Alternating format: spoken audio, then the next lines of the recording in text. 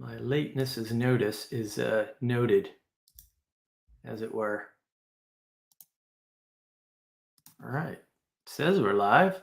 I'm assuming aliveness, although nothing's popped yet. So always one of those things. There we go. Now we're live. We are in fact alive. Woohoo! Welcome, welcome. So, welcome to Live Navigating Patterns again. And it's sort of an open forum today. Whoops, adjust the camera. Man, I am not prepared. I was busy arguing on the internet all day. So, yeah, right up until live time. But yeah, there's a lot going on in the world today. And it seems like a lot of the struggles pretty much everywhere nowadays. And I do mean everywhere, which is sort of interesting. The struggles lately seem to be around structures and cooperation and what all that means in terms of how the world works. Um, so you look at something like um, Crowder and Daily Wire, and everyone's like, "Oh, Crowder shouldn't have to be involved with the Daily Wire that's owned by the powers that be." And I don't even understand the framing. Like that's ridiculous. So I think that's one of the problems is that people aren't really engaging with the reality of how the world works. When you start to scale stuff, you have to change things. Scale to cooperate with people requires structure.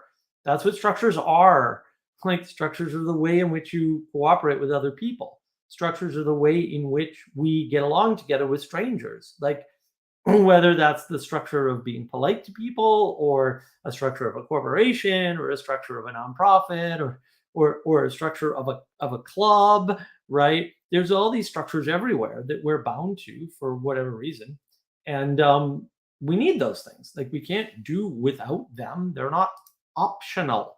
And everyone's like complaining. And it's like that's not appropriate.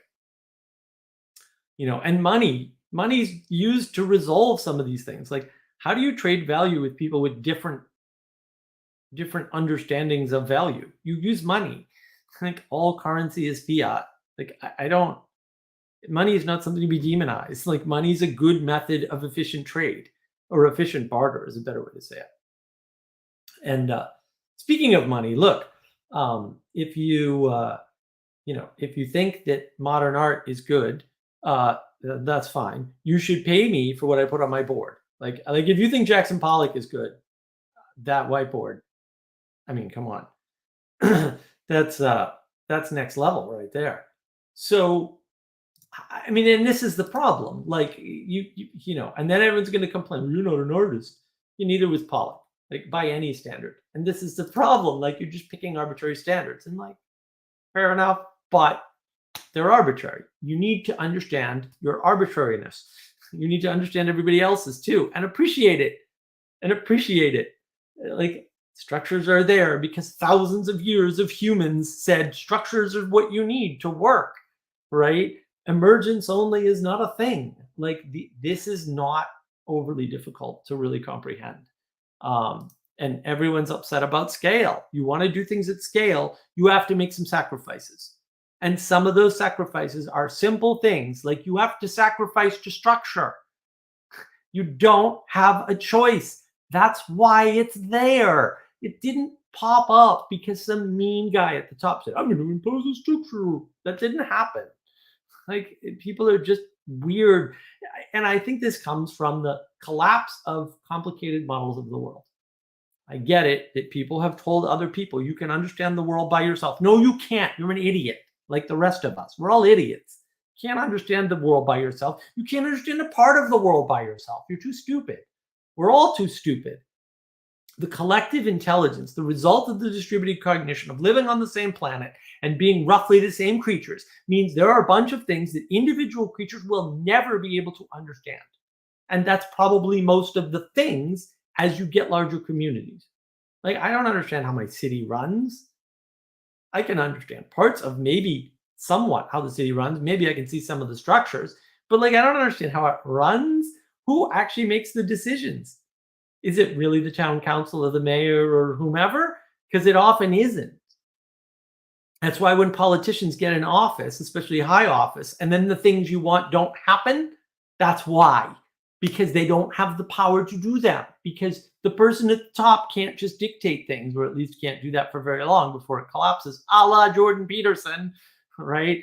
Tyrannies are unstable, yes, because your power as a single individual is less than the combined power of multiple individuals. It's not that hard, really, right? And so, yeah, you can tell people to wear masks, but you can't make them wear masks. And some people will do it, and some people would do it anyway. Like, what's your point?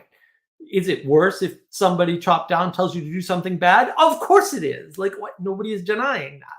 But that doesn't mean you have to follow them. Like, there's where the conflict is, or the overlap. That's where the problems are, is that there's no way around certain things. There are constraints. Reality, part of the meaning of reality is that which objects to your subjective experience. So if your subjective experience has a nature, like you keep insisting that structures can emerge from nothing, and that still doesn't happen, you should say, you know what? Maybe reality says I'm wrong. Okay. You shouldn't consider that there's a way to make your idea work when it's been tried and failed. You should instead consider that your idea is stupid, because it probably is. And that's not to say you give up the first time and things go horribly wrong. But look, at a certain point, you got to have a cutoff where you say, you know what? I was just wrong about that. That's not how things work. So, yeah, I mean, I just wanted to preface that because it's coming up everywhere. It's coming up in this little corner with the Cassidy live stream, which I haven't quite finished. But I find very interesting where Paul's struggling with what to do and Jacob's got his plan and Luke misunderstands everything about what Jacob's been saying and the problem at hand, which is the problem of how do you scale things? Well, if you want to scale value, you use cash. That's what you do. That's the way it's done. It's the way it's always been done. It has to be done that way for a reason, not because random somebody in the past arbitrarily. That's a very postmodern way of thinking about how the world unfolded. There's a better way to understand how the world unfolded. It's called history, right? It's not that difficult. And this top down only or bottom up only, it's both. It has to be both. There is a both. There's a third option. Everyone's stuck in this binary thinking, like it has to be all this or all that. That's because you're 4 years old and you don't understand that there's another option, and that option has a level of complexity that makes it hard, and you don't want a hard answer. Well, I got news for you. You live in a hard world that only has hard answers. Sorry, they're not the answers you think, right? But they are the ones that are right there that are observable. All right, Manuel, what do you want to say about all this? Well, I think part of what I'm hearing is we're seeing the things in the world that we're busy with. Like I've been experiencing that a lot. It's like, like, oh, I'm struggling with this thing, and I'm like, oh, it's happening here, it's happening here, it's happening everywhere, and it's like you have this new framing, and it's allowing you to find intelligibility in the world, and in some sense it's real satisfying, but in the other sense there might be a little bit of a deception going on, right? Like there's a bias there, and so what it brought up for me is like how do we figure out whether the discernment that we're seeing, whether we're actually converging towards something that's true, or that we're just going into the fantasy of like, ooh, like now I can do all of these things, right? And right. Yeah, well said. And I think that is part of the problem, is that, look, this little corner of the internet is running into scaling problems. They are running into scaling problems. That's what they're running into. It's like, yeah, I want to do more in the world. Okay, well, you need structure to do more in the world. It's not going to emerge. Or when structures emerge, they tend to corrupt instantaneously, right? And you can't say, oh, the problem is charisma. Charisma exists in the world. You're not getting rid of it. You'd have to kill all the people to do that. Is that your, okay, well, then it's a problem. Yeah, it's a problem. How do you manage that problem? You don't manage it by trying to eliminate the thing that you can't eliminate. That doesn't make any sense. And this is where the problem comes in. Yeah, and I think if we're talking about charisma, right, like charisma is in some sense, right, like a natural flow of people that there's a spirit generated that people flow with, right? And so Right. what does that require? Well, that requires you to take responsibility of that spirit, right? Like if you don't do something generative with it, then charisma is a problem. But charisma as such isn't a problem if handled correctly, right? And so Right. what everybody is doing is they're problematizing the thing before it is a problem. And we've been talking a lot about skepticism, cynicism, and well, the other one is communion. In I think, right, like so what is communion? It's the coming together, right? Like that's the principle that you're trying to embody, right? And when you're skeptical, you're like, well, are we sure what everybody's doing together is actually what we should be doing, right? So now you're Right. frustrating what is happening, right? Like now sometimes things need to be frustrated, right? But you already need to have a justification, right? Like you need to have a place to stand if you're going to say that the thing that is happening shouldn't be happening, right? You need to provide an alternative, because if you don't have an alternative, like you're not grounded in reality, and like your objection isn't valid, right? Like it doesn't mean Right. that it's not true, it's just not valid because you don't have an answer that would resolve the issue. And then you come at the cynical place, right? Like so there that's the place of nihilism, right? Like that's the place of disconnection. Like because if you're cynical, you're actively rejecting the grounding in that allows you to participate. And like there's a bunch of people that take that skepticism and they just get so wrapped up in it that they lose their connection to the world, to reality, and they end up cynical. And Yeah. at that point you're in the postmodern narrative, like because Right. you're rejecting Well, but everything. and what is all of this? Right? What is all of this? Right? There's really only two states, right? There's the state of trying to connect and being connected, and there's the state of not being connected. Why? Because you reject an existing connection, right? Or because you want to continually reject certain imperfections because you're an idealist, right? And you end up just in rejective framing all the time. I reject this, I reject that, I reject these things. But why? Why? Why can't you find commonality and accept the difference? Because there's always going to be difference. When you get two people together, there's going to be differences. Like it's Right. not that hard, right? And that's the issue. Like you have to learn to accept things that will say aren't going your way. You have to. You don't have a choice about it. And there's nothing wrong with that, but you have to kind of find a way to deal with it. If you want to cooperate with other people, you need to start using money for trade. If you want to start cooperating with other people, you need a structure. If you want to start cooperating with other people, their leadership is there. And you shouldn't wait for it to emerge because that's how bad things happened in the past. People waited for a leader to emerge. And look, every once in a while that goes great. But almost every other time, and that's most of the time, it goes very poorly. And that's not good. We don't want things to go poorly. So we have to accept, we have to submit, we have to acquiesce to the idea of structure, to the idea of money, to the idea of leadership, poor as it may be. And leadership is not a leader, although a leader might embody all of leadership, but not usually. Authority is another requirement. Structure can emerge. But you're better off with an aim, right? And you're better off with a leader, at least initially, who can plant the flag to rally around so that the structure can emerge properly towards the aim. That's the proper way to do things. It's always been the proper way to do things. If you think no one's ever tried another method, you're being completely naive about how the world works. People have tried lots of things, just none of them worked. The things that we have are the things that we have because all the other things failed. Does that mean we found all the other things possible? No. But what are the odds that you found something possible and workable, not here and now, that no one else has discovered? They're vanishingly small because you're a muppet. just like the rest of us. Manuel's a Muppet. I'm a Muppet. We're all Muppets. We're not going to find something new. It's not going to happen. And it doesn't need to. We can just fix what we have. Honest.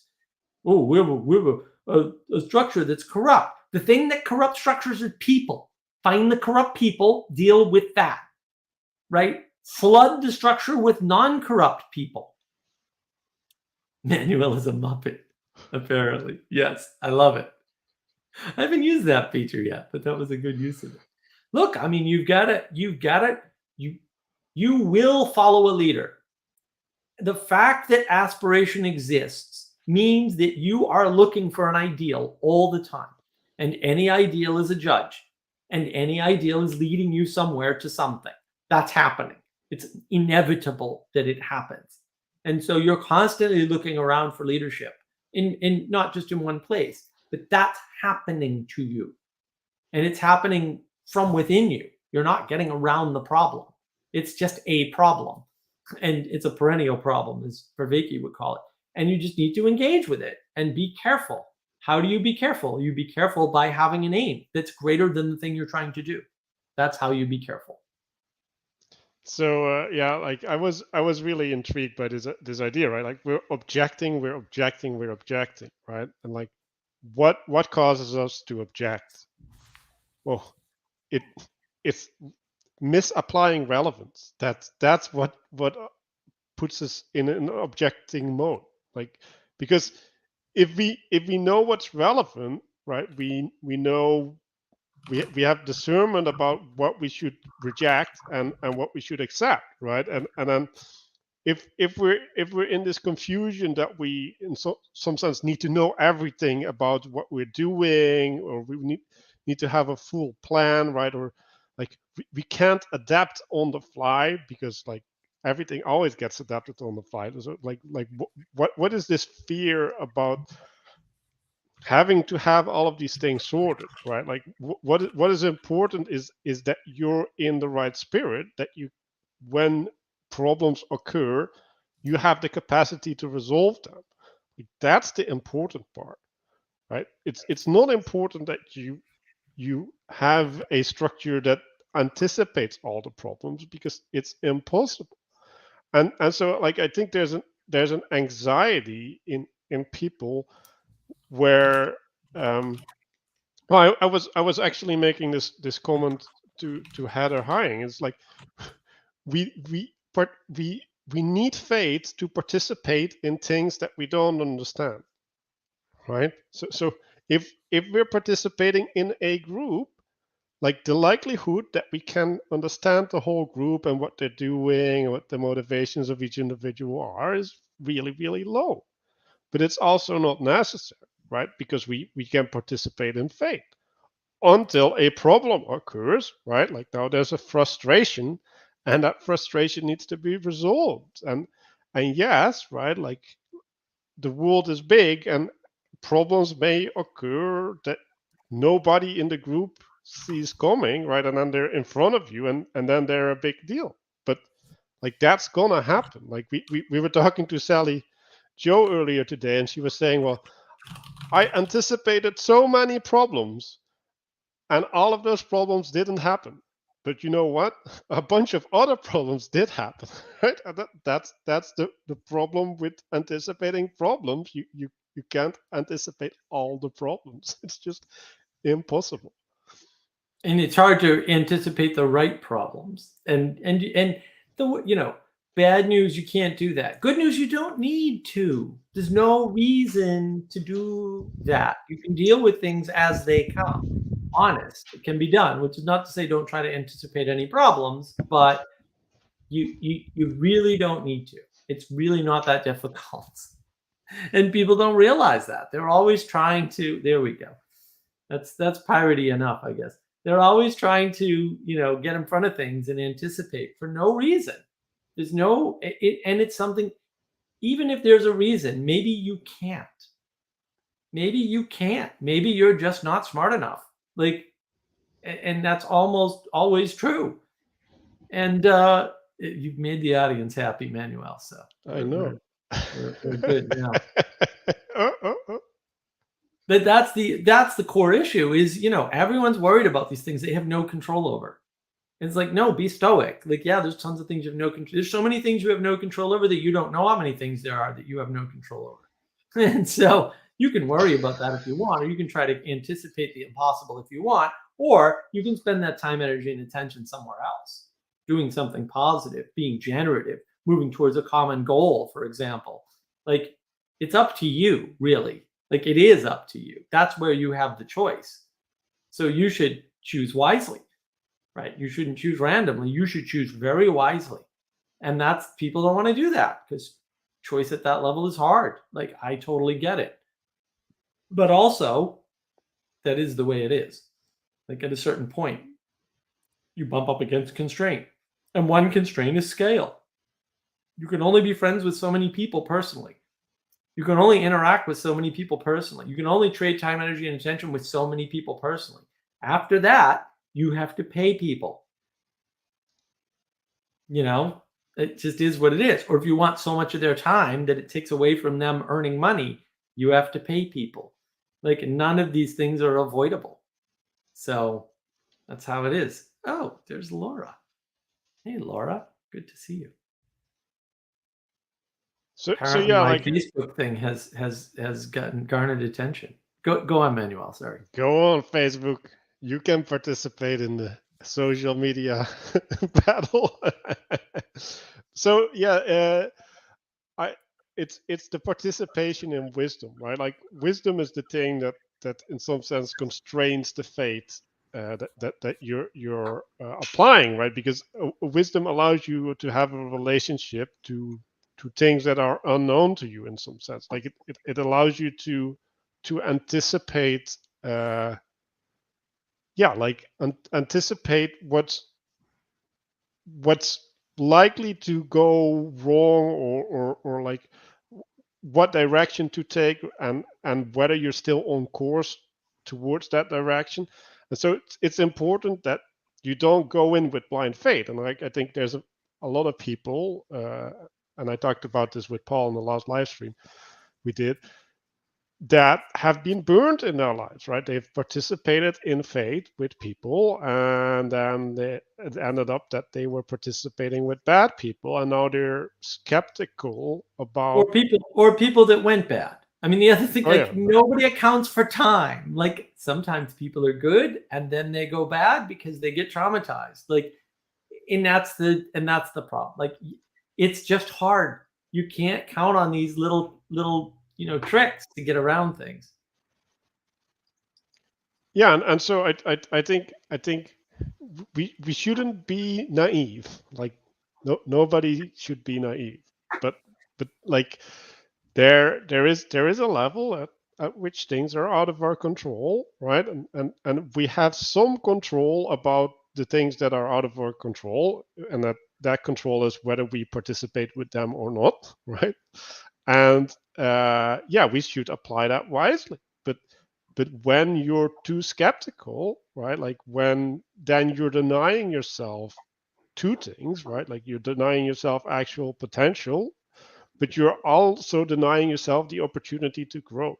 Like, you're denying yourself to get to the place where you do have the discernment that you shouldn't have. Like, I think what we should be facilitating is a place, a safe space, unfortunately using that wording, but a safe space where we can participate in certain spaces in a certain way, and not get burned by that, right? And then, like, then the question becomes, well, what is being burned, right? Like, with some people, they have a bunch of baggage with them, right? And like Mark likes to say, right, reality is that which objects, right? And so if you get faced with reality, that's not a burn, right? Like, a burn is when someone is doing something extra over that, right? Like, when they're screwing you over.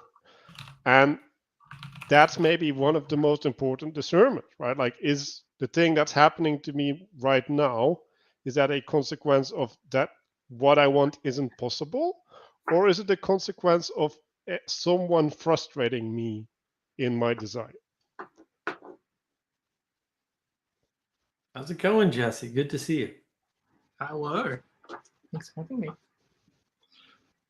Yeah. Last week was that was a thing. 7 hours, 7.5 hours. 7 hours, over 608 views between the two channels. I don't know, dude. I've got no I was not expecting anything like that. It was a great conversation, and everybody should check it out. There was no part of it that wasn't awesome. We had a little 20-minute interlude of headbutting, maybe, but you know, it was more than that. Yeah. Well, look. I mean, I've got to buy me coffee. So if you think Jackson Pollock is high art, then pay me for mine. I wanted to get to that. There was so many points in that conversation where it's like, okay, this is my first time. I'm new here. I don't know how objectionable to be. I want to be that person that listens. It was funny that the conversation kind of ended on that point of the value of listening, the value of participating.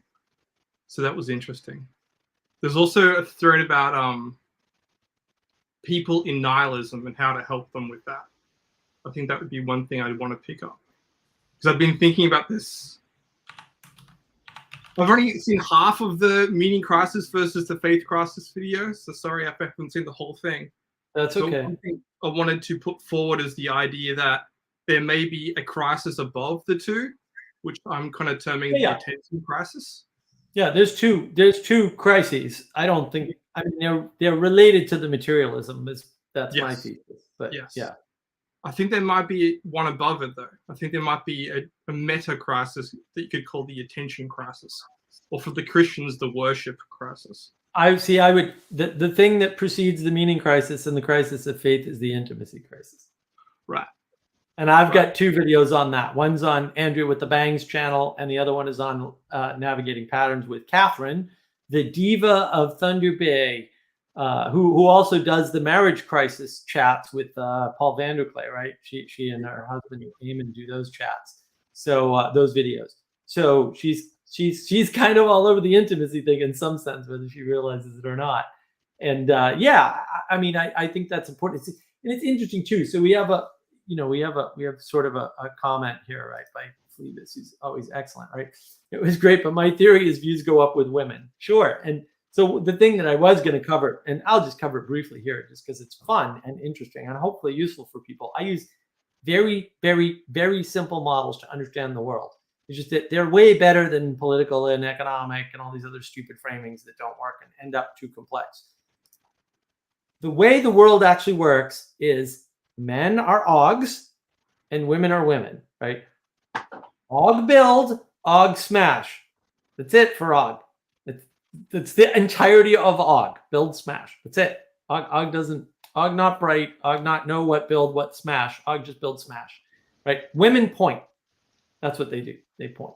So woman points. Aug either builds or smashes. Sometimes Aug smash when Aug build. Aug sorry. Right? Sometimes Aug build when Aug should smash. Aug sorry. That's it. That's the whole thing. It's really that easy.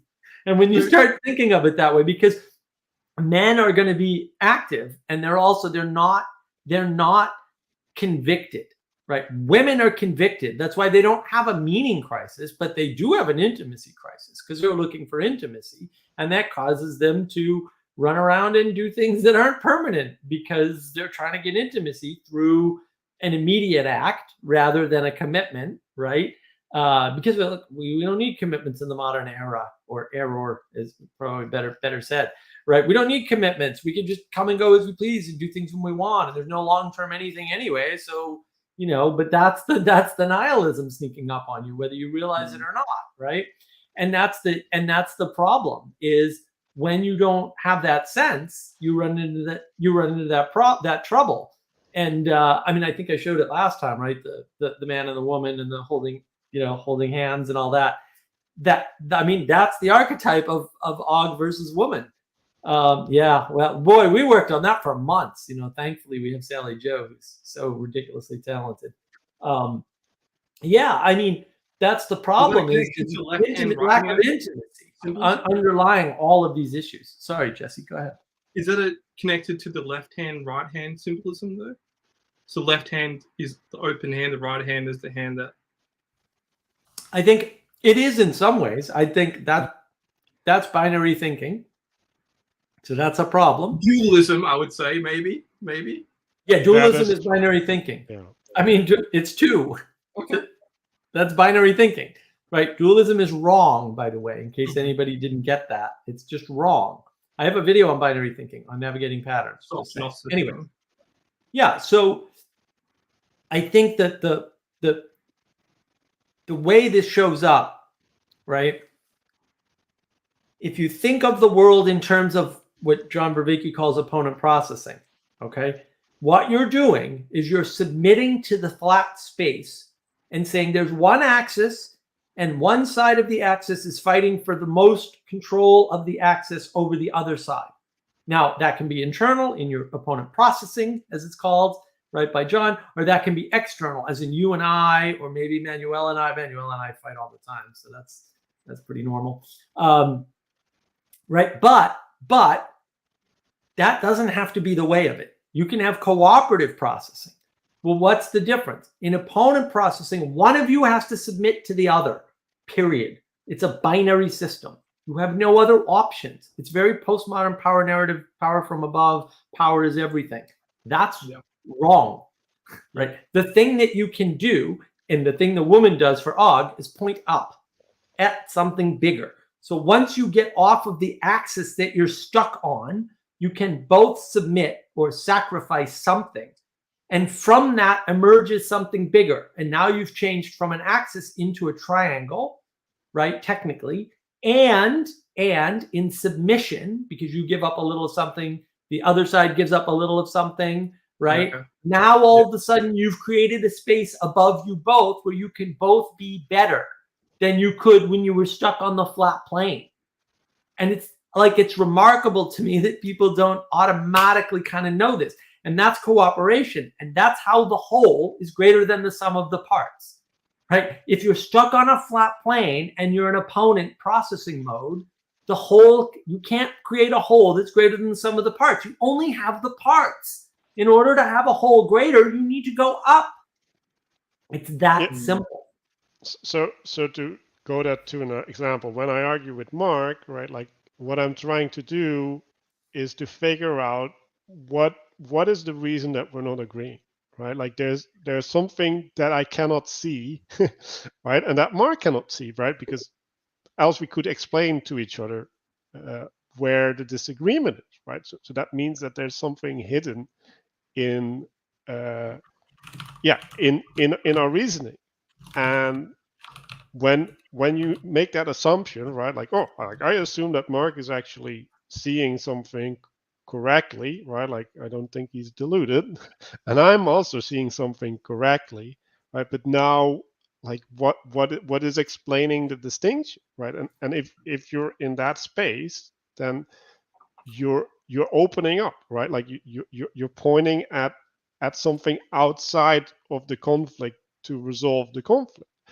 And that's the way to be generative. If you're gonna be like, oh, I'm right because of whatever, like whatever justification you wanna put in there, then you're diminishing it to a zero-sum game. Right. And So the whole, okay, this is where I have a tendency to maybe say something spicy, so I'll try and be succinct. Does this connect to the idea of down with patriarchy? If the patriarchy is symbolically a triangle, and what they're after is a re-flattening of all the identity, all the association spaces. Yeah. So that's they want to be equal. Why do you want to be equal? Let's suppose you buy into the postmodern power narrative. What's the trick they're playing on you with the postmodern power narrative? They're not giving you an alternative. All they're telling you is that these people have the power, but you could take it away from them. They're not changing the system at all. They're not they're not telling you there's a different system. They're not saying that the system changes. What they're saying is different people need to be in charge of the power. they're not changing the game at all. And Yeah. that's what people are falling for, because they want to be equal. They want to have the power. Okay, well, you want to have the power, but the power didn't go away. And what if you're not perfect? I mean, I don't know about you, Jesse, but I'm not perfect. Are you perfect, Manuel? Yes, and the problem is Manuel for president, can confirm. the problem is, right, like what they're doing is they're basing authority on lived experience, right? So if you Yes. have suffered, you've had a revelation, right? Like you have an understanding of the world that is inaccessible to the other person, right? And therefore you have a valid point of view that needs to be included in the understanding of the world effectively, right? Which makes it a relativistic framing, right? Like they're changing the authority from reality, right, that which objects, to the person, right?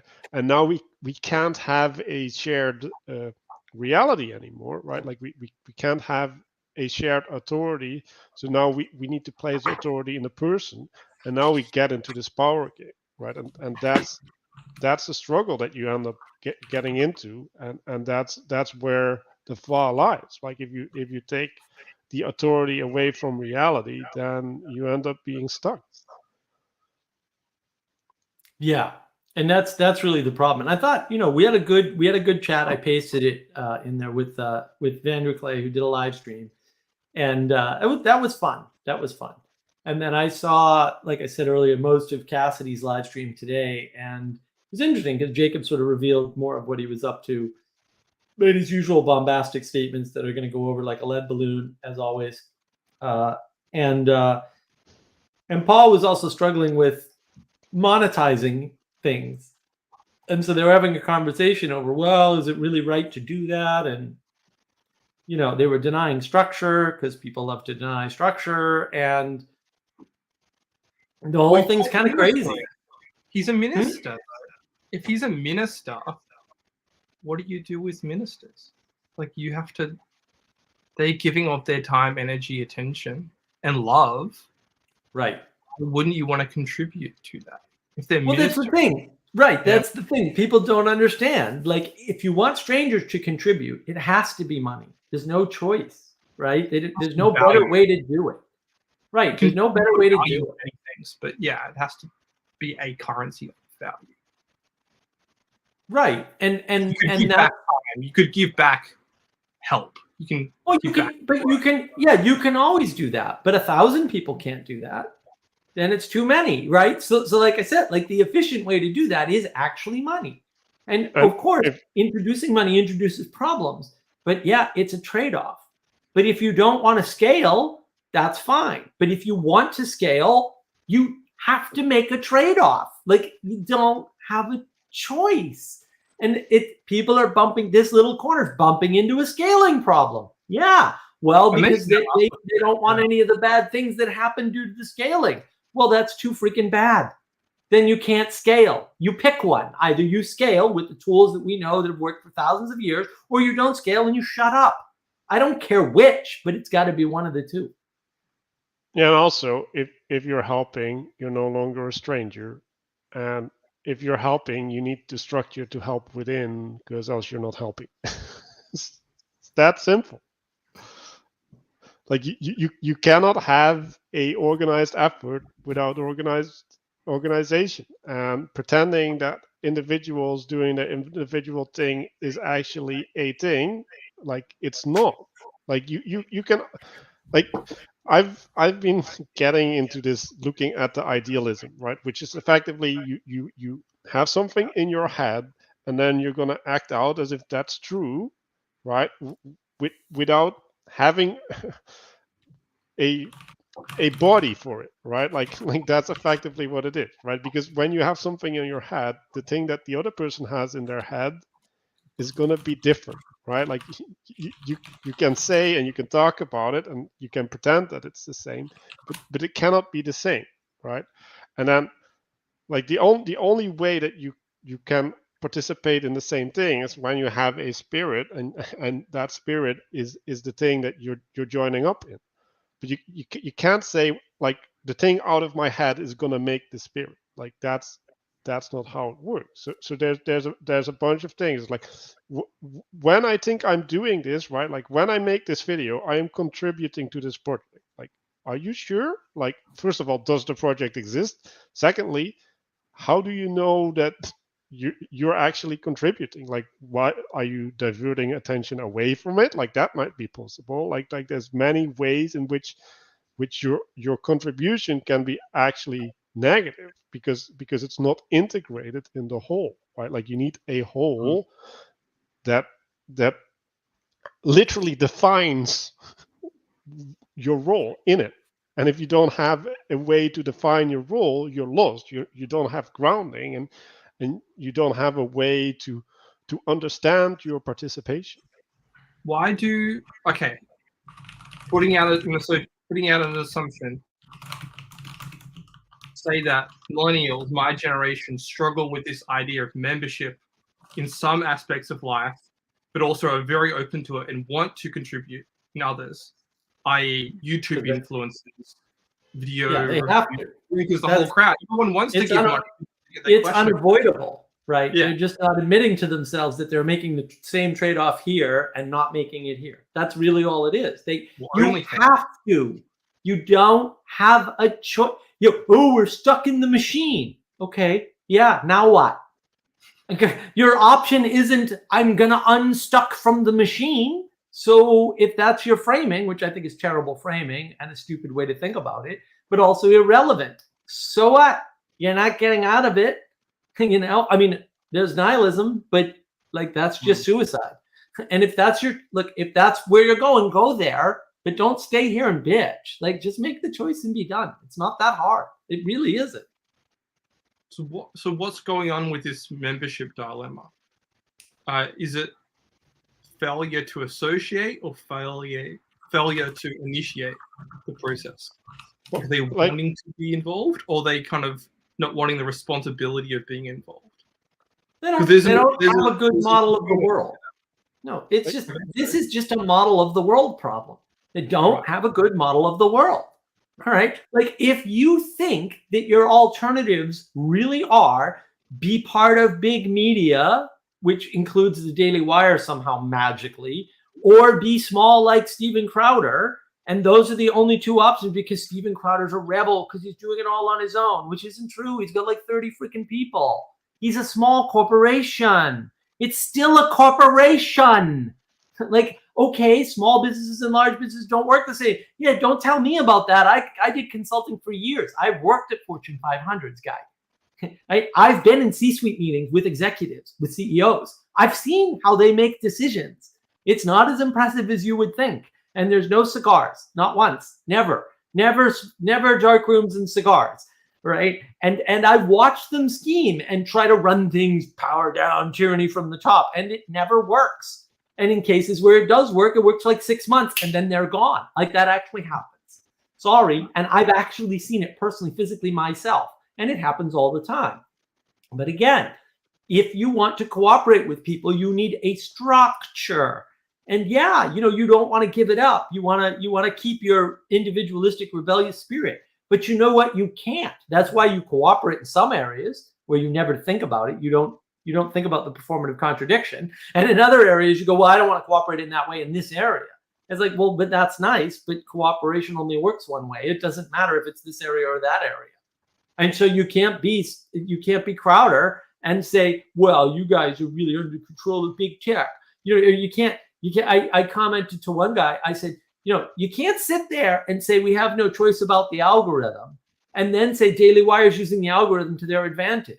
Like if Daily Wire is a force for good and they're using the algorithm to their advantage and they have no choice but to be subject to the algorithm, then their will and agency towards the good is being forced on the algorithm, which is actually happening, by the way. So why are you upset about that? It's for the good.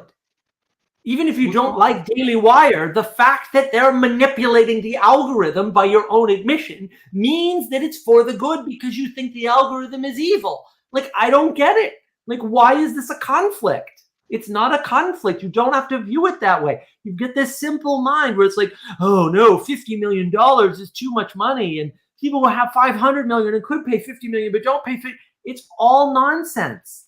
And then these other people, like I heard a comment today where somebody was saying, oh, these guys, what was it? Michael Jordan, he made, hundreds of millions of dollars or whatever, right? Well, the people who ran the NBA made billions. I don't think the NBA's ever made $1 billion, ever. Certainly no team in the NBA has ever made $1 billion. That doesn't happen. Sports is a money-losing operation for the owners in almost all cases, for almost all sports. There's a few exceptions, but they're tiny, and they don't make a lot of money. Sorry, they don't. Sports team owners own sports teams for ego, guy, not for money. They happen to be rich. Why? Because it costs a lot of money to buy and run a sports team. And that's they're not making billions of dollars. It's $1 billion industry. That doesn't mean anyone's getting $1 billion out of it. It means there's $1 billion spread amongst all the people there. And some of those people may be making $300,000 a year, and some of those people may be making $3 an hour, and some of those people may be volunteers, because I haven't met a business yet where that wasn't true. I've never met a business where there wasn't a spread from zero to some ridiculous amount of money within the business. Ever. It's a closed market, isn't it? Because the sports teams that are doing well are the top 5 sports teams. The bottom 5 sports are not. They're losing money. They have to spend more money to get back up to the top, or to get back to the. That's right. Well, and they bought in at some point. That's the issue. Like, it was funny when the I forget the team. It was one of the LA basketball team. I think it is what it was. One of the NBA teams, and the current owner had gotten caught making a comment about immigrants or something when his wife was an immigrant and whatever. It was a big dust up. And he said, well, I'll sell the team for $2 billion. And the team wasn't worth $2 billion on paper by any stretch of the imagination. Steve Ballmer came in and bought the team. And a friend of mine was like, oh, he must have a plan for making back $2 billion. And I was like, you do understand that Steve Ballmer is worth $20 billion, and that is 10% of his wealth. Show me a human being that doesn't spend 10% of their wealth on a luxury item, whether it be a once in a lifetime vacation, or there are zero people like that. Okay. He just 10% of his income just happens to be $2 billion. Like, it's not that hard, and look, Anselman, I love you dearly, but you're kind of missing the point. Amateur sports doesn't exist. They're all businesses. The only difference between amateur sports and non-amateur sports is who makes what money when. And this is why college sports is an issue, right? Because it's right in the middle, and everyone's like, well, college sports is worth hundreds of millions of dollars a year per school, which is also correct, by the way. And that's the problem, is that, well, if that's what's happening, what does that mean? Well, easy. It means that the world is more complex than people just wanting to make money, right? Bad news, the world views more complex. Good news, people aren't just greedy just because they buy things or have money.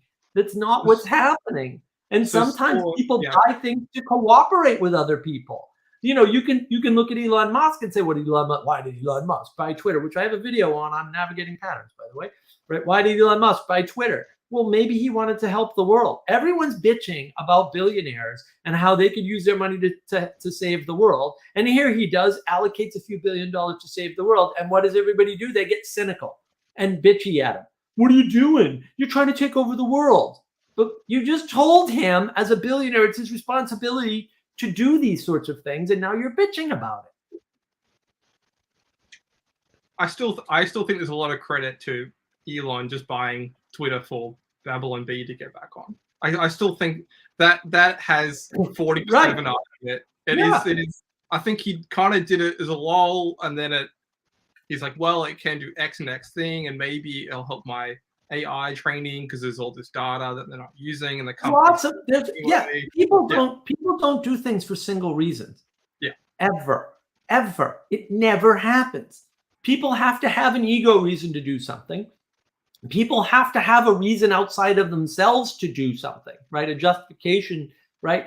and then they have to have a potential in it. Because if it's not, which isn't to say like, people don't buy businesses to kill them, because they do.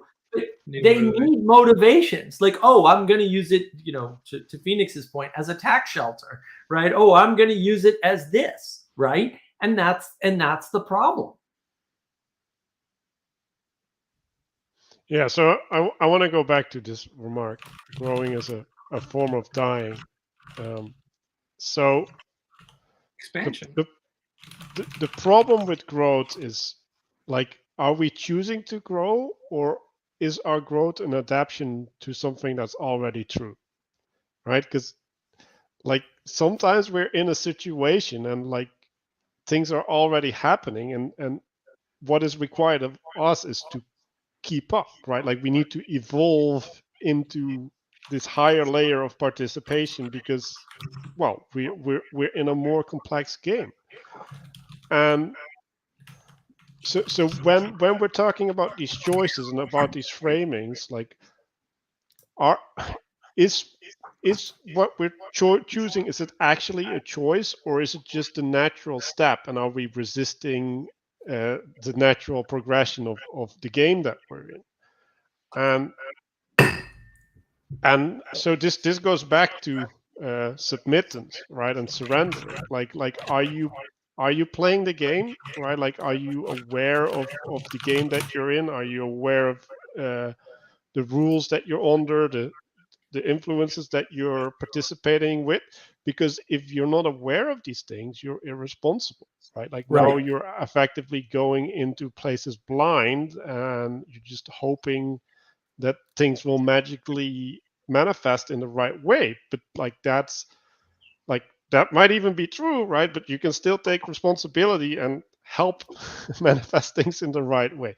So even if that's your belief, right, like, there's still a responsibility on you to make these things happen, right? And yeah, like, that's the hard part, right? It's like, okay, like, I'm in this situation, and, like, I didn't choose to be here, right? Like, I just happened to get here for whatever reason, and, like, now I have an option. Like, do I play the game that is presented to me, or am I going to be skeptical, right? Like, am I going to say, well, I don't really know if I want to play this game, right? And what are you doing? Well, you're creating distance between you and reality, right? Like, you're frustrating what is there, and all in order to what, for you to make a judgment that you're incapable of making, right? Like, you can also participate, and, like, at a point where you're like, well, like, this isn't working for me, like, you can step out. But it's a fundamental attitude, and we've been talking about Protestants, right? Like what does it mean to protest? Well, to protest is to look at the game, right? Like, this is what Vervaeke talks about. It's like taking off your glasses, like, oh, what is the thing that I'm participating in? And then saying, well, I don't like the glasses. Like, they have the wrong color. It's like, yeah, but now you don't have glasses. Like, you can reject your glasses all you want, right? But, like, you need to have a new set of glasses before you do that, because else you end up in this limbo, and that's just not a good space to be. And coming to that acceptance, right? Like, it's really sucks, but, like, you're stuck, right? Like, the fact that you're in reality means that you're in all sorts of games, right, or situations, and they're just there, and you can either participate with them or you can reject them. But are you manifesting the good if you're doing enough that? time that the groups grow? All groups grow at some point. It's just a matter of time and energy. Right. Well, they not all of them, but they should grow. Like, if you're trying to do something, you can have negative growth. I guess I'm trying to also. Well, you can do. Yeah, but I mean, some things do remain stable over time. I mean, there are groups that try to keep a membership of a certain size all the time, and they're very successful at that, so they don't really fluctuate much, and that's fine and fair. But, like, there's a limit. Like, Scale talks about the limit of reality of what you're doing. You're not going to build a skyscraper with a group of 5 people. Like, it's not going to happen. It's not going to happen. That's all. And maybe you don't need to build a skyscraper. That's fine. And don't build a skyscraper, but don't get together and advertise building a skyscraper and then limit your group size to 5. Like, no, now you've transgressed. And that's really the issue, right? I mean, this is the issue that we've discussed with Van der Klee before. If you didn't want to have these problems, you shouldn't have had a YouTube channel. It's that simple. Like, having the YouTube channel causes the problems. What is the problem again? Can we restate it or rephrase Scaling. it? It's scaling, right? Oh, I want to help a lot of people. Okay. I want to help a lot of people I don't know and get to know new people. Okay, fine. They're But- two different desires. They're actually two very different conflicting desires. You can't Wait, prioritize and not at the expense of the other. You can't meet No, new people. well, no. All desires conflict. This is the, like, again, this is the Yeah. problem, right? You have a limit on your time, energy, and attention. The question is, how are you resolving that conflict? When it's you and 5 people, it's easy to do. When it's you and 10 people, it's easy to do. When it's you and 100 people, it can be done. It's not easy to do anymore. It can be done, right? When you want to reach the population of a city, no, now you need a structure. You can't do that the same way. The scale has changed. And because the scale has changed, the method of interaction has to change. So, for example, you need a structure. If you want to allow new people in, you have to have a gatekeeper or a gatekeeping system within the structure. There's no choice about that. It's not an optional thing. Cassidy was doing a live stream today, and she let somebody on that she didn't know, and he immediately put on a video image of 2 animals doing the deed. And she had to kick it off really quick, which is fine, right? But there's no way around that. And that's the problem, is that, you know, either you have a gatekeeping system or you're going to have random people come in and just to ruin your thing. And this is one of those problems where people just assume that everyone's good. Everyone is not good. People like power. People who are bought into the postmodern power narrative would just assume come on your stream and ruin it for everybody, because that gives them the feeling of power. Whether it's real or not is not important. They think it's real. It's real enough to them to invest their time, energy, and attention in destruction. And I can tell you from experience, building things is really, really hard relative to destroying things. You can bring me anything, particularly an argument, although maybe that's unfair because I'm really good at that. And I can annihilate it in seconds. Any argument you want to bring, go ahead. Bring it all. You know what? Bring it all. Having read a whole bunch of books I haven't read, I will still tear it apart and you will not even understand what hit you. Because A, it's easy.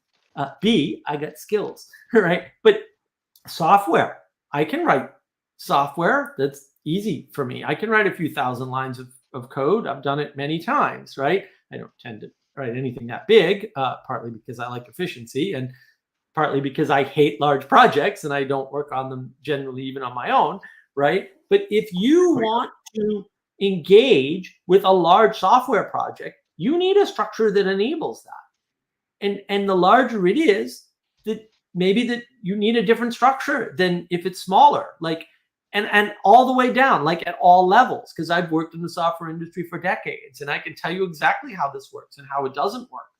And that's the problem. Like, when you get to a certain scale, things change. And when you pass that scale, things change. And when you scale down, things change. And you need different structures and different management styles and different coding style and different, like, everything changes. It's not just one or two things. It's not a tweak. It's not a tweak.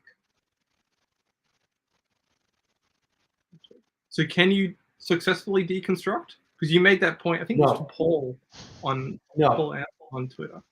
There's no such thing as deconstruction. And, you know, I have to apologize. I keep meaning to reach out to our friend from Iceland, who actually one day, we never see him anymore. Dalamard is his handle on Discord. We never see Dalamard anymore. But one day he came in, and I forget which Discord server it was, and he said, deconstruction makes no sense grammatically. And he just ripped apart the whole word and said, and gave, like, I think what were actually for real all the reasons, like actually a complete accounting, because sometimes he does that. He's very bright, very, very smart. And I was like, wow. And then I was like, I didn't write any of that down. I feel like a retard. And then I was like, damn it. And now ever since then, I've been like, I need to remember all those points, right? But basically, there's something magical about construction, about building something that can't be reversed. And it's something like the element of faith that is in that is presupposed by the act of construction. And so it doesn't make any sense that you're going to unconstruct it, which would be the proper term. So I would say even unconstruction is incorrect. Your only option is destruction. Why? Because you are destroying the spirit that was built in the faith of the idea that that object could exist as a whole greater than the sum of the parts. And so there's no such thing as deconstruction. What you're describing is destruction, and destruction is always negative. Now, people get confused, and this is actually a comment I made. I don't know if it was Twitter or one of the YouTube comments, because I've been all over the internet today going freaking hog wild, as everybody I'm sure can tell. I've also had a terrible day. I feel like complete garbage, which is why I have like drinks galore over here. But what I was saying was you're confusing the idea of, oh, I know, it was a comment to Jacob on Twitter, right? You're confusing the idea. Paul talking about Paul Antler talking about yes the right. Skyrim thing, right? And this whole idea that criticism could be generative. No, it's not. The fact that after you criticize you can generate doesn't mean criticism is generative. Those are two separate actions. You can't tie the two together, because just criticizing is not generative. As Manuel pointed out earlier in the stream, the bottom line is, if you engage in a process where you are criticizing something without an alternative solution, and this is well known in business, maybe you shouldn't be criticizing it, because even if you're right, who cares? What are you going to do about it? And is it correct for you to burden somebody with your problem? I see this problem. Well, maybe everybody else always saw that problem, and the reason why it's not fixed is because nobody knows how to fix it, and you bringing it up just makes you a jerk, quite honestly. Like, if you don't have a solution, why are you bringing this up? And I'm not saying you should never bring up problems, but I am saying, like, maybe don't presume that there isn't a good reason for the problem. Like, maybe don't presume that it's not part of reality or a known trade-off that had to be made. Because a lot of times I hear, and especially with software people, because that's the industry I know the best, they're constantly like, well, you could do it this way instead. Yeah, but then you have to do all these other things too. Like, it's not like it's any easier. You're just trading off who gets the bad end of the stick at some point. I don't know what point that is, but that always happens. Like, everything's always in trade-off mode. And if you don't appreciate that, you're going to go astray. Okay, so can I try and tie this back to something? Because last week we talked about, okay, people are in nihilism, they're in materialism, how to help them. And I suggested one of the ways you can start when people are difficult, when they're deep down the well, is you try and listen to them. You try and get them to scare themselves with their own position that they're in and realize how deep and dark. One of the other things I've tried to help people with is try to get them back to a sense of the poetic or the symbolic, and try to get them to recognize patterns in life. Where this comes in contact with this idea of criticism, and is it valid, or the methods of criticism, is you need to criticize in order to point out patterns, but how do you criticize so it points up and not down, or not just across again? Like, you can criticize in a way that kind of flattens the space again. Right. It takes away authority, or maybe it needs to take away authority. It can be valid, but how do you navigate that? Because you need to show people patterns to get them to the next stage, as you said, of the symbolic knowing of the world that kind of re-spiritualizes things in a big sense of spirituality. Re-enchants. I don't know if I want new words for that. I don't like re-enchantment. No, that's enchantment. That's what enchantment is. I like spiritual because I think it kind of catches people off guard in some aspects. It has to make them think about what spiritual means. It can also make their eyes glaze over. So Right. or that's it the can make problem. them adversarial. Like Yeah. Yeah, true. I guess so, yeah. Maybe the people I regularly talk to are already in the crisis, so I don't have to worry about it. The people that are already in the shadow realm. But yeah, it's.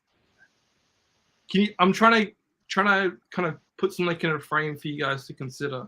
Like how do we well, get let me criticism inside of this pattern recognition model? Because you need people that critique things and protest things, but how do you do it in such a way that you don't. No, you don't. You don't actually. That's You don't? that's the no. Okay. No, No? you don't. Okay. No, no, there's no. trying to be No, wrong. there's I'm trying no. to learn. I'm trying to learn. Yeah, there's no reason for that, right? And I'm not saying don't do it and it's never appropriate, but I'm saying you don't actually need that. For cooperation, you need the opposite. And the problem, and the thing that I do, for example, is I can say something like, I understand that you have a worldview, right? But it doesn't work. And then I show them their worldview doesn't work in some important way, right? And then I say, but there's an alternate worldview that you can use, right? Here, have you thought about it this way, right? Now, that increases the complexity because whatever worldview they have that's broken is broken because it's too small to hold the world. It's not hard, right? And so how do you get them into that complexity? And one way to attract people to complexity is to say something like, this is enchanting. Because people want enchantment. They want to be able to go forward in the world, right? They want these ways of interacting, right? They want all of that. And that's the issue, is that without that, they have a problem, basically. And that problem is that their worldview is not serving them. That's why they're angry. Like, you're not in a meaning crisis. You can be in a meaning crisis and not realize it, but you're not in a meaning crisis in any sense if you don't have a problem that needs to be solved. So criticism can be a false enchantment? Okay. Well, hold on, Manuel. Let me finish. Yeah, criticism is the assumption that you're smart enough to do the critiquing, right? That's the postmodern lie, is that you're an individual and you're so smart that you can look at something that was built before you were built, right? Or a pattern that's being followed. Maybe the pattern is new, but it's a pattern that is as old as time itself, maybe, who knows, or at least as old as humanity, and that you can understand that well enough to have a valid critique of it. Okay? Now, anybody can have a critique. 3-year-olds do it all the time. And then this is literally my complaint about the postmoderns. They are nothing more. And I mean this technically, I'm not being hyperbolic. The entire summary of postmodernism is the same as a 3-year-old's. Why? It is 0% different from that. It is the presumption that you are smart enough to question everything around you. And so I tell people all the time, are you sure you're smart enough to understand that well enough to make the critique? Now, the advantage that I have is just purely experiential. Like, I've just experienced a lot of things. I learned a lot of things in my life, and I have a good memory. When they come up with a critique, I can tell them why it's wrong instantly because I've already engaged in all these things, usually with other people. It's amazing the arrogance of people too, because they very often assume that they're going to come up with some construction for their ridiculous worldview, which I've already divined in 4 questions or by listening to 4 statements that they've made, that is going to somehow convince me that their worldview is correct because it's the first person that's ever told me this stupidity. And I've taken to telling people up front, you're not going to find an example I haven't heard. I'm very sorry.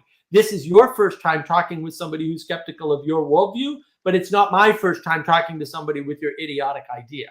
And that's really the problem, is I'm just at an advantage, like house advantage. Please come join me. Let's put some money down though, because, that would be more fun.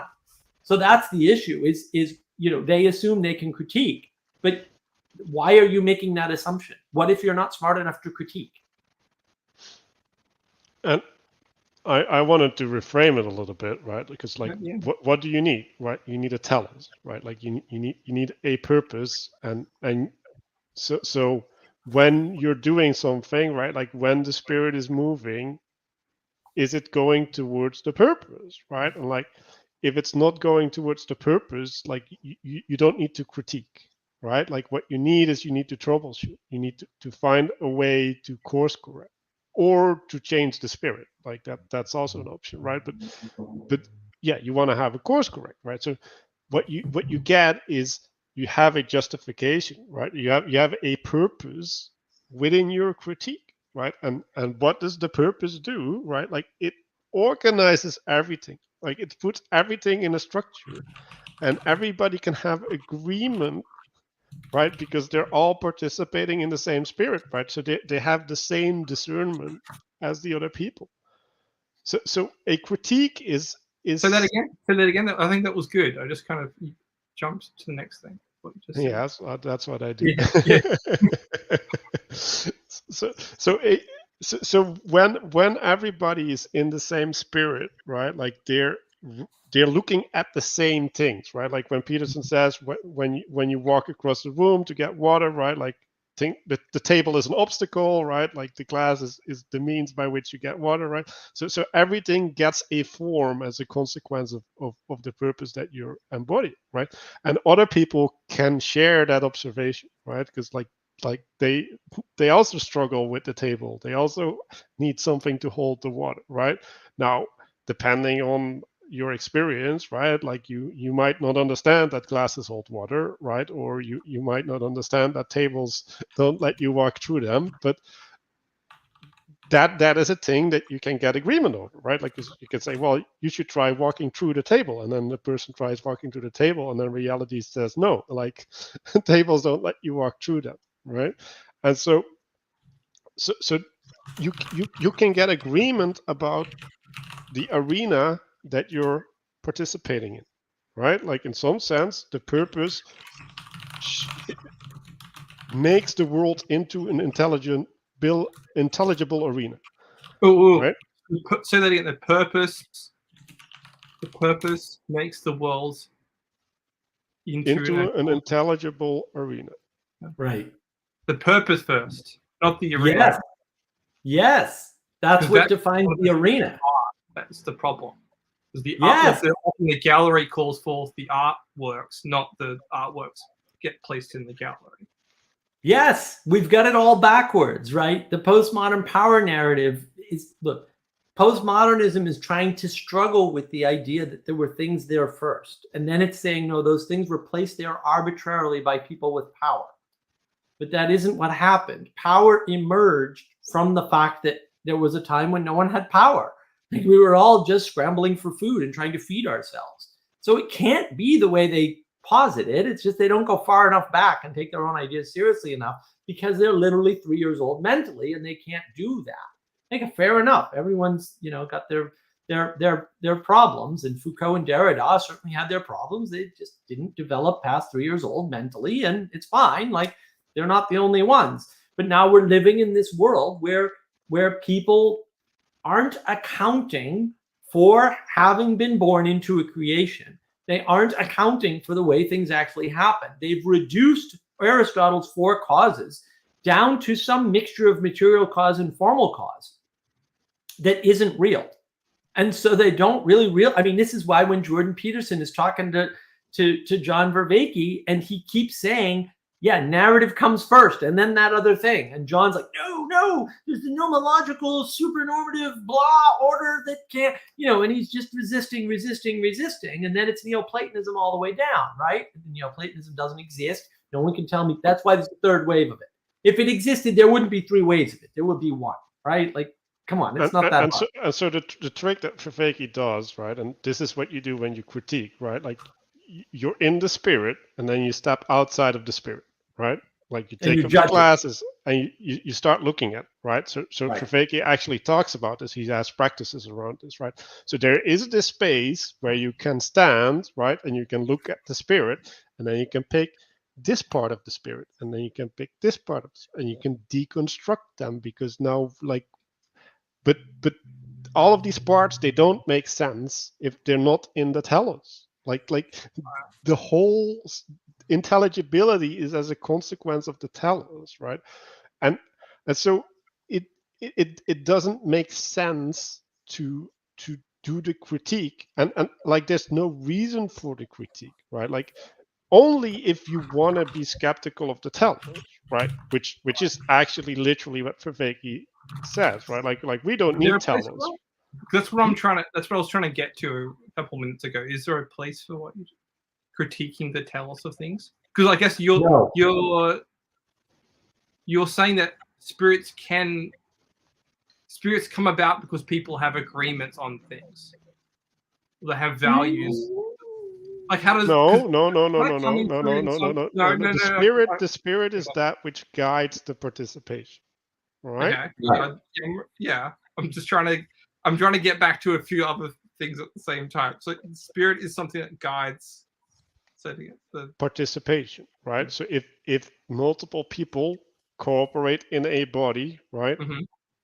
they can participate together, right? And so they can participate in the same spirit, right? Like you can also have a factory, right? Like with a line, right, where everybody is in their own spirit, right? Like there's no cooperation, right? And like that's what modern society is built for, right? Like that's what individualism is. Well, like we can all create our own spirit and then we can do our own thing and then we can still work together. But it's like, no, you can't work together, right? Like you're together alone. Like this is the problem with people in cities, right? Like they're not partaking, like they're not in the same place, right? Like they're locked in their head, they have their headphones on, like their eyes glaze over, they're not part of the same world as each other. Like there's no communion, and that's the issue, right? And so this individualism, right? And that's the intimacy crisis, right? Like the capacity to have the connectedness between each other to incorporate the same spirit, right? Like that requires intimacy. Like you can't do that if you don't have an intimate connection, an intimate relationship within that community.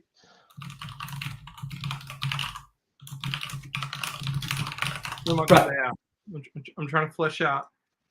Well, that's so Jesse, the confusion is the following, right? I've talked about this all over the place in live streams with Vanderklay and stuff. And Vanderklay's actually mentioned it a couple times on some of his videos. It's very important. The science people talk about things as though there is a place from which you can critique that is totally neutral. What they are describing, I propose, is called objective material reality. That's what they're describing. They're saying there's an objective space. It is material primarily, right? And it's reality. And then I can look at things and say this telos is bad and this telos is good, blah, blah, blah, blah, blah. Okay? That's their thesis. I totally get it. But that's wrong. It's obviously wrong. It takes 2 seconds to realize that it's wrong. And everybody wants that ability to critique. But when you're critiquing telos, you're critiquing the nature of reality itself. The way to know if a telos is good is to participate in it. And if you can't, let's suppose you came up with some completely stupid theory that government alone would always do the right thing and therefore government can control the means of production. And then you tried that like 82,000 times at different scales and it never, ever worked. You might conclude that maybe Marxism and communism and socialism in general is a stupid idea. Or you could just double down and keep trying, right? But at some point, you need to say, oh, this doesn't work because it doesn't work. It just doesn't work. Or it doesn't produce anything that lasts. No, it doesn't work. Like none of You don't even need to scale up. You can just say just Right. Yeah. But none of the things that were supposed to emerge and none of the things that were supposed to die to give way to this thing happened. Karl Marx made a bunch of predictions. 0 of them came true. None of the things he said about capitalism happened. 0. Okay? At the point at which your prediction rate is 0, you are wrong by any standard or measure possible. And people don't want to give up on it because they want to believe this utopic dream that solves their problems because they think that they can contain a worldview where they can understand the world and why it's going the way it's going. I can't do that. Manuel and I can't do that together, and he's really smart. Like, we could add 4 other people to that equation. It's not going to happen. The world is ridiculously complex. You don't have a chance in hell. In my Twitter video, I talked about this. Well, let's talk about all the reasons that Elon Musk might have put up a poll to have Trump on, right? And I think I went through 4. Those are just the ones I could think of. There could be 10. There could be 100. And who knows if Elon had any of those in mind? He might have had none of them in mind. He might have been saying, I'm going to troll everybody by putting a poll up. Who knows? I don't know. I don't pretend to know. I just say there's all these things that could happen as the result of putting that poll up without him violating, his, at the time, it was sort of an implicit agreement that he was just going to let everybody on who didn't break the rules retroactively. Well, fair enough. And he seems to have done that, by the way. So it doesn't seem like that was a lie. It seems like that's what happened. Hey, not to interrupt, but can you guys hear me okay? Yeah, we can hear you, Connor. Well, Okay, perfect. You have a Perfect. beep in the background. I think you want to mute when you're not talking, but yeah. There's a what in the background? A beep, like yeah, some kind of high-pitched noise. Oh yeah, I don't know what that could be. I'll just keep myself on mute when I'm not talking. Thanks. Like electricity from an audio perspective, being an audio person. So participation, agreements, criticism, membership. How do we collaborate together? No, like you don't have to answer that question. Like, no, I'm trying to track what are the things that are coming together. Like, why do? This is going to sound like a basic question, but why do people participate in things together? What's because good? they have the same telos. Like, Tell us. Yeah, I'm agreeing, but I'm okay. So Sorry, I don't know how to work this thing. That's okay.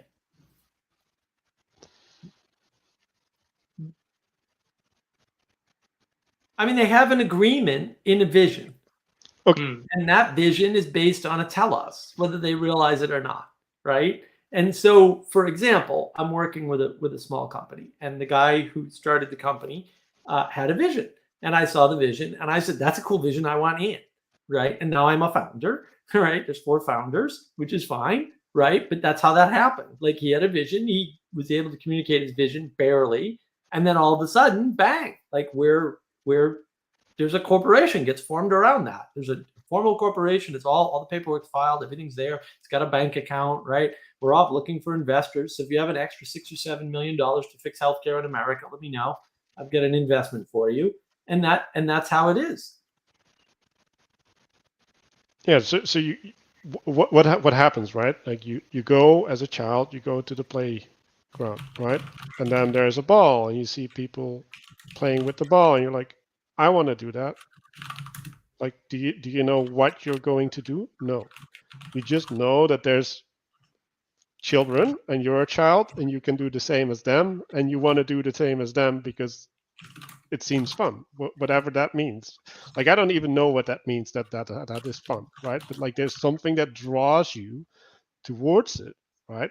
And it's the spirit of participation, and there's a recognition, and if we want to bring in the favorite subject of this little corner, right? Like, there's a beauty that is being perceived within that participation, right? And you want to participate in that beauty, right?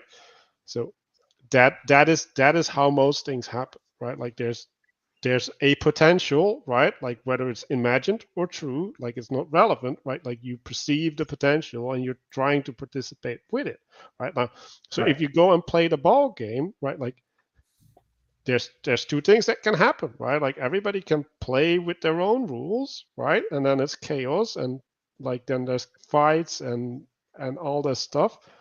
Or you can say, well, we're playing this game, and this game has this set of rules, right? And then you submit to the game, right? And now you're starting to relate to the same telos, right? Like, you're like the telos changed, right? Like, the spirits, the individual spirits, they commune into a shared spirit because there's a container, right? Like, there's something that can contain the spirits, and that everybody is submitted to that, right? Like, so your mission, right? Like, or the thing that you're expressing is is part of the bigger mission of cooperating in the playing of the game, right? But you don't know if that game is pointed towards the good or not, right? Like Right. that game. Well, and look, that's the other thing, right? So the beauty of cooperating and building something bigger than yourself is one of the aspects that draws you in. And the thing that keeps you in right relationship is truth. You want to be true to the telos. Whether or not the telos is good is a different issue, but there's the true, the good, and the beautiful right there, right? And that's what. So when I say simple models, yeah, true, good, and beautiful. There's a simple model for knowing what the hell's going on in the world and what to participate in and how. That's it. You don't need anything else. All the rest of this stuff is garbage. It's all hand waving. I'm not saying you can dispense with all of it, but look, the fact of the matter is that you can understand the true, the good, and the beautiful using many different systems and structures. Some are going to be more valid than others based on the circumstance, but the core model of true, good, and beautiful doesn't change. And as long as you have that in mind, you can do well in the world. Like, it's not that hard, right? And if you're too materialistic, and I suppose you say, well, I am, my house, which is the potential for me to have a family, and I am my, the sum total of my stuff, and my identity is wrapped up in my job. And then you lose your house and your job, although I never lost both at once. But if somebody steals your house from you, which certainly happened, then who are you? Well, I knew who I was.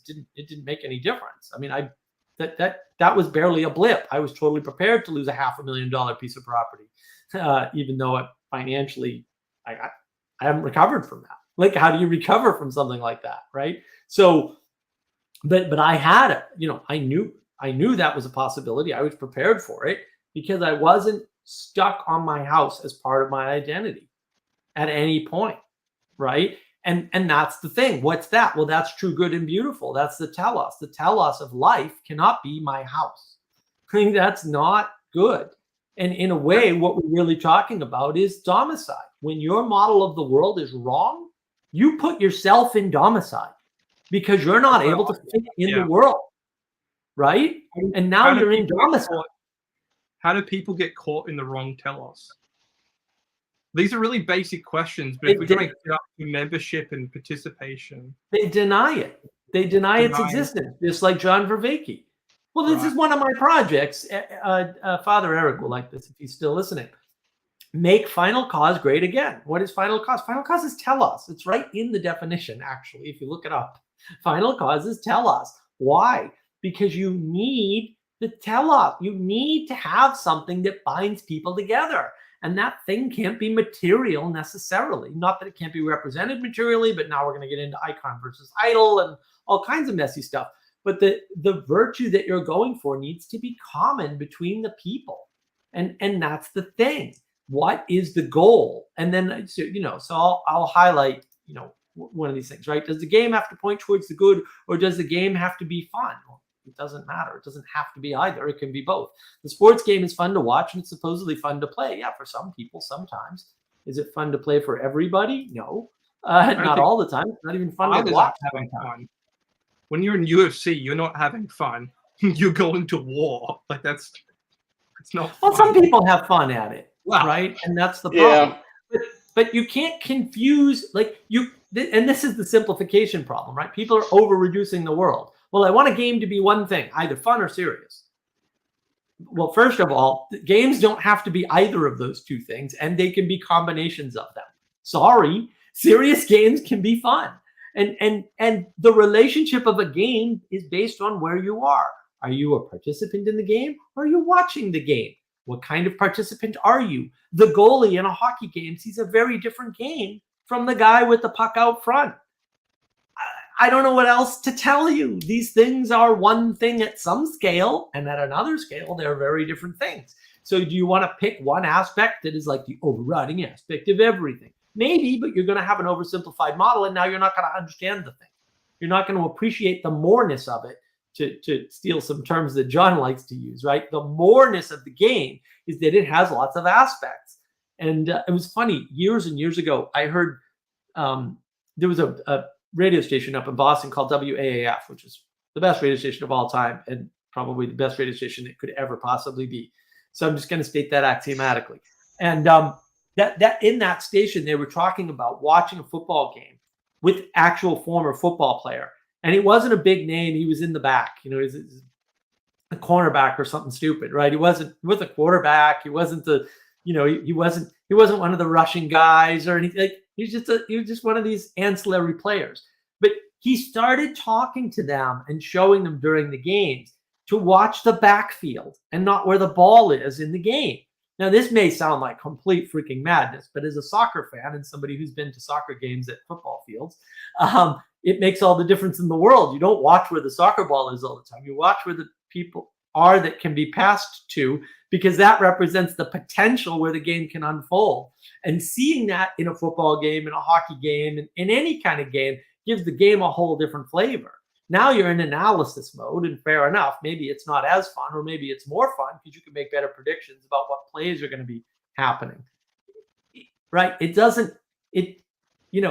not that clear. Right? There's lots of ways to engage with the same thing. And I think when we're engaging with something, it's important that it's alive, right? Like that it is generative, right? Because there's things, right? We were talking about building a pyramid, right? Like that ends, right? And now there's a pyramid.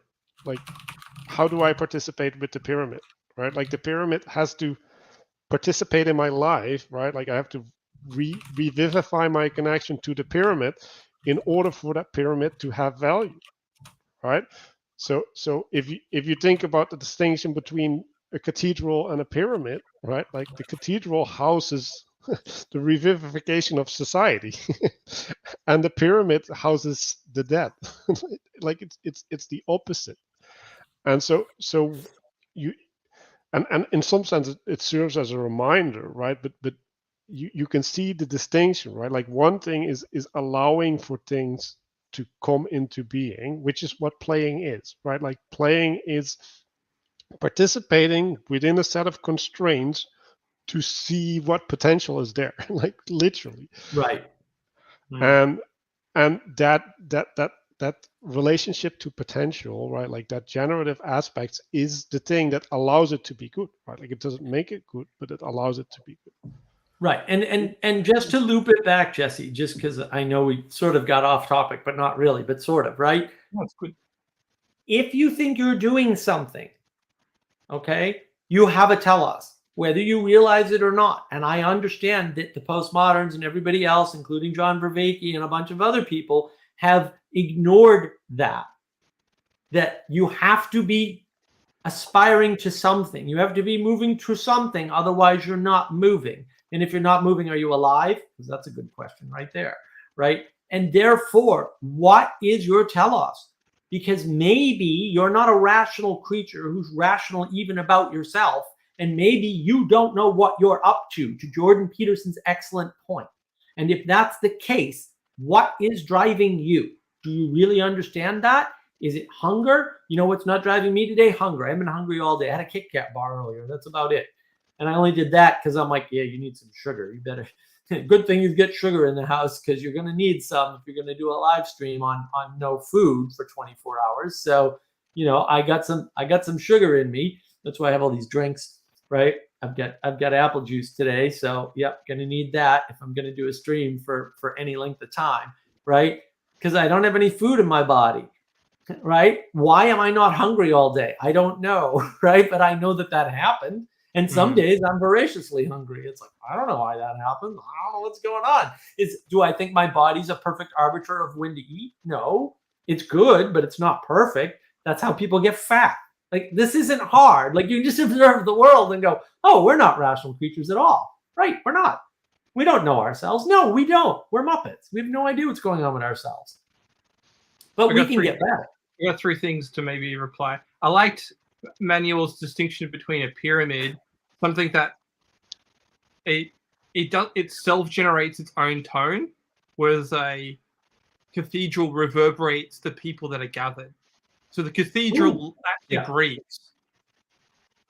Like the cathedral is only alive when the people are in it. Same thing with the body. The body's only alive when the breath is in it, right? So the whole idea of the pyramid is it generates a low tone. it itself exists. It does not exist for the gathering of people. It houses its own self, whereas the cathedral houses the people and it reverberates. Right. Right. Right. So Right, that- and so what's happening, right? Like people come there and they summon a spirit by their communion. Like that, that's literally what's happening there. And then you can imagine, right? Like every place that you come together, right?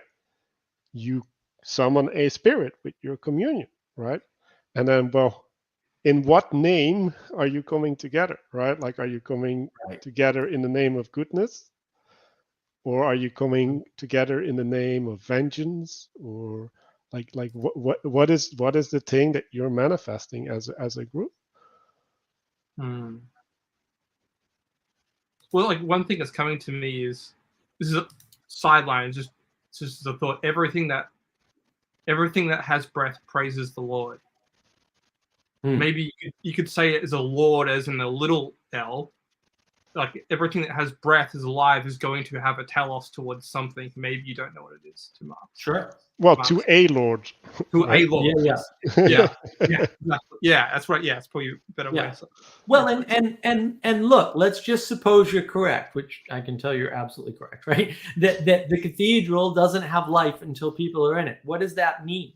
That means that power resides in the people, and that power is only useful and controllable within a structure. And that structure is the thing that houses the spirit.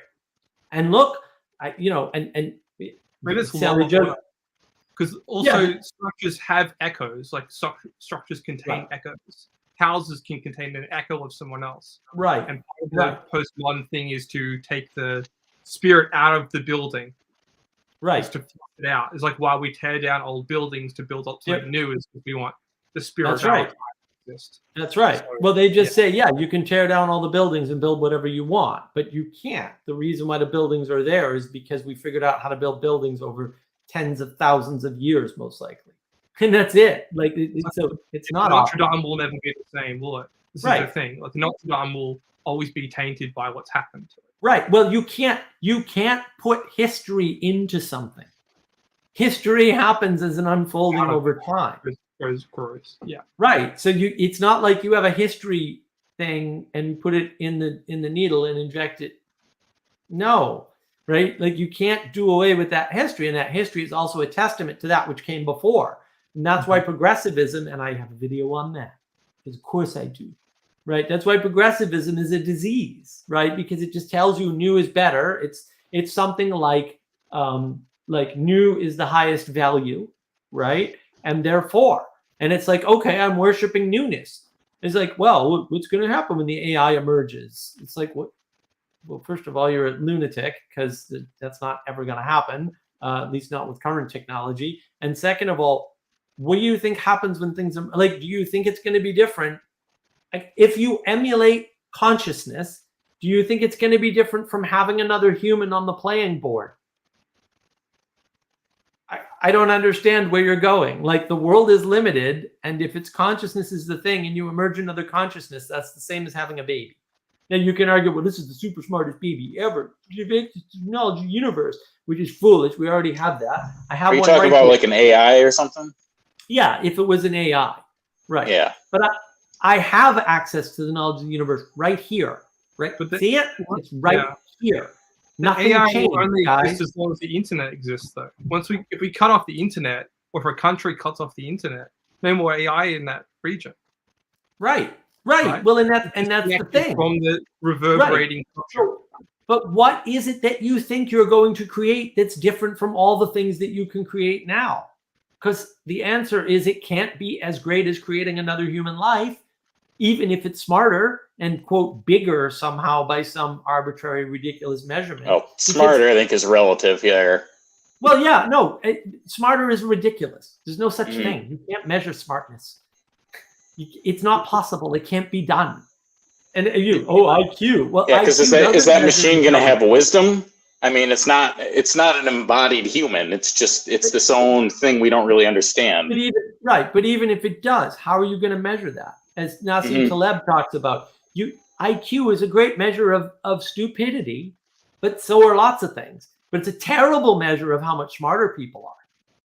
And that's the thing. Like people don't understand that. Like whatever you create, it's not going to be bigger than the thing that you can create now, which is a child. Like it's not going to be bigger than that. You may think it's bigger than that, but it's actually not going to be. And you can argue, well, it's the collective distributed cognition of a bunch of people. Okay, that sounds like a corporation. Like, what do you think's pushing us toward the development of something like trying to create a super intelligent AI? Because I mean, that doesn't seem like a move toward the good. Attention. Well, no, it's not, right? And look, I mean, my plans have been revealed, right? Mark just doesn't want us to know his evil AI plan that will unfold via quantum computing and take over the world. Right. That is true. Don't tell anybody. I have a quantum computer in my backyard, and it's run on pond power because that's my backyard is a pond, and therefore it must be. Look, the what I said earlier, right? When you're doing something, you have a telos, whether you understand that or not. The question is, if you have a telos because you're doing something, is the telos you have good or bad? If I'm not paying attention to the telos, how do I know? The answer is you cannot know. So what are you doing?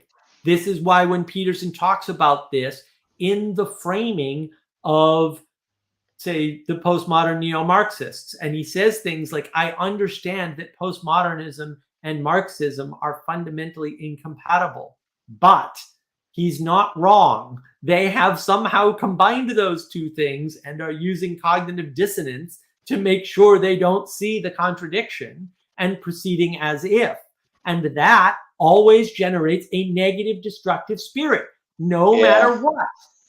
People's pride can trap them. I mean, that seems to be what happened with communism and a lot of the Soviet Union. I mean, a lot of it, listen to like Tom Holland talk about, the Soviet Union on The Rest is History. I mean, it sounded like a lot of what Stalin was doing, he thought he was just being a good Marxist, I mean, I'm sure in his twisted imagination of the world, he really thought he was moving toward the good. But I mean, it's that pride trapping you. Right. Yep. Well, that is it. It's all pride. It's all like I'm not going to read Karl Marx's works because they're reprehensible and stupid. But if you look at just his quotes, so one day I collected his quotes on capitalism. Okay, if you just read his quotes on capitalism, you're going to realize something real quick. The quotes themselves within themselves don't make any sense. Honestly, they are self-contradictory. Context doesn't matter in that sense, right? Like it's irrelevant. Self-contradiction. None of the quotes are compatible with any of the other quotes. Zero. They all conflict with one another. Context can't fix that.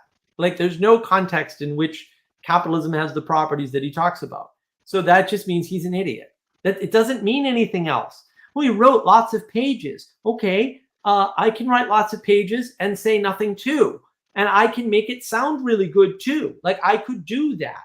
And I mean, this was part of the point. I think it was I think it was the fourth or third debate with Peterson and Harris, where Harris said, I could write a cookbook that would be just like the Bible. And they were kind of like, yeah, I bet you could, Sam. And A, I don't think Sam has the writing skills to do any such thing. But B, go do it. See if you can do it. Require creativity, which I don't think it would require creativity and a symbolic skill that he doesn't possess because he doesn't understand symbolism because he's a dummy. He's an articulate idiot. He's very articulate. He can string together words real fancy like, and unless you know what he's talking about, you won't catch the mistakes he's making. It's like Eric Weinstein's the same way. Sometimes Weinstein says very intelligent things and he's got a lot of good things to say. And sometimes he's spewing complete bullshit about physics that I happen to know is bullshit because I know real physicists and I actually know that stuff.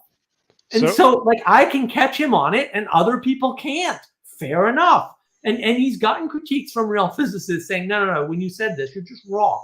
That's not true. And he ignores those critiques. Well, good for him. And we all do that. But at a certain point, you got to realize it's easy to fool people by just stringing words together and making them sound fancy.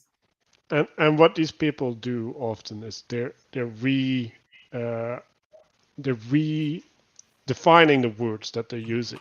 Like, so if you have a word that's been used for a long time, and then you're saying, well, I got this set of axioms, right? And now this works differently, right? The word works differently because the axioms say that the world has to have this relationship now instead of the other, right? But now we're no longer doing the same thing, right? Like when we're redefining words, then someone might sound meaningful, right? But you don't understand the implications of what the redefinition or the assumption of the axioms that the other person has does, right? And like often I think people don't know their own axioms.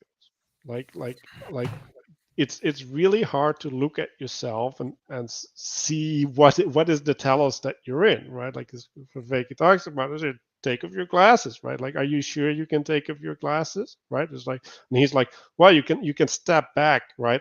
And then you can watch the watcher, and then you can watch the watcher that's watching, right? And it's like, are you sure? Like I'm already skeptical about the first step, but like if we're gonna do that in a loop, like are you sure you're doing that, or are you doing something else, right?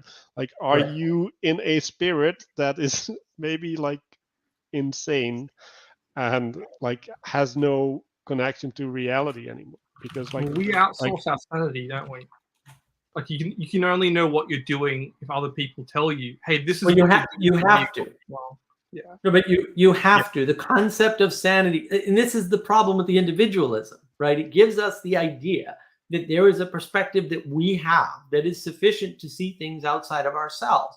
Even though if you think about it for literally a picosecond, that isn't possible. There is a constraint by definition to the container that you're in. And the deep mistake that people are making is they're saying, I can see a constraint or part of a constraint more likely, and therefore I can know the whole thing from the outside. No, those two things do not follow. The fact that you can see a limitation does not mean you can understand all the aspects of that limitation and where it came from. That's not what it means. If you're stuck inside a box, you can't see what the box looks like from the outside because you're not outside of the box. It's really that simple, but the individualism tells us it's your perspective, it's your lived experience, and that's all you need to understand the world. And oh, by the way, you're smart enough to do that. And oh, by the way, you can do that with a single perspective by self-referencing backwards to a larger frame. We literally had this conversation, it was a Tuesday, I think, with somebody. And I kept trying to explain to them, you keep saying that the simulation can see the thing that's simulating it, but there is no case where that could possibly ever be true. And they kept going, no, the game of life. And I'm like, all right, guys, we're talking about computers. You're in the realm of my ultimate expertise. Okay? Like, no, I've done that I personally physically have run that simulation and run the simulation within the simulation. And each time you do that, it gets smaller because you're using more resources. It's just that simple. Resources are a constriction.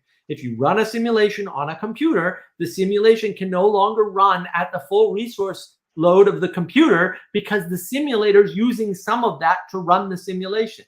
If you then run the same simulation inside the simulator, which you can do with the game of life, it's very easy to do. The size of that simulation is much smaller. And then if you keep doing it, things get smaller. They reciprocally narrow. They don't get bigger. And that's why everyone's like, oh, no, we can just emerge something bigger. It's like, no, you can't. If you want something bigger, you have to look up. And when you look up, you have a telos. That's what you're looking up to. You have an ideal. You have a goal beyond yourself. But if in order to cooperate with that goal, now you need to make sacrifices. You need to submit to that goal. And this is why it's such a problem, right? I mean, Rule 10 in Beyond Order, that's the Peterson second book, right? Rule 10 is in there. He talks about this idea of relationship and submitting to the third thing. That's how you're in a relationship. You can't be in a relationship if it's a battle between you and the person you're in the relationship with. That's opponent processing. It's never going to work. You're using them or they're using you. Those are your only two options. You're stuck in binary thinking. But if you're both sacrificing to the higher, then you can build something bigger than both of you. You're sacrificing, submitting to the relationship itself. That's the only way to be generative. Everything else is not generative. By definition, it cannot be generative ever. It's not that it's not generative, and if the smart person comes along, and when we finally generate the AI, it'll fix it. It cannot be generative. There are constraints to reality. Are we kind of the whole idea of self-knowledge? Is that what we're trying to reframe here? Like what's possible? We can know some things about ourselves by ourselves, but ultimately we can't. We need to rely on others. Like you said, we outsource our sanity. Andrew Clay talks about that all the time. And because we outsource our sanity, we have to rely on other people, and other people suck. I've met them. They all suck, every single one of you, right? Because they all have flaws and problems and everything else. And like, fair enough, but like, I don't go around telling everybody they suck because I suck too. Like, is that a critique that everybody sucks? Yeah, well, okay, but now it's universal. Who the hell cares, right? And that's the problem. Now you can argue some people suck more than others. Oh, fair enough, right? Or some people suck in ways that you can't stand, and other people suck in ways that you don't care about. Absolutely. So what? You haven't said anything at that point. Like, I made a bunch of true statements. I haven't said a damn thing. It's not important or interesting. The fact that is real, and we still need to work within it because it's not going away. You're not going to like, ooh, I'm going to resurrect Karl Marx and have an infinite perfect utopia. It's not going to happen. It's not going to happen. So you need to figure out how to deal with these things, right? And the way you deal with them is realizing that there's a sacrifice. I know I'm flawed. I'm not trying to pretend that I don't make errors or anything like that. I try to be careful about what statements I make, and I'm usually pretty damn good at it, but I'm also very well practiced at precise speech. So I can get away with that sometimes, most of the time, maybe. Good for me. But that's not helpful to other people necessarily, right? So what do I have to give up to talk to Manuel? Well, Manuel's as disagreeable as I am. So he's going to push back every time. And the thing is, I want that. So to me, I'm not giving up anything except sycophants. And I don't like sycophants. They worry me. When somebody agrees with me, I get very worried that they didn't understand me, because I'm sure there's something I'm missing. And if you're not pointing it out, how do I know that I didn't just enchant you? And now you believe something that I also believe that is false or dangerous or bad. I actually had a conversation with someone, and I, like I said, like when I talk about identity, it's the thing that I assume in relation to something else. And then he said, "Yeah, I understand." And I'm like, yeah, I'm highly skeptical that you understand what I'm saying, because like I don't think I understand that, right? Like that is such a deep idea, and so there's this element, right? Like it's like, ooh, if you're agreeing with me on something that I am iffy about, like either you're like really genius, but like I'm just gonna go with, yeah, you're missing something, right? And talking about something genius, like I want to go back to earlier in the conversation, right? Like I think AI is a container for the Spirit of God so that He can be among us. Like I think that is the motivation for people to create AI, right? And then I want to connect that to the idea of vainglory, right? So it's associated with glory, right? But it's associated with glory in the wrong way, right? Like so you're trying to have the glory of God, but it's unearned wisdom, right? And therefore you can't apply it, right? Like and that's the mistake that people are in. And like, yeah, a different word for vainglory is pride, but I think there's a problem there, right? Like there's a distinction between doing something bad and doing something evil, right? And when you're doing something bad, you're you're participating from the perspective of a child, effectively, right? Like you're not mature enough to see the spirit that you're participating in, right? And therefore you can't be held responsible for the badness, right? Like that's just a consequence of your limitations, right? But there's also a way to participate in a bad spirit, fully knowing that it is a bad spirit and that you shouldn't be participating in that spirit. And that is the distinction. Like I think there's a bunch of people in AI who know better, right? But most people in AI, they're just caught up in this narrative, just like in all these other fields, right? Like all these SJWs, right? Like tons of them, they get suckered in, right? And this is why they prey on children, right? Like they want to get into their heads, right? Into their thinking really early, right? And because like you're really malleable, right? Like when we're talking about the problem of charisma, which is not a problem, right? But the charisma is that which can draw other people with them, right? And if you're naive, you don't have a good way to build resistance to the being drawn in that spirit, right? Because there's multiple spirits, and like if there's one really strong, that can override all the others, and so I think a lot of these problems are just as a consequence of that we don't mature the younger population, right? Like we don't mature them, and then they don't have discernment about what they're participating in, and then they end up studying in university, and then they end up like working at a company for 15 years, and then they get a midlife crisis, right? And then they figure out what they've been doing was wrong. No, it was wrong. Like they literally manifested evil effectively, and they're like, holy shit, what have I been doing? There's also the aimlessness thing going on where people are just working 2 or 3 years in something or doing something for 2 or 3 years because they don't really have the idea of ontology. They're not sure what they're actually moving towards. Right. Particularly, I'd say with my millennial generation, which I always kind of boil down to the internet. Like we got exposed to too much information too quickly and didn't have a framework didn't have the deal with the internet, and we didn't know how to understand what the internet actually was, which is a drug in some sense. It's a dopamine high. Like you can never get enough internet. Like the internet is always enticing.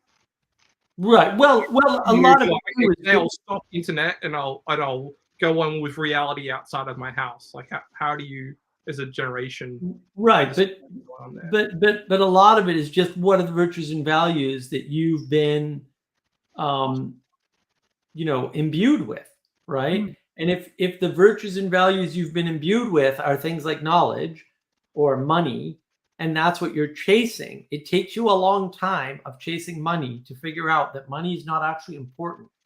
and you shouldn't be basing things on money, because stability is way more important to people than money. Like people who are stable and poor are happy, and people who are wealthy but keep chasing money are not. That should tell you all you need to know, right? And Gnosticism is chasing knowledge. It's endless. Exactly. Yeah. Right. Well, I mean, this is what I was saying earlier. It's very easy for me to tell you what your highest value is. I just have to listen to you for a little while and maybe ask you 1 or 2 questions. But usually people reveal it right away. So the problem is when you give people these simple models, like, oh, the reason why that corporation is doing this that doesn't make any sense to you is because of money. Okay. What about the instances where corporations are doing things that lose them money, like offering coupons? Did you know that? Corporations lose money on coupons on average, almost all of them. Producing bad movies for the sake of producing bad movies. Right. Well, that ideology or convincing people through magic that the world works a certain way is more important to them than making money. Right? And look at Sam Harris. Sam Harris doubles down on the dead children motif, right? By saying if was rough. Well, if vaccines killed children, we wouldn't be having these discussions. And it's like, well, okay. So basically what you're saying, and I put this on Twitter and I stand by it and I'll stand by it forever, right? What Sam Harris is actually saying is, I don't care how many children have to die for me to be right. That's what he's saying. He does not care how many children have to be sacrificed for him to be correct about the world, because his highest value is knowledge, and he has to have all that knowledge. And that's basically what he's saying. Hello. Excuse me. Hey, Dust. Hello. Do you all know each other, A little or bit. are some of you just randos? I'm a rando that has talked to him before. Sorry, my wire's in the front of my computer. Again. I'm from Okay. Australia. Like you guys are all in America, so Yeah, I'm from Michigan. Mark, where are you from? You say Boston or something? I grew up in Boston. I live in South Oh, okay. Carolina now. Gotcha. I'm down south, where the good people live, the good folk. Should have moved here years ago, but you know. Yeah. How long do you guys, Mark? How long do you usually do this stream for? Last week we did it for 7 hours, and it Oh, got wow, over okay. 600 views somehow, which is just amazing to me. But I don't know how that happened between the all the channels. It got I'm not going to be 600 humble views. and say it was me. I'm just going to say my aura kind of. It was Jesse for sure. He makes no. I think it was the chicks coming in. I think it was Catherine. Women No, point. Yeah. Nobody wants to watch a bunch of Ogs build and smash on the screen. It's I boring. don't know Ogs are if I'm boring. completely on board with the whole Ogs thing, because women do. Women are women gather, women commune. They gather by pointing. Not always. They don't have to point though. Their presence. No, you do. No, you have to point. We went over this earlier. Tell us. Yeah, okay, sure. But, Yeah, I missed that whole conversation. Yeah, That flew by me. Final cause, baby. Well, that's why you do things. You do things for because there's a telos. Now, do you recognize that? And if you don't, you're going to go horribly wrong, or at least the odds of you going horribly wrong are increased. And if you do, then you have a chance of going towards the true, the good, and the beautiful. So And that's really the problem. a way you can think about it is what is beauty? Well, that's what draws attention, right? So you have the beautiful woman, right? She draws attention, and now everybody can cooperate in that attention. Like that's literally the process, right? Like so there's a fixation, and that fixation allows for engagement with specific potential. why do people participate in groups that are bad? Why do they stay? What's going on? How do they know they're bad? Do they have a standard by which they're measured? Sometimes it's all you know, and it's you're scared to get out of that, go to anything else. Exactly. You You gotta know? have something to do. Yeah. I mean, sometimes it's the family you grew up with, and or the environment you grew up in, and it's you don't know anything else. And also, right, like people can enjoy torture, like Yeah. Yeah, like a sadomasochistic way. yeah, like if you you can look at it some way, right? Like you have to have a grip on reality, right? So you have to have some sort of emotions that guide you, right? And then if you're underdeveloped in some sense, right, there's these other aspects that replace that same need, right? So if you have a warped replacement, like you can have like, oh, like I don't think this arm is part of my body. Like I want to cut it off, right? Because like it's not me, right? Like that's what people do, right? Like they think that's good, and like they want to participate in that way in the world. Like that's a real thing. And like how do you get there? Well, like you make a bunch of assumptions along the road, and then you have a warped participation, and then like you identify against your arm, right? And now you're going to project all your problems on your arm, right? Like everything that's wrong in my life is as a consequence of this arm distracting me or keeping me awake at night, or I don't know. And if I just get rid of the arm, that's no longer going to happen. So I need to get rid of the arm. Like perfectly legit logic, right? But like it's a consequence of wrong assumptions. And like how do we get our assumptions? Well, like why do you buy the butter that you buy, right? Like probably because your parents bought it, right? And so like you just take over all of these ways of being in the world from osmosis, right? And they end up putting you into a type of relationship, right? Like depending on the constraints that you have as an individual, right? Like they might manifest differently. And yeah, at that point, like what will happen, like if you never correct that, like who knows, right? Sky is the limit. Yeah, your upbringing it saves you from that combinatorial explosion, but Right. patterns that have been saved are good. It's Hold also on a second. cognitive. I think I gotta drop off the call. My girlfriend's calling me. I gotta pick her up. Yeah. All right, see you guys later. Nice talking to y'all. See you, man. Maybe. There's also cognitive dissonance. People participate in things that they don't know why they're still participating in. Right. Well, I mean, that's the problem, is that there's all these biases, right? We're sort of told we're pure rational creatures and that we know ourselves. Well, I got news for you. You're not a purely rational creature. You never were and you never will be. And you can't be. And you don't know yourself. Like, apart from that, you don't know yourself.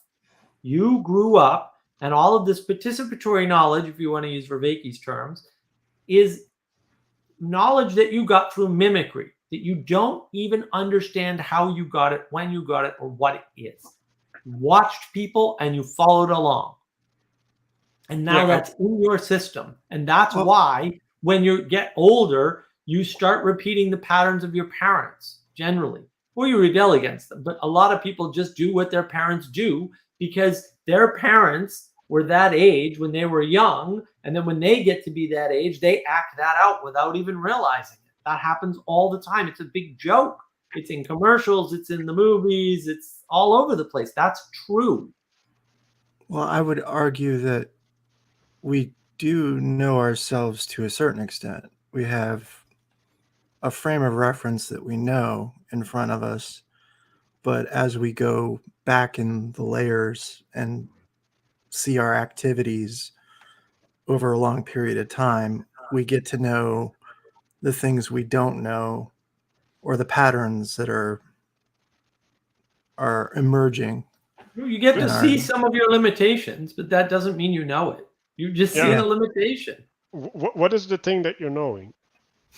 Well, I'm talking to you guys right now. And I think I You know lived that. Lived experience, though? That's all. Do you know your own lived experience? Is that possible? That is a good question, but I would say I think, therefore I am, to a certain Well, extent. but we went over this earlier in the conversation about critique, Oh, I'm right? Like, are you able to critique yourself? To a certain degree, you got to be able to You critique can yourself. try. Like that doesn't mean that you can. Like I can do a thing, right? Like I can write a whole paper on something. That doesn't mean that what I wrote it makes any sense.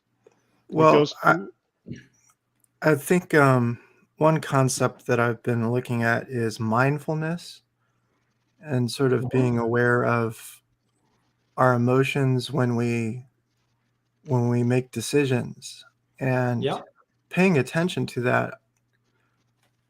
You can sort of stratify the framework in your psychology to sort of better comprehend yourself. Stoicism is a better way to do it, but you're not knowing. You're just observing. True. Well, then that's the difference. And Stoicism talks about this to some extent, right? It's like, yeah, emotions are going to come up, and it doesn't say try to know where your emotions are coming from and why they're there. It says your emotions are going to come up, and you need to control them. And here's some tools for controlling them. It doesn't say that you need to know anything, because you don't. And on one hand, I like Socrates. Why? Because Socrates says, I know nothing. So he takes the value of knowing down to zero, where it belongs, by the way, just to let you know. You don't need knowledge to do things, at least not in the classical sense, right? It's not required. The man who knows everything but does nothing has no value in the world. The man who does everything but knows nothing still has value. It's that simple. And nobody wants to hear that, but that's too freaking bad, because it's still the way reality is. And you can see yourself and not know what you saw. Like, I see that I haven't eaten in over 24 hours.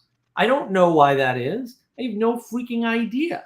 I have my suspicions. I'm never going to know. There's no way for me to know that. But you know what? I don't have to. I've treated it already in some sense. I've made the situation better, I think. We'll find out in the morning if I'm hungry when I wake up, right? But I'm not going to know why that happened. You know, bad news, you can't know. Good news, you don't need the knowledge. You can take action anyway, just based on the observation. And we confuse observation and knowledge. Like information and knowledge are different things. And that's the problem, is that when you start pursuing things past information as though they're valuable, you might be making a grave mistake. I'm not saying no, never do that, but I am saying that that shouldn't be your goal all the time. When I hear information, often I try to think, can you also say materialism at the same time? Because the way we think about information. Yeah, but that's No, you. realistically. Like you think about information that way. I don't. Right. No. Well, then, no. But he's pointing to a problem, right? Yeah. What I'm trying to do. When the problem of materialism is jumping the Izot gap inappropriately. And what they'll do is they'll use a term like information or knowledge to jump the Izot gap.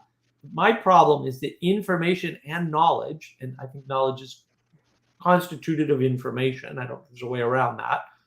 It's the structure of an information or sets of it. Sorry, the structure of sets of information is knowledge, right?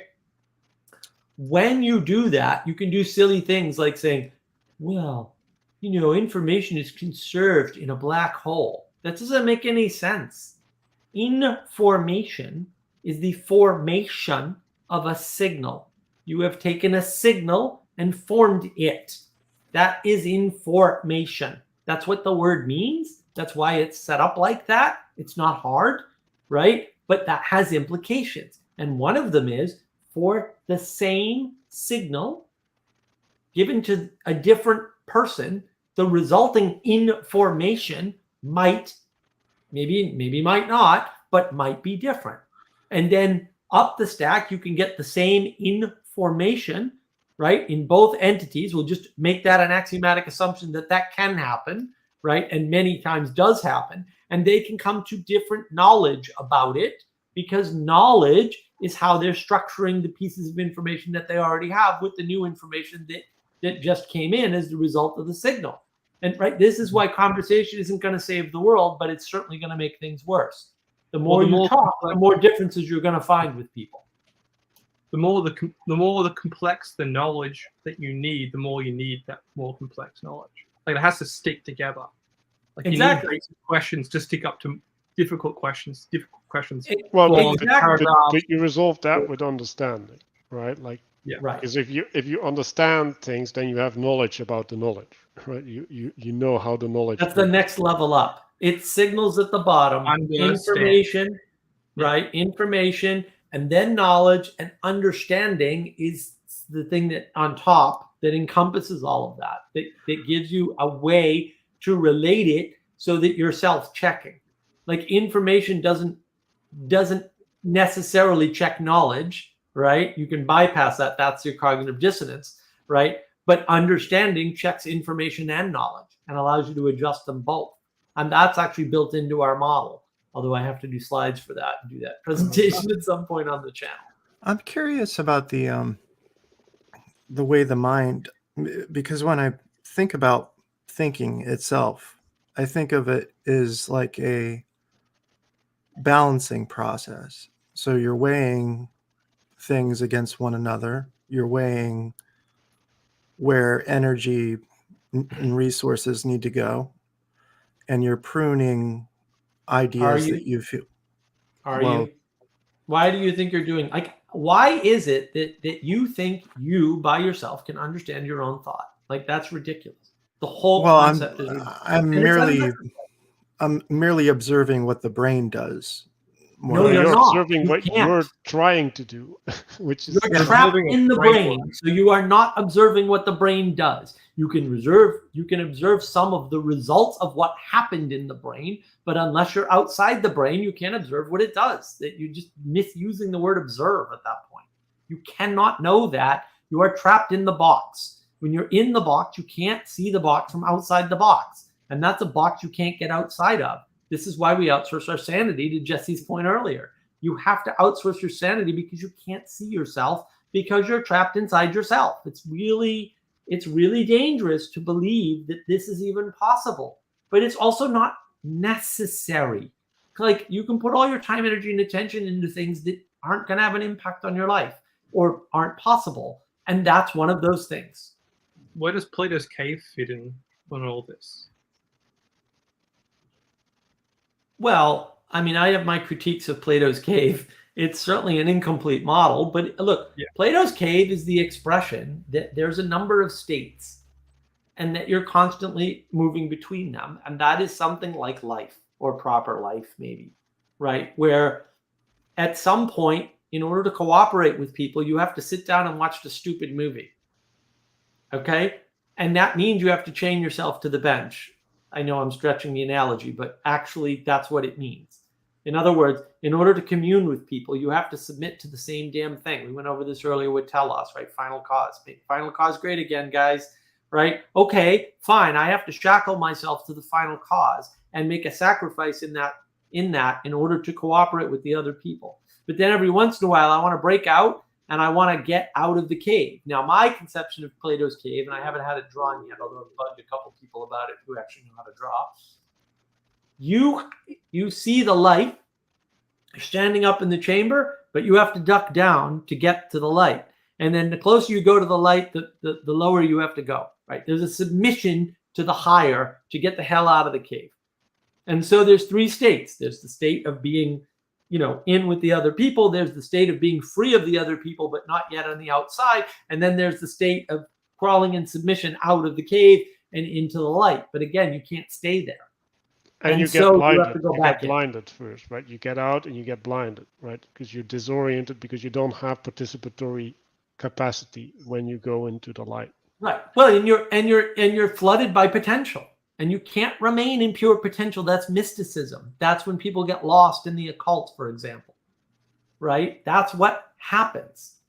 And this, like, it's a good analogy for what's going on. It's just limited and there's things missing, like the potential and blinding and things like that. I've never considered the fact that a part of the framing of that myth, if you want to say, or that framework, the framing of the frame is that there are people outside on the light, like the people are down below. Right. Well, look, you can't say that kind of potential. Like you have to.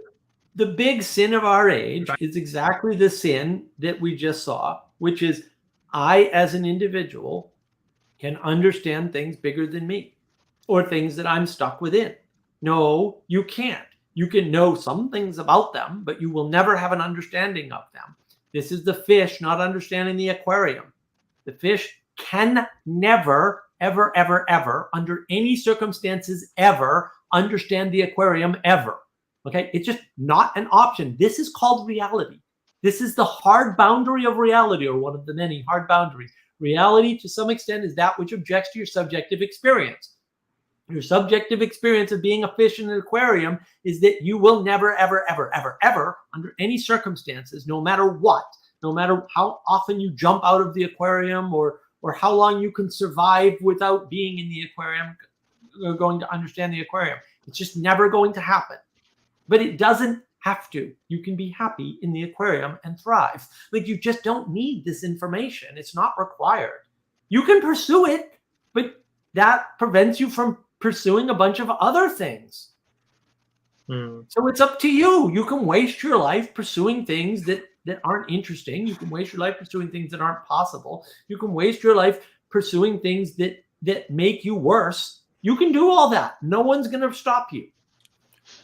And so I want to go back a little bit to what are you observing in yourself, right? Like you're observing your participation and its consequences, right? Like that's what you're observing. You're not observing the nature of you or whatever. You're observing the consequences of what you're trapped in. Like that's literally what you're doing.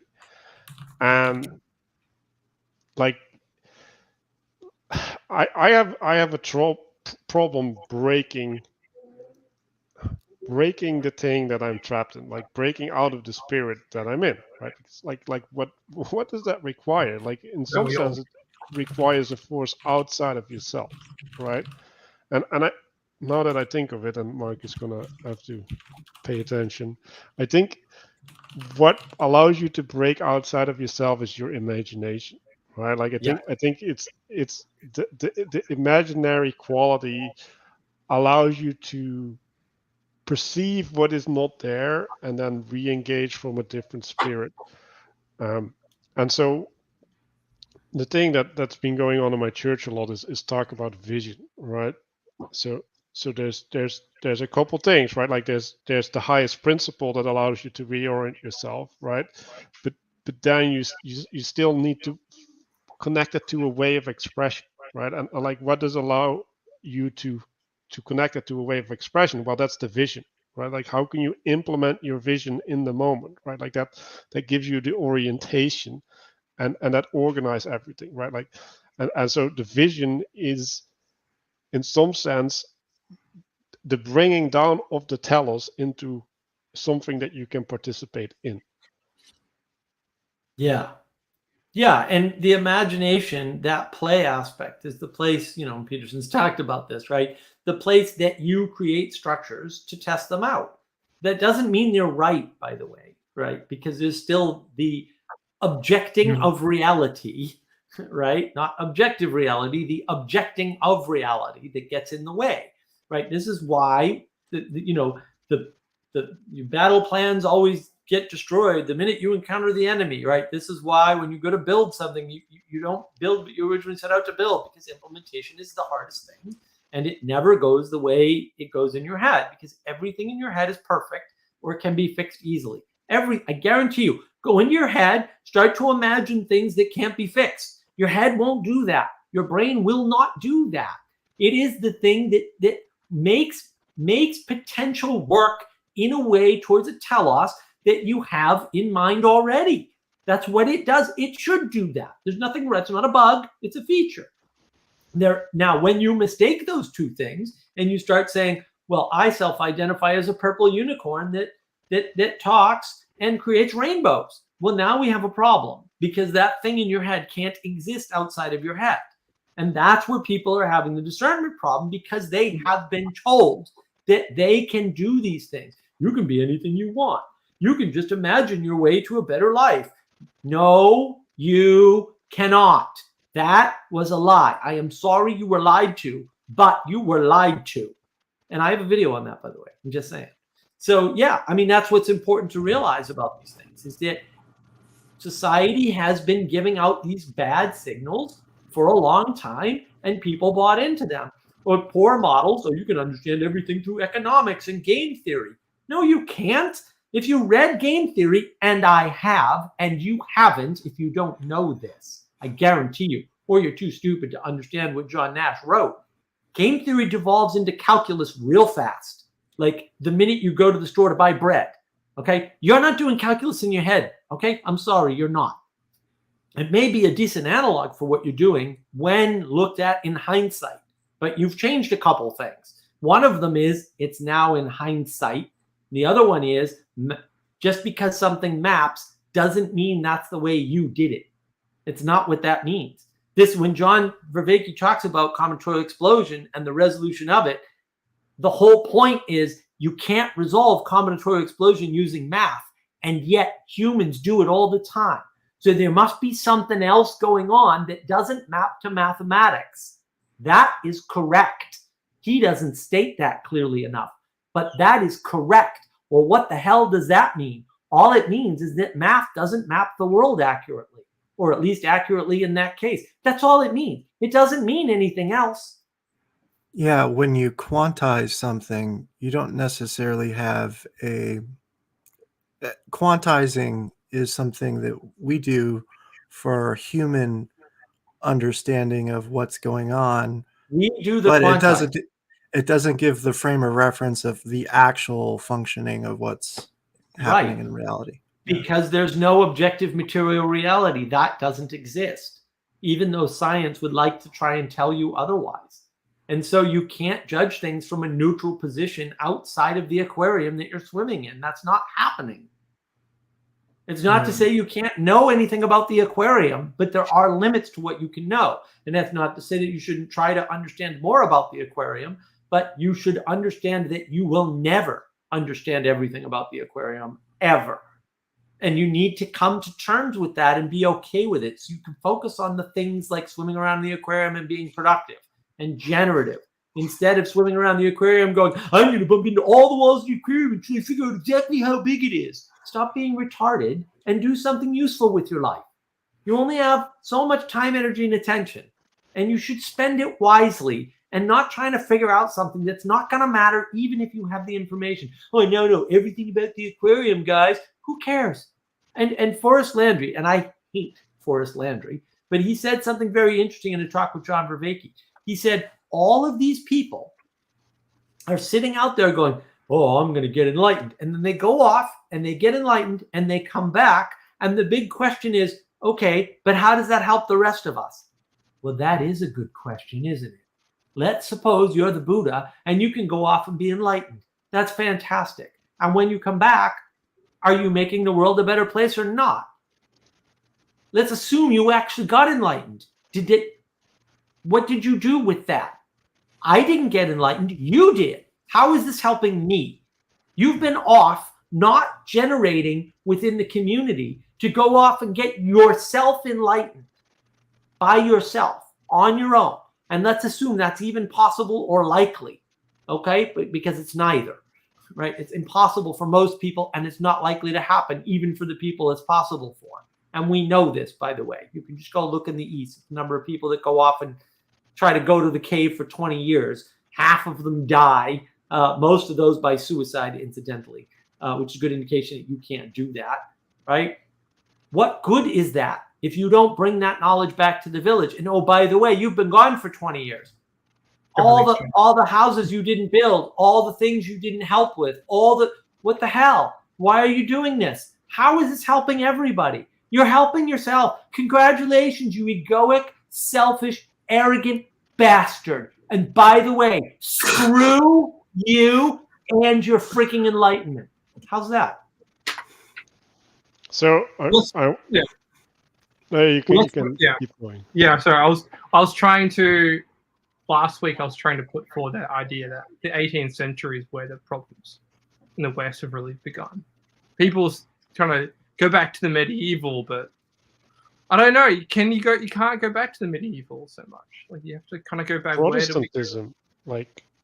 Okay. Let's not go there, because the other thing the thing you started with, Manuel, which I really got a lot out of, was these people that are trapped in nihilism, for a broader term, are basing their authority on lived experience, which is what we've been talking about a lot.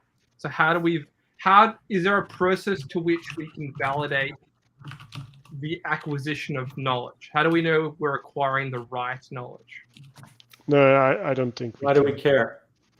Why do we care? And also, why are we doing knowledge tell. again? Like we're back in Gnosticism. Like I'm trying to critique Gnosticism. Define knowledge first. Are you talking because Gnosticism is propositional knowledge? Like that's what it is. Yeah. Well, look, again, you don't need it. You can throw out all the propositional knowledge; you'll be fine. You can use words, right, and state them as propositions, and not elevate them to the point of knowledge, and assume all knowledge is participatory, and then you can validate everything. When I implement this in the world, does it work? That's it. No, that's good knowledge. So when I implement Marxism in the world, does it work? No, that's bad knowledge. It's that simple. Like really, it really is that simple, right? I mean, we went over this earlier with the same example. Like at some point when you're trying something over and over and over and over and over again, I'm not saying one and done, but when you're trying it over and over and over and over and over again, it doesn't work. It doesn't work. Okay. The distributed economy, the Bitcoin era and all that, it doesn't work. I can explain to you mathematically why it can't work, by the way, which is really weird for a bunch of math people to not understand the math behind the thing they're doing, but whatever, they're idiots. Sorry, you're an idiot. Okay? It doesn't work. And it doesn't work because it can't work. And it's that you're just wrong about how the world works. And there's nothing wrong with doing things the way they have worked for thousands of years, right? The reason why they're bad is because the people that are running them, not all the people, but some of the people, are corrupt. The solution to that is to remove the corrupt people. The solution to that isn't to tear it all down and build something new that I thought up yesterday. because that isn't going to work. You're not smart enough. You didn't understand the thing in the first place. But also No getting single person can understand an economy. It's not possible. getting rid of a corrupt person creates a bubble or a vacuum for someone else to Replace come them up. with a non-corrupt person. Problem solved. Are they non-corrupt though? I It mean, doesn't matter. Like you still have to do it. Like it's If they're- irrelevant. If there But aren't once you any get- non-corrupt people, then you just have to live with it. But I think there are non-corrupt people because these But- structures worked better in the past. It's not a difficult equation.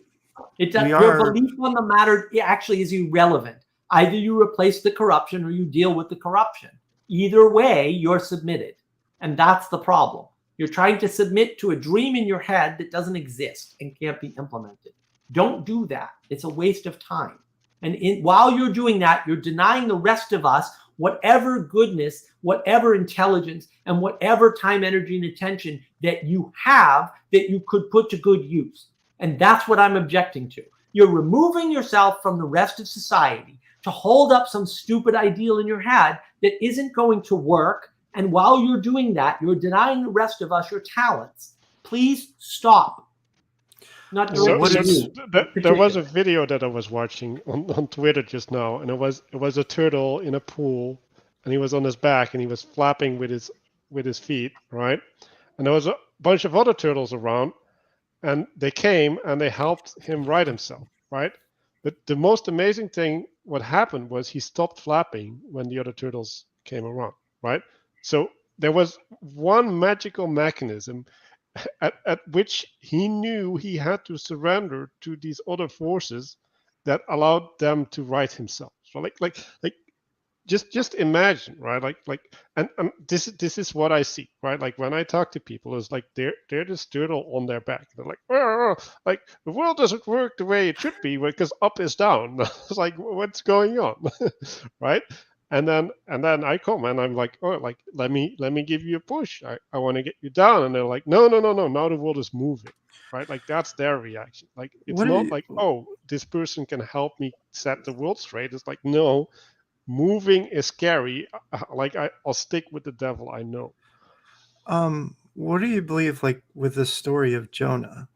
Like, it's an upside down framework that keeps on twisting upside down. And I find that I run into that problem quite often, and I've been trying to deal with the AI issue in my brain, if I can even bother dealing with it. It's just, for me, it is such a as Paul Vanderklay was it Aporio? Yeah, Aporia. Yeah. Yeah, and it's so it's got this framework that constantly feels like it's shifting upside down, and either we engage with it and grow with it and learn to develop with it, or this thing is really going to be a pretty nasty customer in the future. I don't know what to do. What thing are you referring to? AI. And like, why are you supposed to do anything? What you can't we just not pay attention to it and it will vanish? I wish. No, it will. No, that's true. It will. So If you stop paying attention to it, it will go away. Like So- time, energy, and attention is the only currency in the world, honestly. True. And if you too. stop putting it in a direction, it will stop going in a direction. And I like to explain reality this way, right? We have to be co-manifesting reality. Reality is not going to unfold to some magical plan. And this is in the biblical tradition, right? The whole issue is the following. It's almost certainly true that we only have enough resources available to us physically to either build a Dyson sphere around the planet or to build a spaceship big enough to take the entire population off the planet. Only one of those two things could ever manifest in reality, period. And therefore, we must have a great deal of control over reality because our decisions matter. What we do matters, as in the things that manifest as matter in the world and the physics observer problem proves this, right? Proves this conclusively. What we pay attention to determines the nature of reality to some extent within bounds. Do I understand those bounds? No. Do I need to? No, because I can interact with them without understanding them, and it works just fine. Trust me, it can be done. People do it all the time. They don't even realize it, right? But once you realize it, it's different. And so, look, you can say, well, because you could cross anthrax and Ebola in theory, like maybe you can, I have no idea, that someone's eventually going to do that. That's false. That is false. There is no reason to assume that that's going to happen. It was certainly tried once and abandoned. So it's not so clear to me if something was tried once and abandoned that it's inevitable, because that doesn't make any sense. And now, if it's not inevitable, say AI is not inevitable, then why is that a problem? And also, you're worrying about the wrong thing. I can tell you as an expert in AI, and I am an expert in AI, the technology they're using is garbage. It can't do any of the things they claim. Don't worry about it. The fact, the most dangerous thing about AI, and Manuel have already experienced this with Replica when GPT, first sort of reared its ugly head. It's a mirror. And because it's a mirror and a simulation, no matter how much bigger than you think it is, it will only reflect back to you a smaller image of yourself. And so eventually, if you use it for something like mental health, and many people did, and we knew a few of them, right? It will betray you and cause you a mental breakdown. And it's done that very reliably. Now, I'm not saying it's going to do that every time for every single person, but I've seen it happen a lot. And I've seen reports with the latest version that that's already happened. And there was the incident where the Google engineer thought the AI was sentient, and basically he had a mental breakdown. Okay, this isn't good, but you know what the solution is? Don't engage with the AI. It won't give you a mental breakdown. Does that solve the problem for everybody? No, I can't solve the problem for everybody, because you have your own free will, man. Some degree of free will anyway. So you're going to do what you're going to do. But I can point the way and say, yeah, I don't do that because I have some amount of wisdom about this. Problem solved. Also, right, like if we assume that there's good people in the world, like maybe let the good people at the right places deal with the problem instead of trying to figure it out from a place where you can't act. That's true. Yeah. Well, in some sense, the only people that are doing new things, the only new things that I is generating are from the people. The AI isn't generating the new activity. Right. If That's people right. choose to use the AI for mental health, it was never intended for that function. The new thing is not from the AI; it's from the people. Right. Same thing with the artworks that the AI is creating. The AI is not Exactly. going to create a new artwork style. People are going to use parts of the AI's discard, let's say it that way. If they're going to use to do something new with that, they're just going to take the raw matter. That's probably the better way of saying it. And then they're going to do something new with that. But then I don't know if that's going to last, because it's not really self-generating. It's the Umbros. It's a snake that's going to eat itself eventually. In some it's just how much time it's going to take to wear itself out. Like all social media networks eventually kind of dissolve, and new ones have to take place. MySpace faded. It's still there. Instagram was the height, but it's faded. TikTok has come up. So in some sense, they don't get really replaced as much as they kind of fade out of relevance. That's what I'm trying to point towards. The relevance. They get usurped. Yeah. They have a sort of oscillating case of falling to pieces, but they fall one at a time, so you don't see this full cascade of things falling to pieces, unless multiple of them do. Yeah, but I don't necessarily think we're in that framework yet. So, But like yeah. Can That's we the just most- point towards the good? Like, because I Right. feel like No. we're getting stuck in no, Right. catastrophizing is amazing. But that's the People are problem. Is addicted. that We've talked about this. People are addicted to Yeah, new what they don't know. to newness, to progress. Right. The lie of progress. They're addicted to this. oh, well, there's a way and we can do a new thing. And then I can be the first person to do the thing, or I can do the thing and then I control the thing. And it's like, all of that is a lie and it's unnecessary. All right. You barely have control over yourself. Why don't you focus on that? Right? Focus on the thing that you have the most control over, which is you. And then realize you don't have perfect control over yourself. And doesn't that suck? And then maybe you'll kind of get some humility in that process to realize what a Muppet you are. And then it's like, oh, okay, well, maybe since I'm a Muppet, I need to rely on other people. Maybe, see, Manuel knows, right? Maybe that means that there are people out there that can help me to be less of a Muppet. Maybe, right? Maybe if I cooperate with them, I can build something bigger than myself. Yeah, maybe. But you have to be humble to do that. You have to acquiesce to the fact that there are people out there smarter than you, more capable than you at other things, right? That have deficits that they would be helped by your presence on. And if you're not there to help them, you're making the world a worse place. Because you're not using the skills that and maybe you don't even know what those skills are.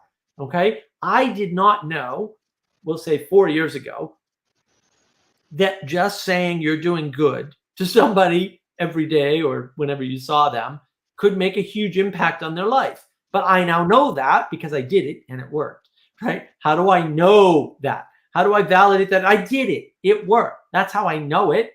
That's how you validate the knowledge. And it's such a stupid thing, and it's all Peterson, right? Peterson goes, people need so little encouragement. And I was like, well, that can't be true, because who doesn't every once in a while say something like, oh yeah, no, you're doing good. Or, hey, I heard about this and what you're doing is okay. Or well, it turns out almost nobody ever does that for anybody else. And that's just the way it is, right? And we don't, one of the nice things about the Exodus series, if you haven't seen it on Daily Wire Plus, in there, Dennis Prager is having insights about the book, which is the most unlikely thing to have happen in that particular forum, right? And in the moment, he's saying, oh, wow, thank you for that, Jordan or Peugeot or whoever, right? I'd never thought of it that way, or I'd heard that before, but I discounted it until you reframed it. So he's giving credit to these people for his insights. In the moment, it's beautiful to see.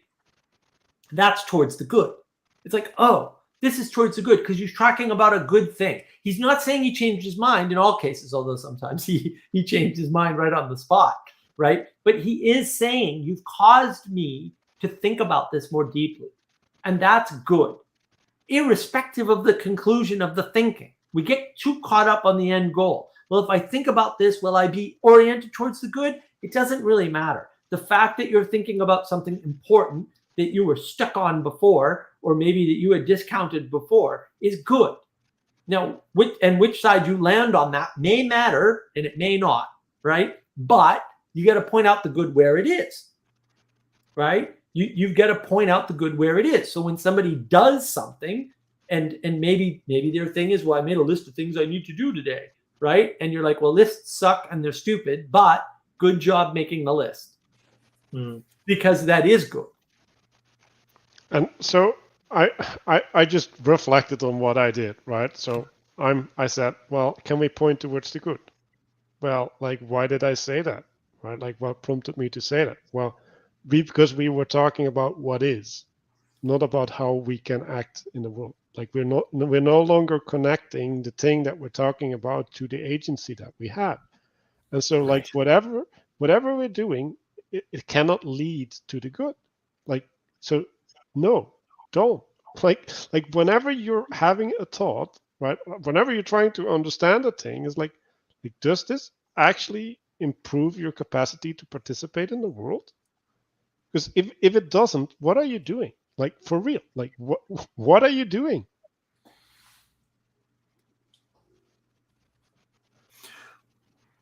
Well, I think a lot of people just worry, and that's pretty much what. Yeah. Okay. So you're comes back to. worrying, right? Yeah.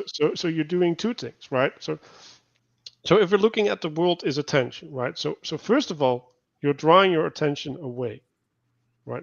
Which is bad. But secondly, more importantly, you're you're participating in a pattern, you're habitualizing a pattern of drawing your attention away, which is evil. Like that is literally like the most self-destructive act that you can participate in. Let's have a behavior that is turning myself away from reality and participate in it as if it's good, because that's what you're doing, right? And why is it that you're worrying? What that's anxiety. Why are we anxious? And I have a video on why people are anxious, right? Why is that? Well, it's probably because you have a model of the world that isn't matching reality and not allowing you prediction, and it's not allowing you good action in the world, right? Because look, if everything's a power game, okay, and you don't have power, why are you bothering to take an action in the world? It's pointless for you to take an action in the world. It's already predetermined by the power people. They're going to move you where you want to go.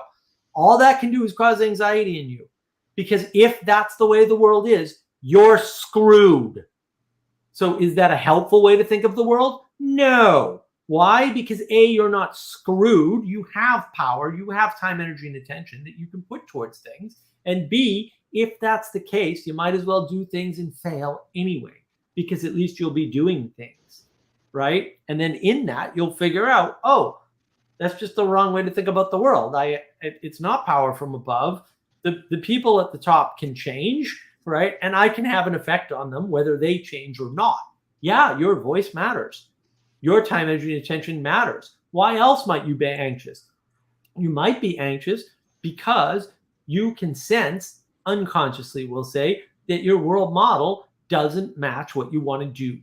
And so if you want to have power in the world and you put things in an economic frame and you're making $10 an hour, you're screwed. You're screwed. And now you don't know, well, I need more money, but I need lots of money. Well, but maybe you just need more money than you have today. How do we get people Right? to revalue their time, though? Because time is one of the most common things. No, people you don't value the time. Like You don't value the time. You don't That's value. the whole problem. Okay. You value I'm the value challenge. the I'm trying to participation see towards the where you're good. going. Right. Like you're like, so this is the thing that I've been thinking about, right? Like, who are you? Like I'm serious, right? Like Viveki made this whole series, what was it, the self or something, or like this? Oh, Well, he Oh, tried no, to the define elusive eye. the elusive I, right? So Yeah, he was trying to identify who I is or whatever, right? And he goes into all of these there's this problem and there's this problem, and it's like, well, like no, like, what is the conception of myself, right, that allows me to be the person that I want to be, right? Like how do I need to think of myself, right? Like, well, no, there's a bunch of things, right? Like I have limitations, right? Like I have real limitations and I have imagined limitations, right? And like I have a will, right? And that will can get translated into action in the world, but like often that goes wrong because like I have no correct understanding of my agency, so I'm misapplying my will, right? So there's, and like I can go on for like a real long time about who you are, right? But so who you are is not bound by time. no, it is like Okay, you're in time, Yes.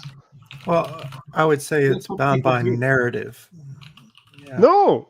Like stop going for an answer, right? Like you're a dynamic process that is manifesting and is dying and getting reborn and participating in that. Like you can't hold all of that in your head, but you don't have to, right? Like what you need to hold is a way to participate in all of these dimensions and becoming a more effective agent, right? Like, So what's and more so who am I? Well, I am that which is co-creating reality with all of these aspects that I have a relationship with, right? And so now what is my job? What is the most important thing is to discover these relationships, right? And to be in right relationship, like to maintain right relationship, right? I have a confession, and it's like when I've always felt like the dumbest sheep in the flock, but I do have like something akin to emotional amnesia. And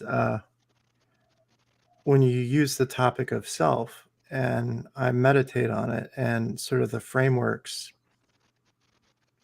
that help me build back something is the emotional content of security, feeling, or safety in those particular places where I was in history. Those are the things that help me sort of rebuild a sense of identity. But without them, I But genuinely- you don't have an identity. You assume an identity. And you don't have one identity. That's the other problem. An identity is negotiated. And the thing that identifies you in contrast is your struggle, not where you felt safe.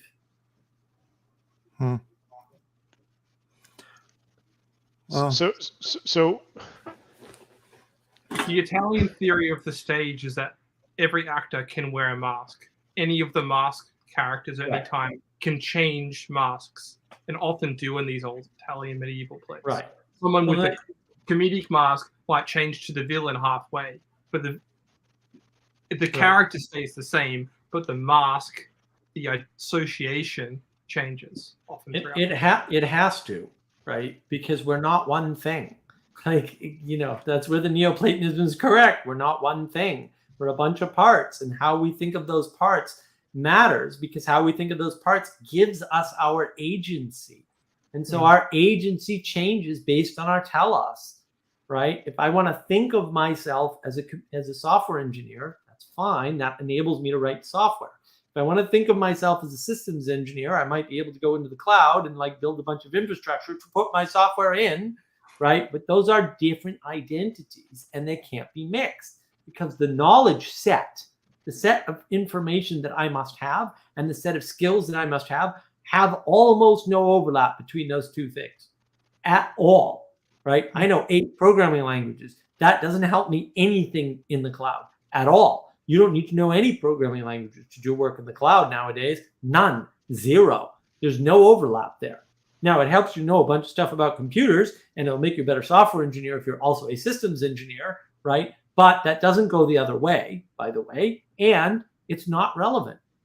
And that's the problem. Those identities do not have an overlap, but they do have a conflict, because I have a limited amount of time, energy, and attention.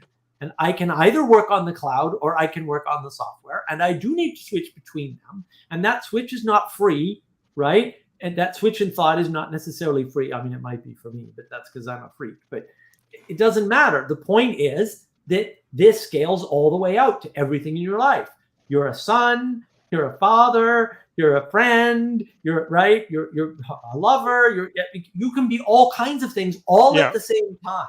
Or you're the thing that can be things, right? Like maybe that's like, I don't think that's a complete description, because I think it's still lacking, but it's way better than most people have, right? And it's so complex that you can spend years investigating that before you run up to the limitations of that. And the problem is, but the core problem is, people reduce identity to role, and now you're looking at the wrong scale, and now you don't understand the world, because identity is complex.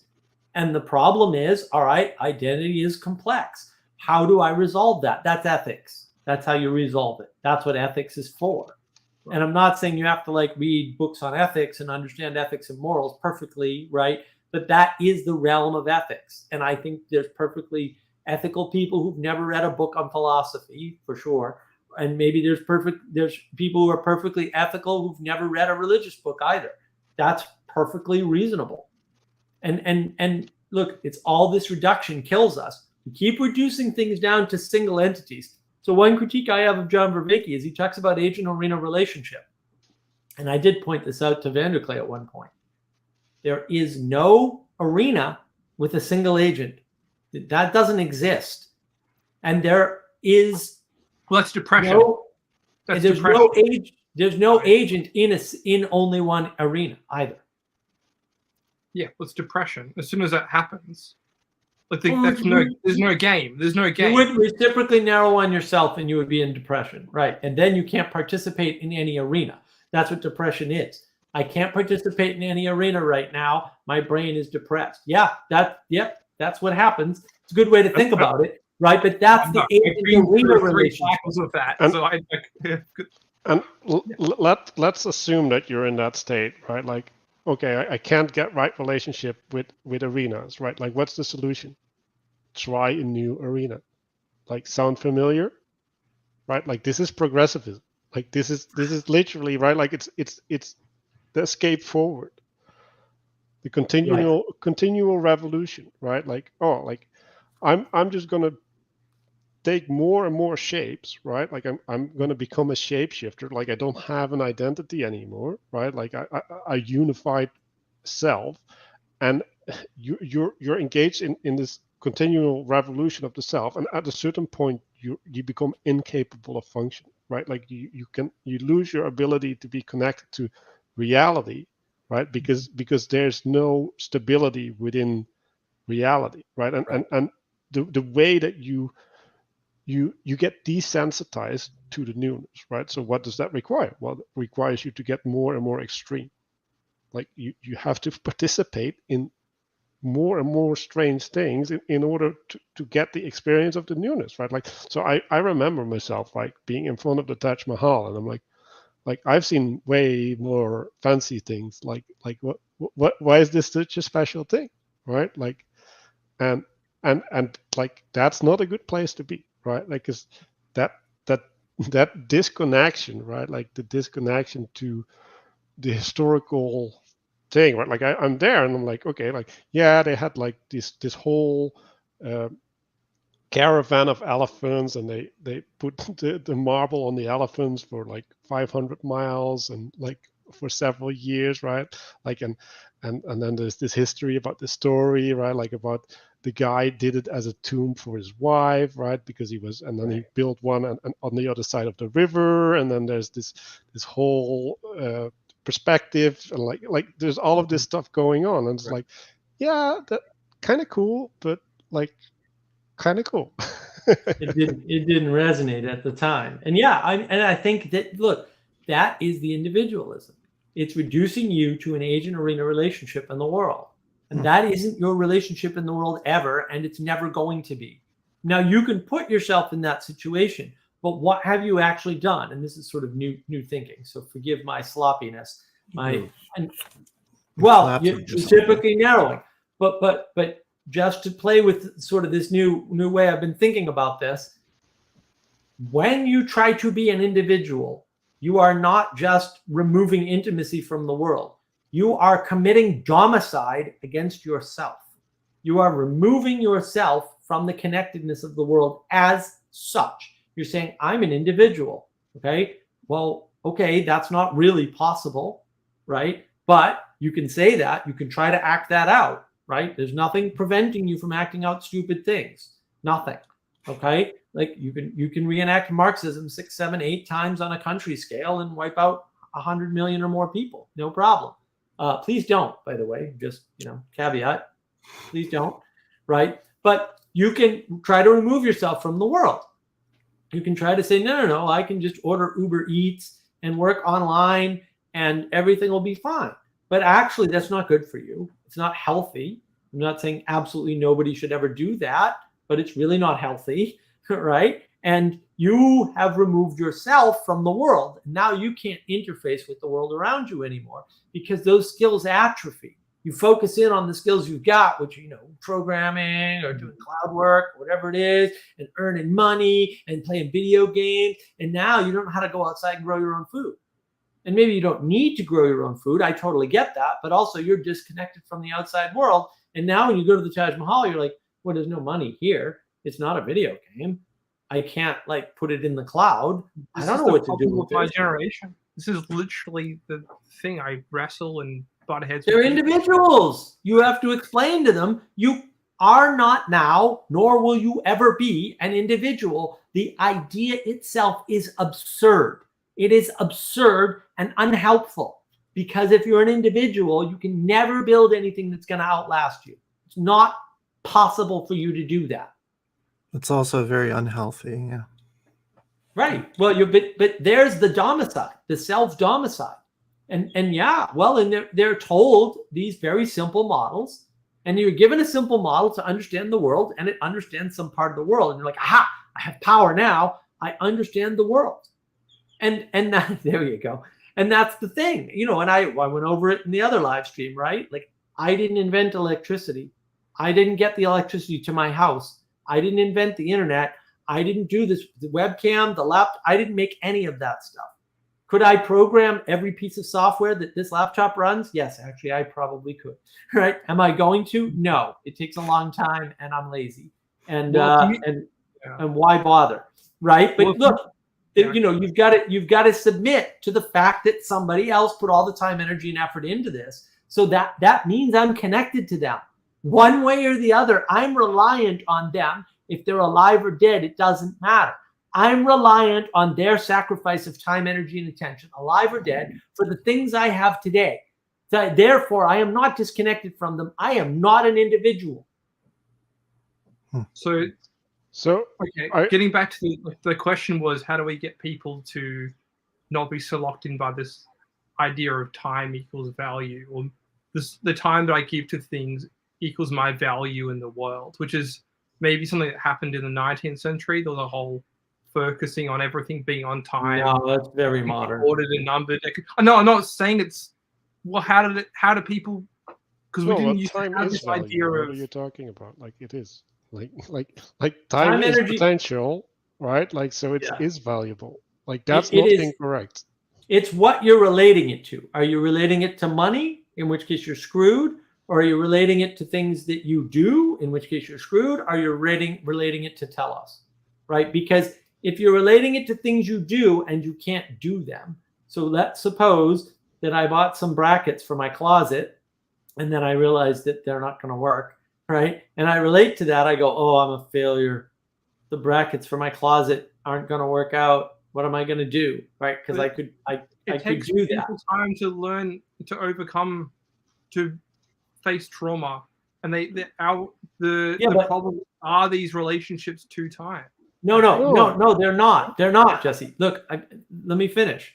Okay. If I relate my success and to the value, I say the value is in my success at the task. I don't have the humility to learn anymore. Yeah.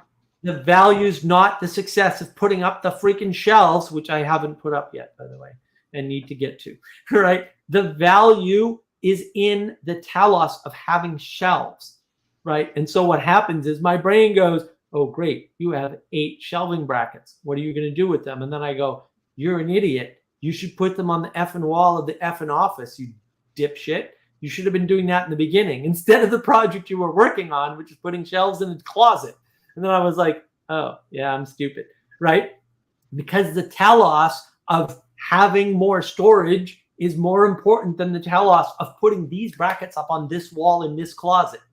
Now I can learn from it.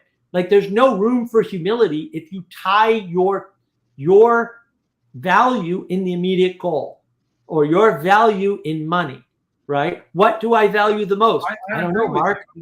But that's what I'm saying is that, I mean, this goes back to the question, how do you engender humility in people? Yeah, well, usually I just beat them up with their own stupidity until they finally acquiesce. That's literally what I do. I do that all the time. And why? Because that's the most valuable thing to me. It doesn't work for everyone. No, I'm not trying to fix everyone. I'm not stupid enough to think that I can. Yeah, I'm retarded. I can't fix everyone. Hey, Jesse, maybe you should create an AI that can just like help everybody. Like, if you're doing. I agree.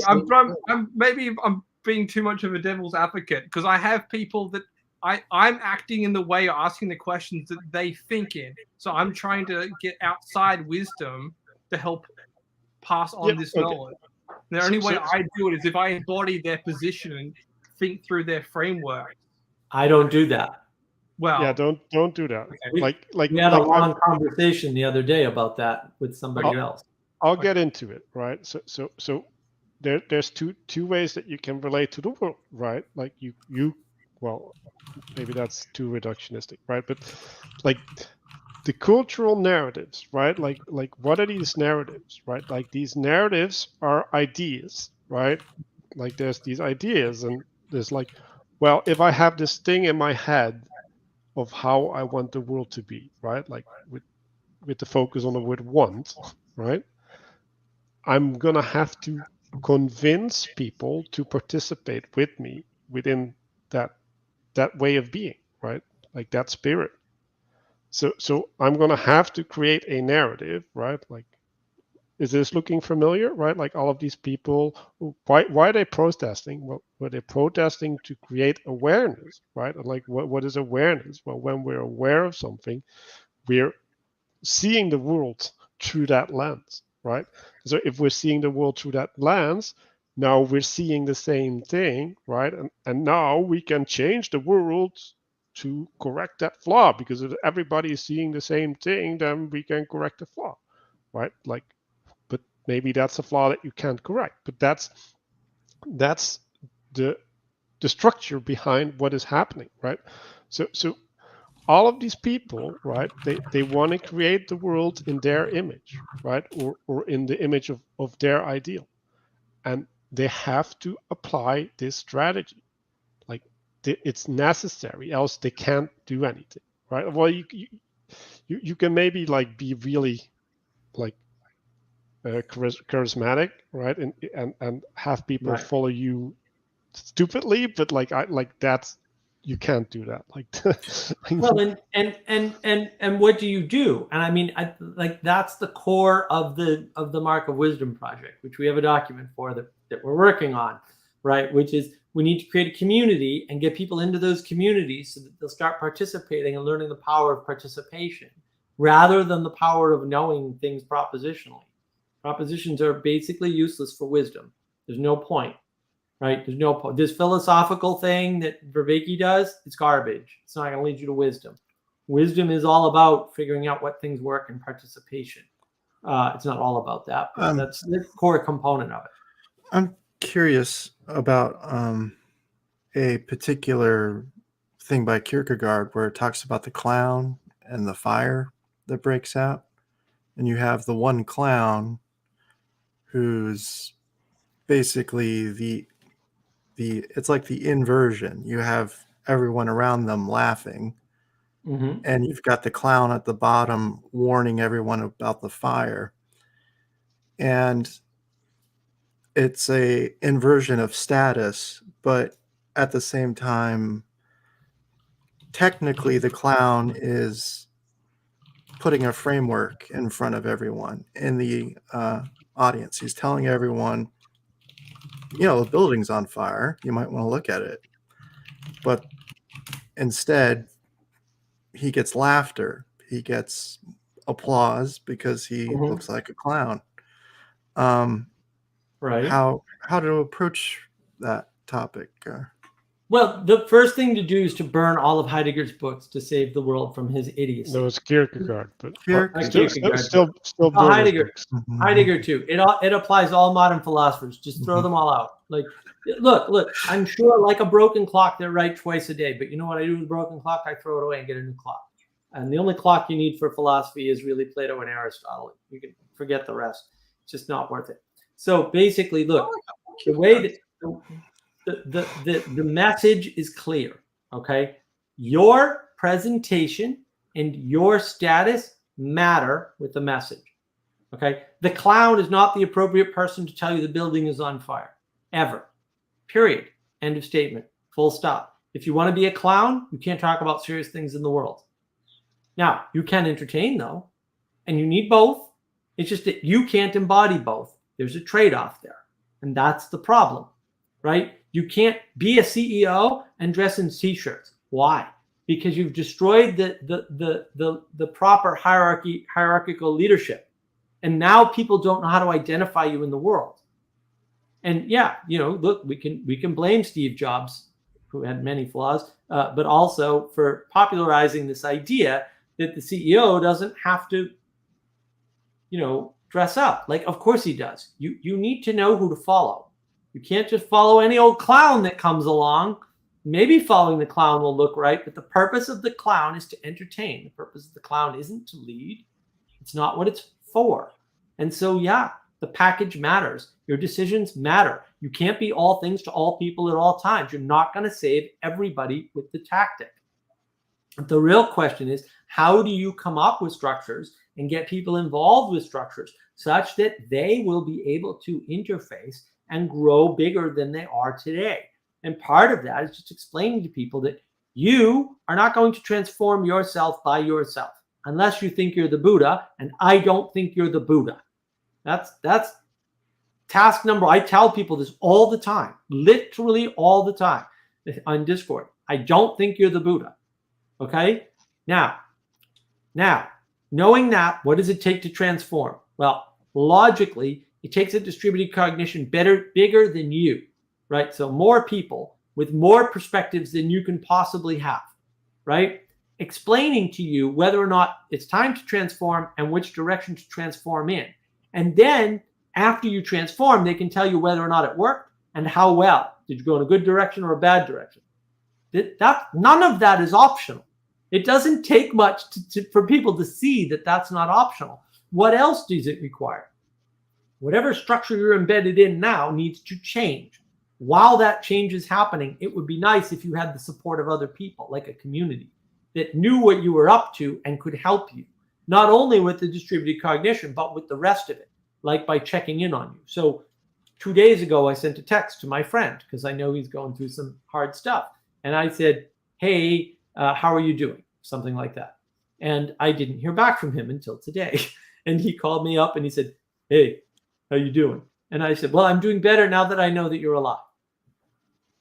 And I meant it. And he knows I meant it. And he probably appreciated that, although he'd probably rather die than admit any of those two statements. And that's fine. I don't care. What I did worked. And that's all that matters. And then he said, I've been in bed. I haven't gotten out of bed for 3 days. Right? Oh, weird that I would text him right in the middle of that, huh? But it's important. You know, am I saying if I hadn't texted him, he wouldn't be here? No, but maybe. I don't know. Right? And that's fine. Like, I did what I could. Do I wish I could do more? Yeah, but I don't live up north anymore. I can't go knocking on doors and like pulling people out of bed and things like that. Not that maybe you can't do that anyway, even if you're physically there. That's all. And that's the problem. It's like, who's giving what message, when they're giving that message. All of that is wrapped up in how you're engaging in the world and what you know about. And if you don't know how to transform because you've never done it actively within your head, it's good to tell people that. You've never transformed. I mean, I've told people who take psychedelics all the time, hey, you're the same jerk you were before. I hear you that you think you had a transformative experience, but I'm here to tell you, buddy, you're the same idiot you were before that experience. I appreciate that you had fun and you had a profound experience and you saw space elves or whatever the freaking hell other garbage you saw. Okay, but A, that doesn't affect me at all. And B, you don't seem any different now. So maybe you were different for an hour or a day or whatever the hell it was. Okay, but you're not different now. And that's what transformation is. It's something that lasts. It's not some progressive new thing that you did. And for 20 minutes, I was with the space elves and we were happy. And there was a talking purple unicorn that made rainbows. Yeah, that's great. But you're here now, buddy. Now what? Yeah, or you're in the state, right, where you're like, oh, like I'm still seeing the space elves. Like they're still there. It's like, yeah, but I'm not seeing them, right? Like I'm happy that you're seeing the space elves and that you can commune with them and like that's great for you, but like you're paying attention to the space elves, not me. Like that's bad. That's not good. We can't commune in space elves and purple talking unicorns that do rain. We can't do that. So the question is, do you want to cooperate with people and actually have a home or not? Do you want to live in domicile and risk depression and suicide and nihilism? You can give people that option. You can be flip about it and say, oh, you don't do that, Mark. Oh, no, Mark absolutely does that. I will walk right up to somebody and say, yeah, why haven't you committed suicide if that's the way you think about the world? Yeah, I was trying to point towards that. The aspect to which people devalue how much time they have and what they're using their time for.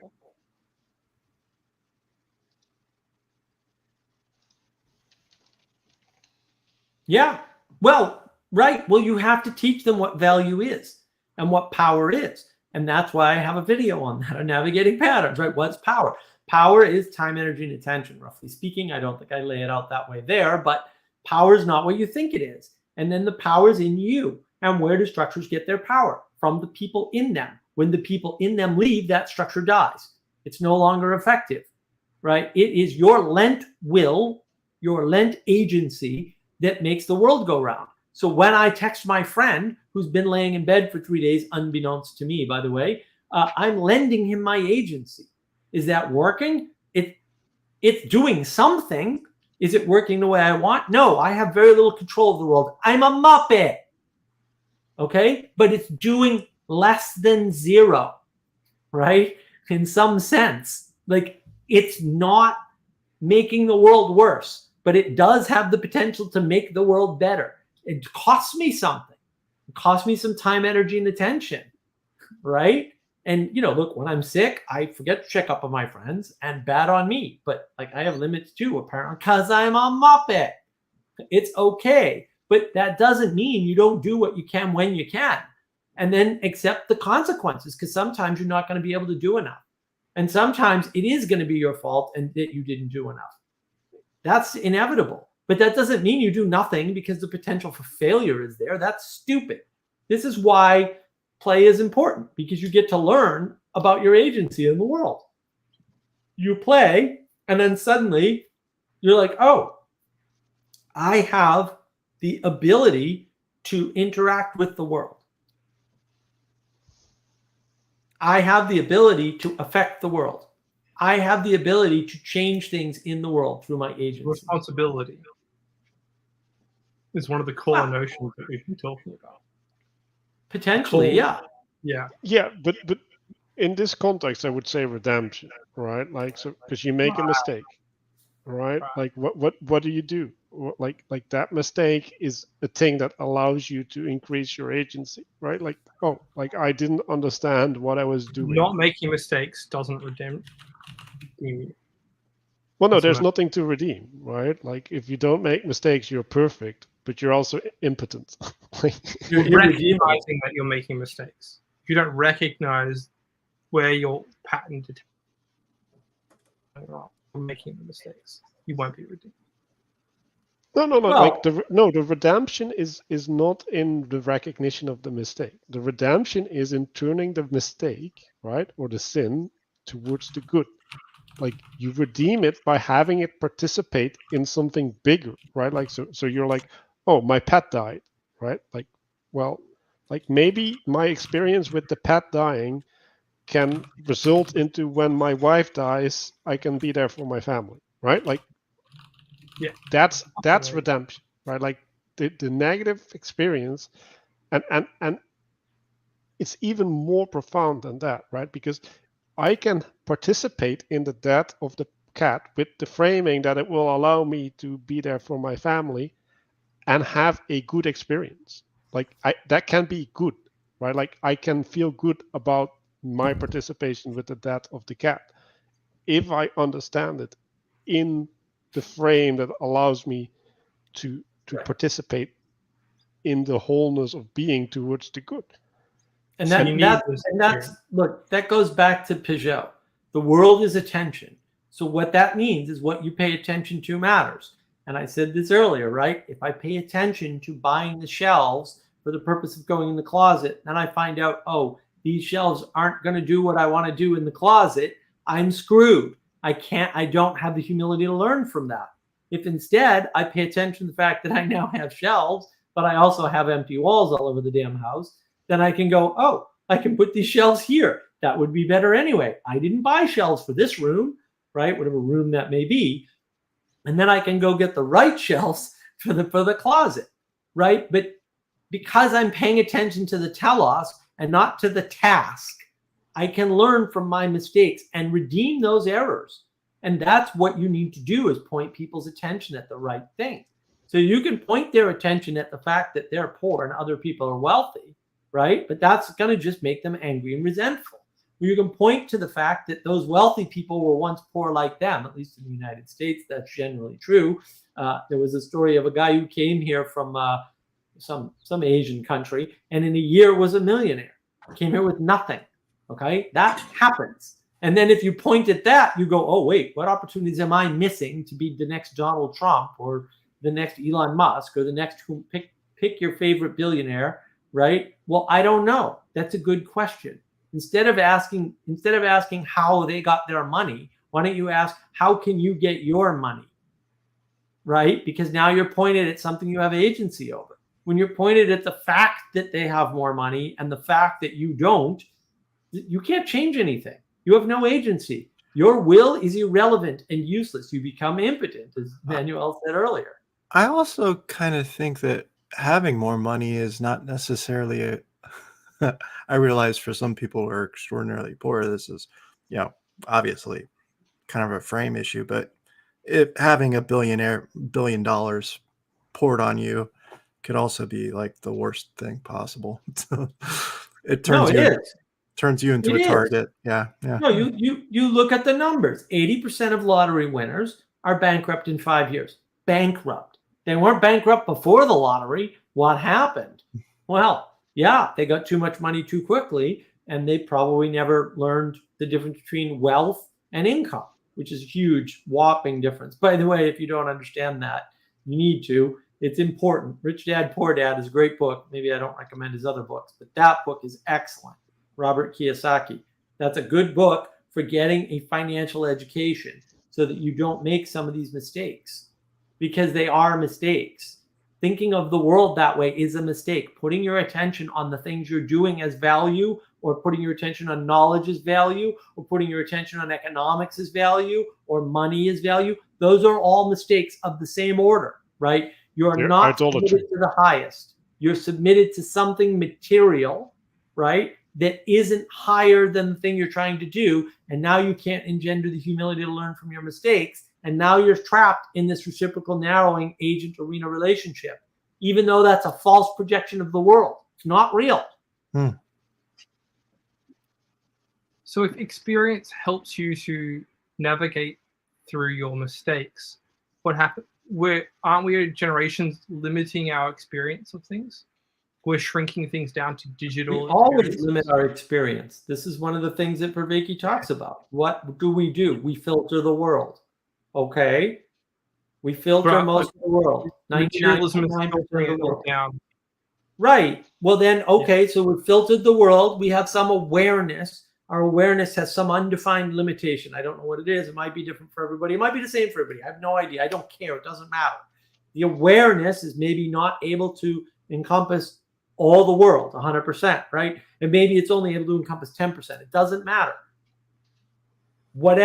However you use that awareness, and then within that, your attention determines how you can act in the world, right? Because again, if the problem is that the world is merely power, and that's what you pay attention to, you're screwed. It's over.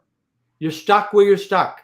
Now you are a slave, and you were born a slave, and you'll always be a slave. If instead you realize that people who didn't have power now, which obviously has to be true, so you would think it would be impossible for anybody to make this idiotic mistake, and yet they do, right? Then you can go, aha, well, that must mean, and this is true, that must mean that I can pay attention to the world in a different way and obtain that power or that money or whatever it is. Yes, you can move your attention.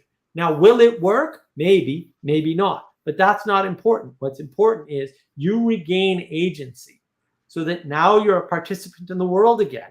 And now you can gain participatory knowledge again, right? But all of that requires a change in attention plus humility.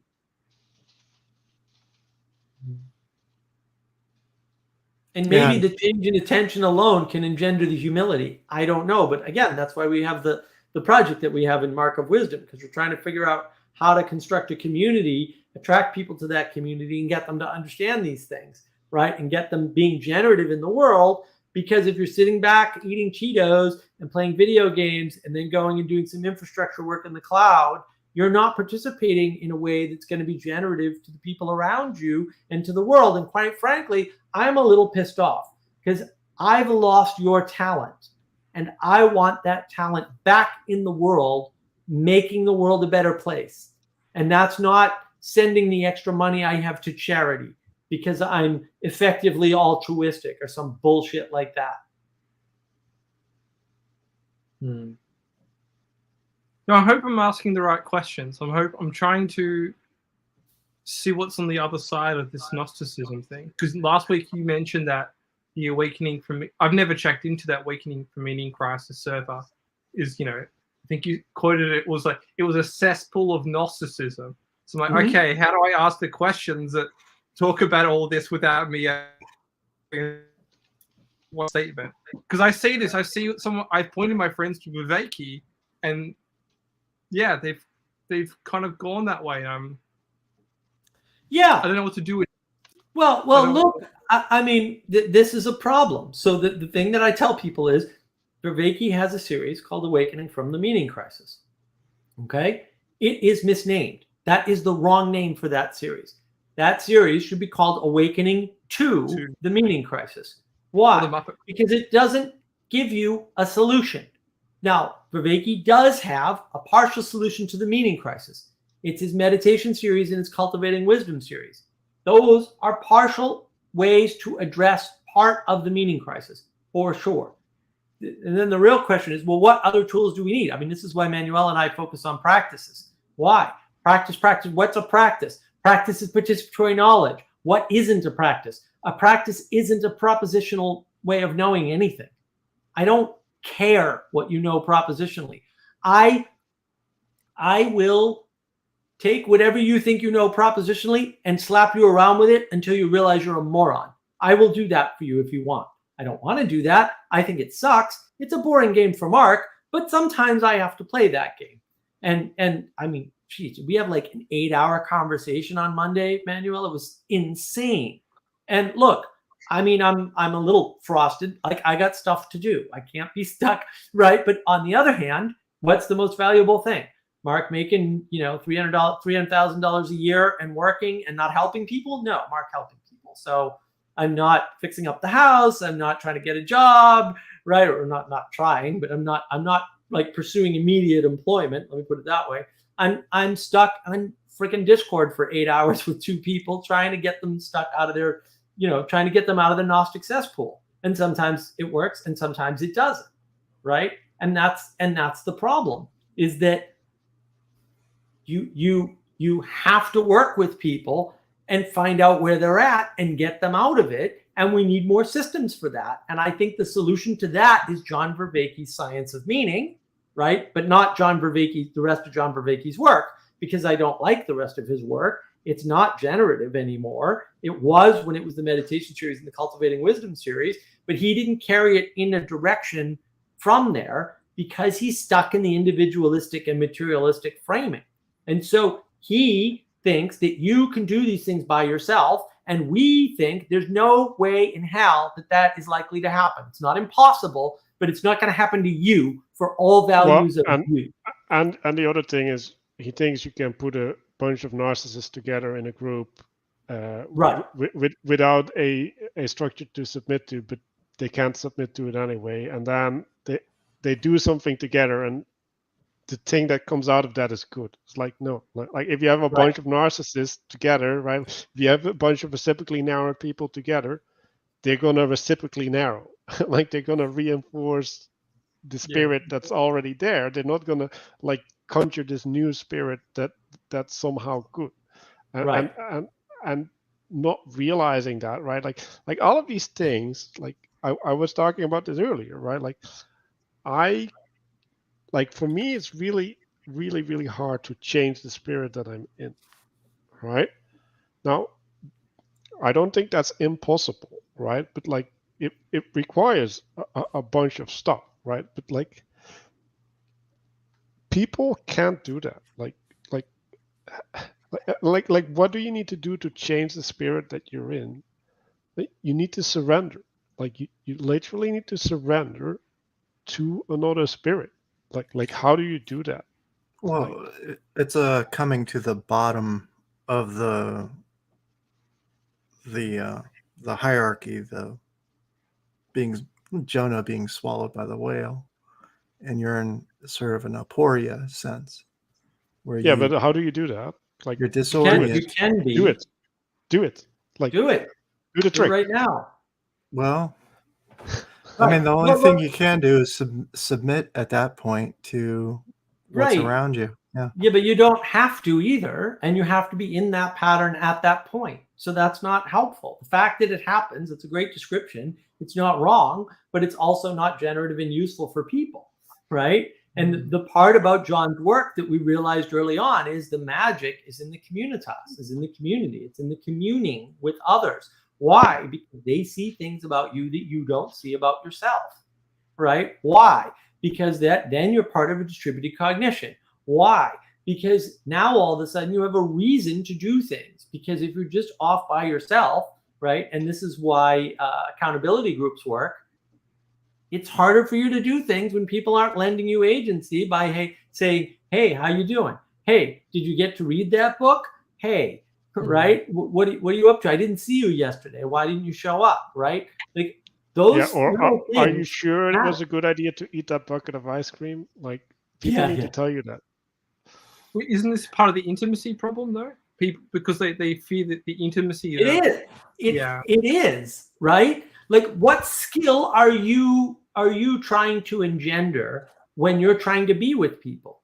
You're trying to engender a quality of a connection, right? It doesn't have to be like intimacy doesn't have to be between a man and a woman or something, right? Or two lovers, right? It's a quality of a connection. And when I was talking with Andrea with the Bangs on her channel about intimacy, she asked me the excellent question. She said, "Why do you think it is?" Because she's a Tolkien, she's a huge Tolkien nerd fangirl, right? She said, "Why do you think it is that the relationship between Sam and Frodo has to be homosexual all of a sudden?" And I said, "Because they don't understand quality relationship.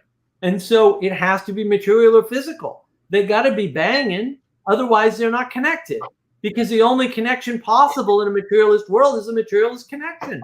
And therefore, they have to be gay. There's no other choice. Duh. Like, why don't you know that? Right? Well, I don't know that because I live in an enchanted world that I can see clearly. And I understand that there are bonds between people that don't involve sex. Like, it's that simple, right? Now, they don't know that. They haven't thought of the world in that enchanted fashion yet.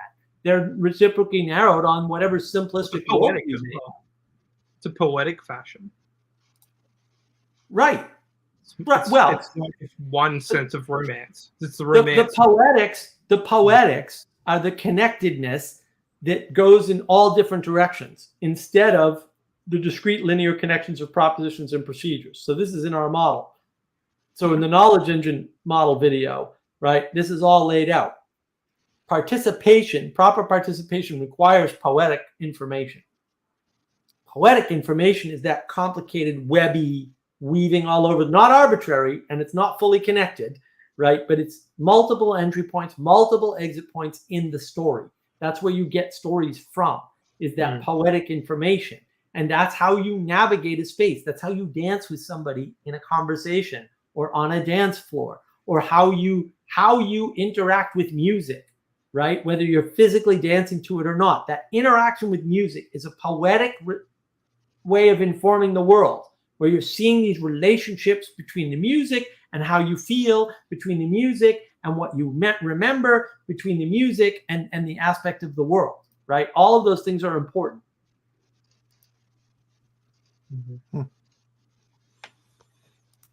I'm not certain. You mentioned game theory, but I was going to mention Newcomb's paradox to you because I've had trouble with that.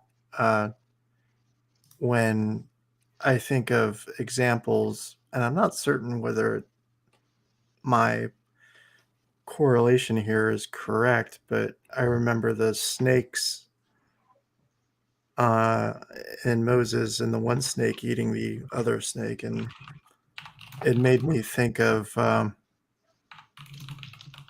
problem, which is of three choices to choose the open, opaque box with a certain amount of money in it, or to risk getting more by picking the Yeah, but that's not a paradox. I don't know why you're describing it that way. There's no paradox there. it's usually described as a paradox for some reason. Yeah, by stupid people who don't know what a paradox is. I agree. Why is choice a problem? Why are we making choice into a problem? Well, free will and determinism. Okay, this is easy. Determinism doesn't exist. It can't exist. It's impossible. And any idiot should know that. You make decisions. Therefore, determinism isn't. It's that simple. If determinism were a thing, you wouldn't know it because you wouldn't be able to contrast it with free will. It's that simple. I swear to you, it's that simple. The idea of free will could not occur if you lived in a deterministic universe, because you wouldn't understand the freedom to contrast determinism. If all there is determinism, free will doesn't occur, and therefore isn't observable, and therefore isn't contrastable, and therefore can't be thought of in your head. It's literally that simple. It takes no more effort than that. Honest. It really is a simple thing. And people like to make it this complicated, Schrodinger's cat, like ridiculous. If we presuppose the universe, then obviously determinism is true. Well, yeah, if you presuppose the end of the story, then yeah, that ending is true. You didn't say anything, though. You just kind of like constructed your own idiosyncrasy to be part of. Like, why are we doing this? This is crazy talk.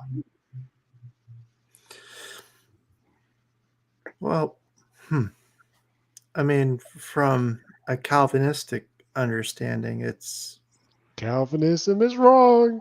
They're morons. Just move on from the Calvinism. I don't care about Calvinists. That's why there's like 4 of them in the world, and they're not Catholicism. Like Paul Vanderklay is a Calvinist. Yeah, he's wrong.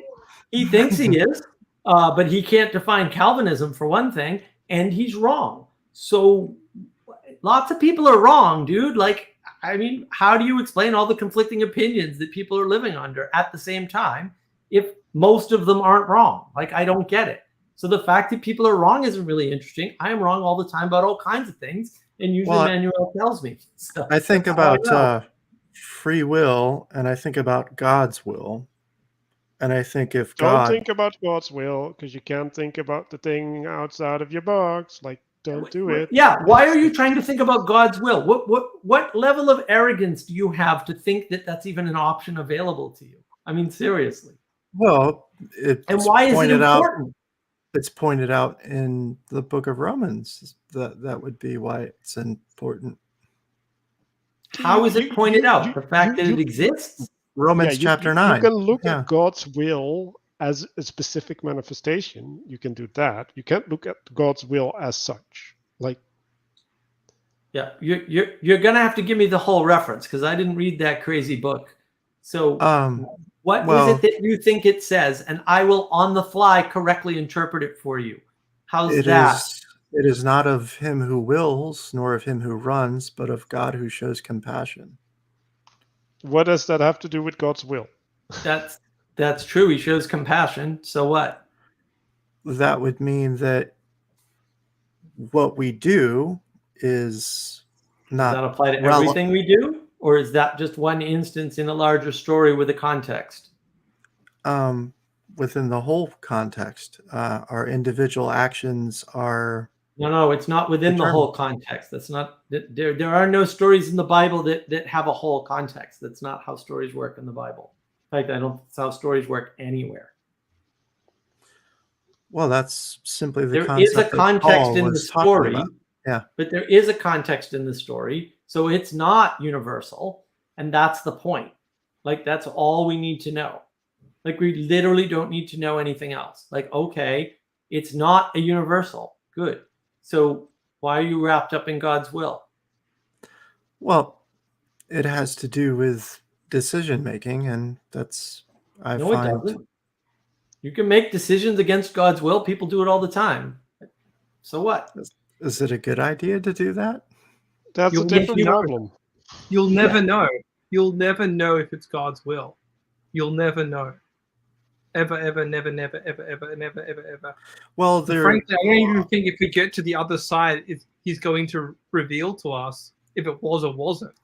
I don't think it's going to be important at that side either. So There I are think this these is part of the 10 like commandments, the though. evangelical thing that I've kind of, because they're constantly trying to find God's will to justify their own actions, and it's like, oh, Right. it's a bit cringe. It's like, just try it. Does it work? Is it aimed at the good or the transcendentals?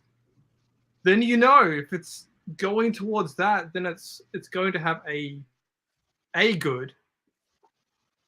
But I know where it comes from. I know where this God's will question comes from, and it's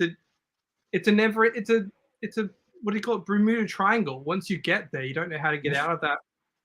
Like, you don't know how to get out of that association with, is this Right. God's will? Am I doing the right things? Is she the right one? Should I take this job? Right. Well, and that's the thing. Like, we are developing creatures. Is he And frozen? so there isn't a right answer until we participate in the thing. I want to be genuine with Dust. If you hear, We have 2 dusts. Apparently. Apologies. I think mine 3 Dust. snapped or something. Yeah. Your internet rubber band snapped. That's all right. Well, Scripture also says, who can know the mind of God? Who can understand his ways? And why do you need to? Like, you just need to understand the true, the good, and the beautiful. And that's like, no, really, you don't need all this other stuff. Like what you need to do is know is that you can surrender to God, and that there's methods to do that, and that allows you to have a certain participation from there. And like, before you're there, maybe you shouldn't make any statements. Well, you need to get to that me, first. it runs into an issue of rest or act, and in what way act, and or in what way rest. And I run into this box of mine that I get caught in, which is Yes, narrow because it narrow can't solve thinking. it. Like, it's not a thing that you can solve. Like, there's a bunch of parables about this guy where he's like giving out coins and stuff, right? And then the guy that doesn't invest the coin is like, oh, look, I didn't do anything wrong with the coin. Like, he gets hammered on because he didn't invest the coin, because the coin was there for investment, right? And like, if you remove the coin from participation in the world, it can't generate things. And like, that's definitely the wrong answer, right? Right. like that Right. doesn't mean that like the guy who got the most money compared to the guy who got second most money was necessarily better, right? Like we Right. don't know. Maybe he Or got lucky. the guy who lost money. And that's what I was saying earlier about, right? You're removing yourself from participation by pondering imponderables. And no, like, it's right there in the Bible. Like, it's in all the wisdom texts. In fact, no, just participate. Stop pontificating and pondering and trying to figure out things that aren't required. Take action in the world, and it will tell you what's required. Like, participation will show you reality. And I can tell you what the will of God is. Redeem the flaws. Like, that's the will of God. But I mean, do you just participate in cliff diving to figure out whether cliff diving works? I mean, or No, like we do talked you about this ask- before. Like, tell us. Like, why would you do cliff diving? Like, there's no reason to go cliff diving. Like, Well, cliff I have diving a is a narcissistic I have a endeavor. friend who does that. Yep. Yeah, well, like, he's a narcissist. Like, good job. Like, Dust, is this something you struggle with? Trying to figure out how to navigate through the world through your own association? Yeah, I get stuck in boxes because Yeah. Chris. I mean, it is just a case with Christianity for me has been, Definitely the Western mind.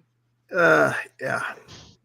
Mm, Well, yeah. I mean, it's not the Christianity. It's the materialism that's sticking people into these things. It's the inability to aim at something higher than the material.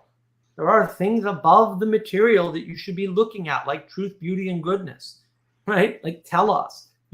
That's where you need to look. Otherwise, you're going to get stuck on a flat plane competing with everybody else for things that don't matter and can't help you. I think maybe it's the revelation of you, like maybe you want the revelation to come in a certain format, so it feels comfortable. yeah. Comfort Okay. zone. I'm Yeah. trying. I mean, I'm trying to be very gentle. Like I Thank you. understand the problem. I really do. And I'm also a newbie. And Don't I don't be know gentle. nothing. I'm learning a lot No, from don't- these guys. And No, it's don't be 4 hours. gentle. And I'm Like, trying to. that's- I'm like, I don't really know you, but I understand. I understand the What do roots. you think you're learning? I'm not gentle. Manuel's not gentle. Like the gentleness is exactly the opposite of what people need. Like, no, look, you're a fucking idiot. You're wasting your life. Stop wasting your life. That's the message. Like there's no gentle there. It's like I can be the wall of reality for you, or you can hit it behind me, right? Like I can tell you I'm a lot softer than the actual wall. So like you can either deal with me or you can deal with the big guy behind me. Right. Right.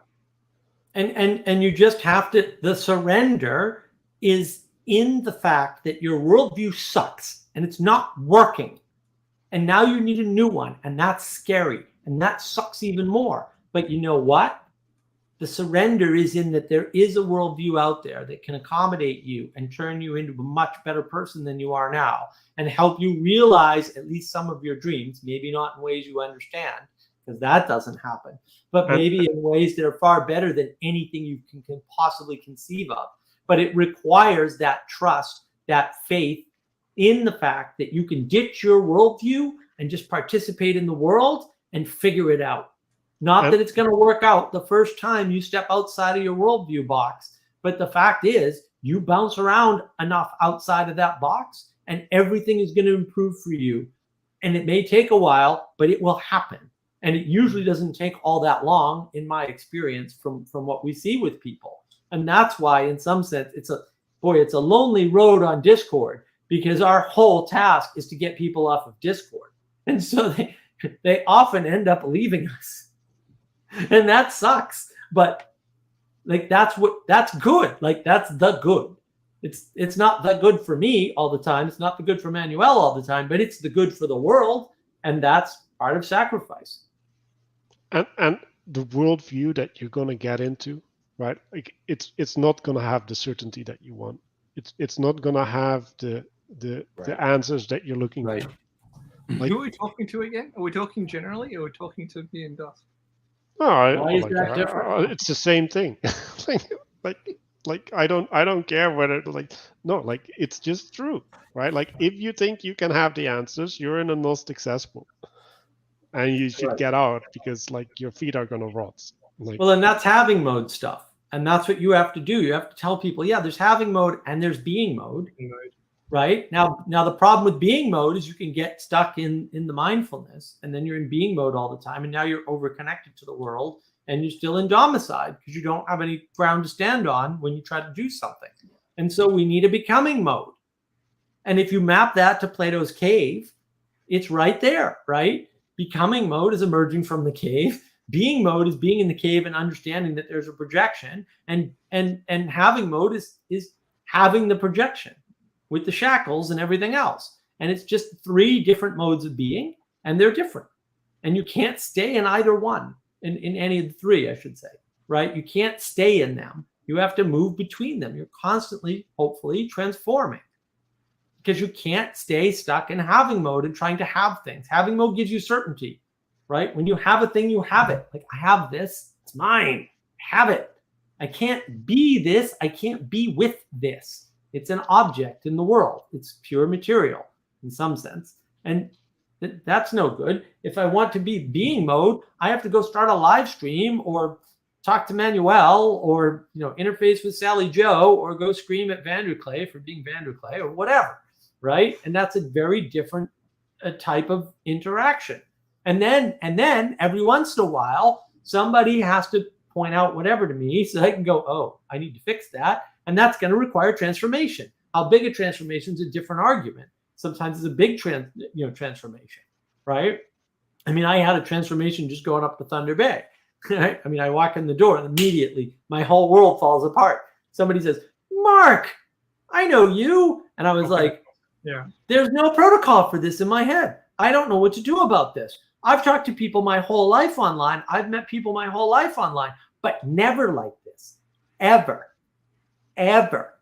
What do I do? How do I interface with this person? I don't know. Did I do okay? Yeah, I did fine. Everything worked out perfectly okay. Like the fact that I didn't know what to do in advance meant nothing. It meant nothing. It was fine.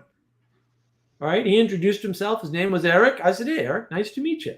What part of my channel do you like? Tell me about yourself. So it's easy, right? Even though it was a brand new experience and it scared the ever-living crap out of me when it happened because I had no frame of reference to believe something like that could happen, even though it was perfectly predictable. And that causes a transformation. And then meeting Paul Vanderklay in person, right? Meeting John Vervaeke in person, meeting Jonathan Peugeot in person, right? Finally getting to see Catherine and Eamon and, all these new people that some of whom I had never talked to ever in any forum. Like that was a big deal. And then meeting a bunch of people that Sevilla King was there. I was like, oh, Sevilla's here. Our friend Nancy who popped onto the Discord server months and months ago, she was there. I was like, oh, Nancy, it's good to see you. Like all these unexpected surprises, right? But it was fine. Like I had enough skills to sort of master that. And, that's a transformation or a series of transformations. This is another way to think about it. Well, I've found this quite helpful. So, Yeah, me good. too. I was better. So it's a lot to absorb, but yeah. Informations are a lot to absorb. Yeah, and I want to go back to what I said because I don't think it sank in how profound it was, right? Like, why did I change the topic, right? The topic changed because I saw that the focus was on a descriptive version of reality, right? So I can say, well, like, there's a painting here, and there's a plant here, and like there's pillows there. Like what am I doing? Like how's that useful? Like it's not. Like describing the world is like, oh, like look, I can do this. Like I have this magic trick. Like I know what the things are. Blah, blah, blah. It's like it's useless. It's completely useless. Like the only reason is this painting. I like knowing that it's a painting because I can do painting things with it. Like that's why I need to know that it is a painting. And in this situation, it's not relevant. And I am corrupting this conversation by referencing it as a painting, right? But I'm not referencing it as a painting. I'm referencing it as an example that is in service of the conversation, and therefore it is redeemed in some sense, right? So you have to recognize, okay, like I am in a telos, right? So I'm trying to articulate something, and the painting can participate in that. Like it has a method of participating, but not as a painting, right? Like it has the method of participating as an example in a different context, right? And we, like, I was going to the chat with a lot of people, and they're like, well, like, what is the purpose of playing sports? It's like, well, like maybe my purpose of playing sports is picking up girls, right? Like that could be my purpose of playing sports. Like there's no purpose to playing sports. Like it doesn't exist in playing sports. The purpose exists in my participation with what I'm doing, right? And I can get really connected to picking up girls in playing sports. Like that is a thing that I can do. I can develop an intimate relationship in that participation. Does it mean that I should do that? Maybe. But the fact that I can do that, right? Like, and I could do many things, means that these things are not what they are. Like, they're what I make them to be. That's what they are. And now it's like, well, how do I choose what I make them to be? Well, like now I need to reference back to the telos, right? Like I need a measure, a standard that allows me to judge my participation, right? Like, am I picking up girls to get laid, or am I picking up girls to get a wife? Because like one of them is participating in the good, the other one isn't. The other one is fabricating an addiction.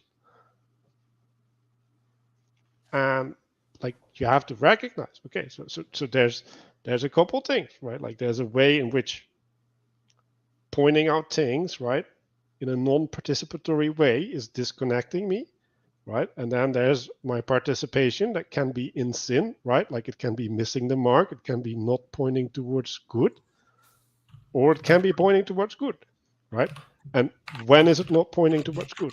If it's reciprocally narrow, right? Like, so if I'm doing the thing to have the thing, I'm participating in the wrong way. Now, that doesn't mean that having the thing is bad, but the way in which I'm having it is bad. And you have to recognize what is the means in which I'm participating. And whenever you recognize that you're participating in the wrong way, you reference back to your highest goal, right, to your telos, and you reinstantiate your participation. Like, and that goes back to, in essence, changing the spirit that you're communing, right? And just recognizing that there's always a spirit there, right? And that you can see that spirit, right? You can relate to it. Like all of these things are skills that you can develop, right? Like and if you can only develop that if you pay attention to it, because if you don't pay attention to it, you're not going to see it. Like it's invisible to you. And so who are you, right? Well, you're a person who could do all of these things, but you're not. And like, what do you need to do in order to become the person that can do these things? Well, think about that. Well, You need to do a bunch of practices, that's for sure. Yeah. Guys, I've really enjoyed this. I really appreciate you both. It's nice to meet you, Dust. I think that's a really good note to end on. But yeah. All right, Yeah, Jesse. I think I'm gonna head out as well. All right. All Thank right, you.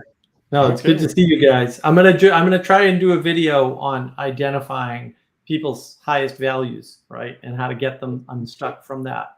So I'm working on that stuff. We'll see if next week's going to be busy because I get company coming, but we'll see if I can get something like that done so that you can sort of listen for the keywords and figure out, even for yourself, like, oh, I'm stuck in this mode. I need to stop thinking that way, et cetera, Yeah. et cetera. I could go back All and right. re-listen to what Manuel just said then, because there's so much. Yeah, I have the tendency to do that. Like, there's probably way more in what I'm saying than what you're hearing. I also think that, as I said to you, Mark, in a comment, like the meaning crisis versus the faith crisis. I think it's a very long conversation. If it could be shrunk down into, repackaged into something, I think that's. It's on the list, Jesse. It's on the list. I thought I was going to get it done this week. I've got 3 videos in the can that I'm waiting for editing on. Yeah. So I'm I've got like doing my 20 best. songs I'm working on. So So we're getting clips channels, right? Like I think it's, if you guys want to participate, right? Like viewers or you guys, Anybody. make a clips channel, right? Like take the clips, put them in an organized fashion, give them a framework that people from the outside can relate to, right? And do some wisdom music, right? Help us with the website. Like, we got lots of projects. Anybody that wants to write help, we got a article. Discord server, Mark of Wisdom. I've got, we're trying to get this stuff up and running. A bunch of people who were going to help are, busy. So, we're just trying to get stuff up and running. It takes time and it takes effort from people. And so if you want something to do, we have plenty of tasks that people can do. And simple things too. Like I'm still trying to get a list of, we'll say, every definition of wisdom that's readily available. Like that would be helpful, because then I can go through it and sort of help to sculpt some of this stuff for our new community project. But yeah, and look, requests are good. I'll take requests. I'll try to get them done if I can. And you know, any involvement is good. Comments, likes, whatever, telling people about the channel, you know, whatever works.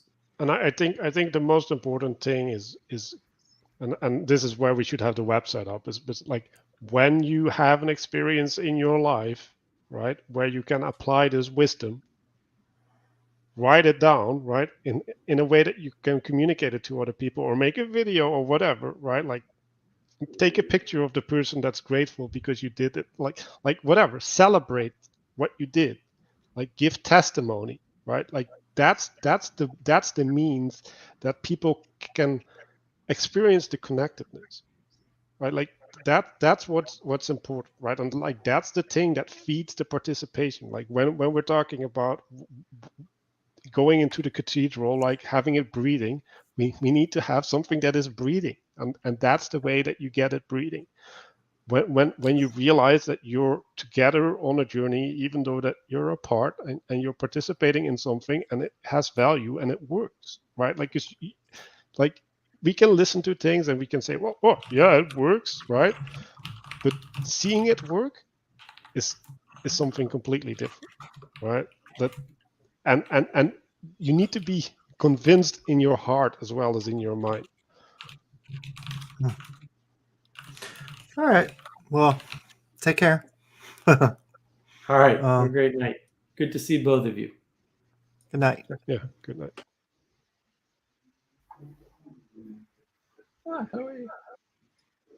Oh, did anyone get a chance to listen to my album? You should put it in the chat. I'll try and put it in the chat. See if people are interested in that. Manuel has a will to power spiel? When did you have a will to power spiel? Were you talking to Ethan without me? And now I'm behind on knowledge? Oh yeah, last night. It figures. Oh, on the PVK stream. Oh yeah, no, he was genius on the PVK stream. That's a whole different kettle of fish. The will to power thing. I thought I went into that too. No, just Manuel.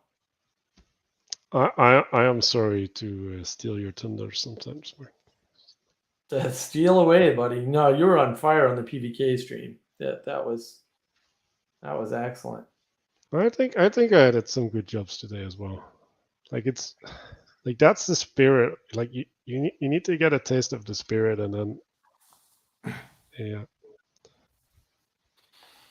This morning in Discord. Who's you, Ethan? Was that me or Manuel? I don't think I talked to him this morning. Oh, all right, it was me then. Yeah. Well, that's how it works.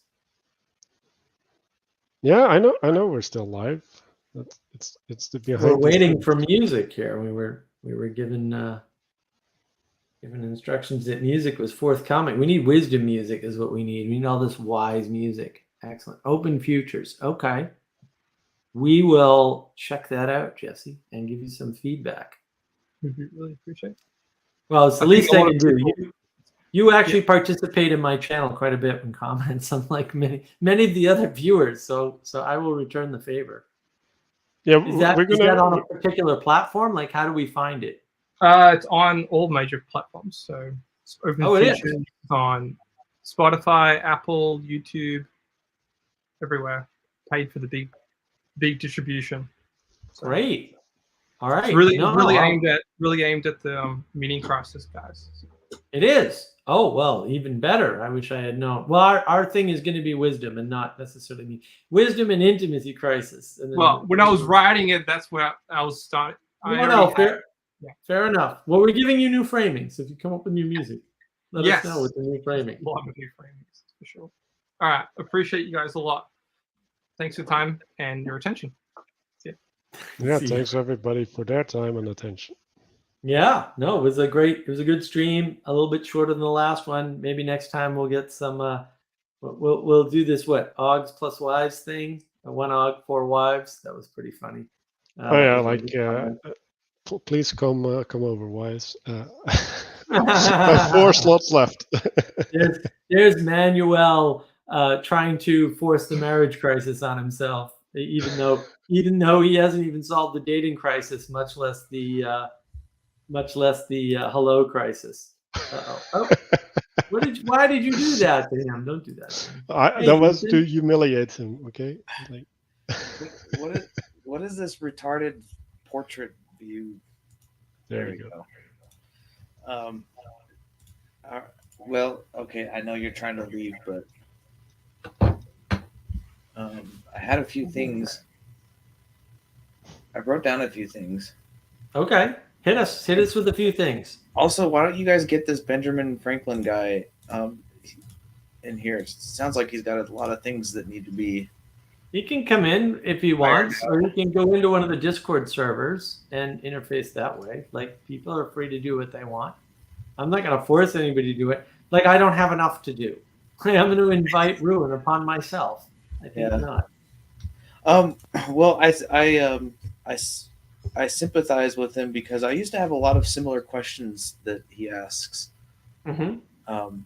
So, and I can't tell. Like some of his questions are, like I can't tell if he's serious or if he's like not serious because they're.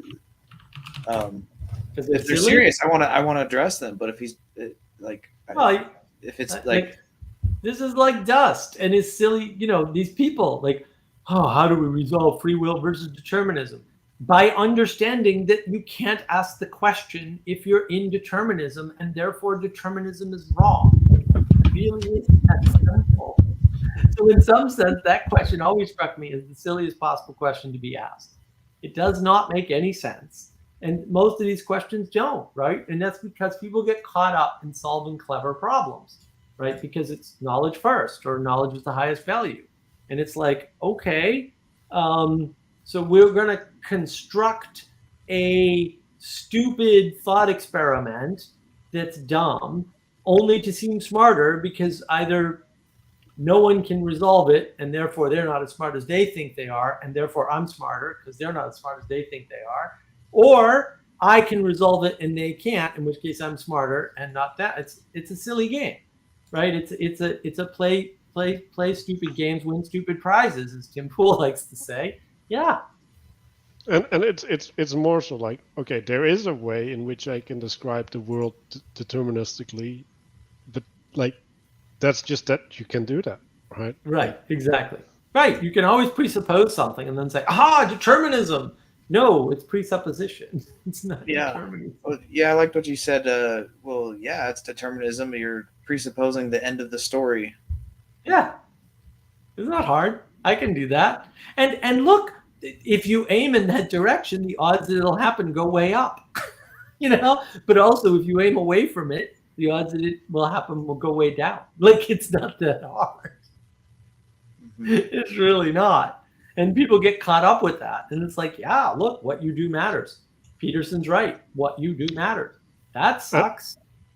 And the problem with determinism is like, if you think that way, right, like you will become fatalistic, right? Like you will neuter your agency in ways that you don't understand, right? Like, and I think you will become materialistic as well, which might explain some of the suffering that Van der Klee is going through, right? Where he's like, oh, I need to read C.S. Lewis every time to remind myself. And it's like, well, yeah, like maybe if you're in a framework, right, like that framework will point you in a direction, and you can be in a paradox, right, or you can be a hypocrite in some sense by resisting the implication of the spirit that you're in. But like that spirit is going to move you to a place, and you're gonna have to resist that movement. And then like, what are you doing? Like you're living in an unnecessary tension because you're adopting a framework that is not in correspondence with reality. Yeah. It's just like with the mushroom thing, it's the sola scriptura is exactly the same thing as sola mushroom. well, it's not exactly the same thing, but I love it. it's like if you're in good framing, like the top of the triangle, right? If you're orientated properly, it can suffice as a good tool. Like, I mean, if you're building a house, and you know how to build a house, a good hammer and a bad hammer makes a difference to you. But if you don't know how to build a house, a good hammer, like a well-crafted hammer, isn't going to make a difference in your ability to build a house. Right. So the top of the triangle, right, comes first, and then the expression or whatever you want to call it at the bottom comes second.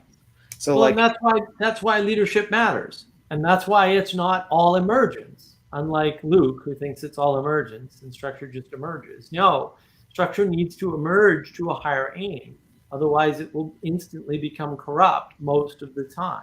And if you get lucky and point to that, that's fine, but it's not likely enough that you're going to see it happen.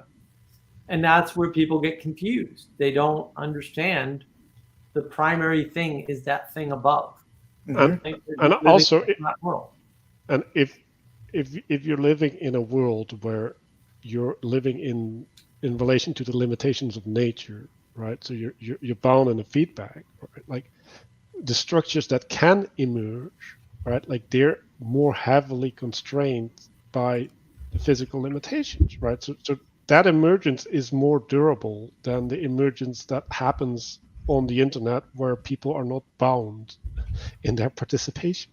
Because what emerges in an unbound system with corrupted individualists that have a Protestant religion, like that is completely different than a tribe that has lived together forever and like is moving together in a struggle for survival. Like those aren't comparable.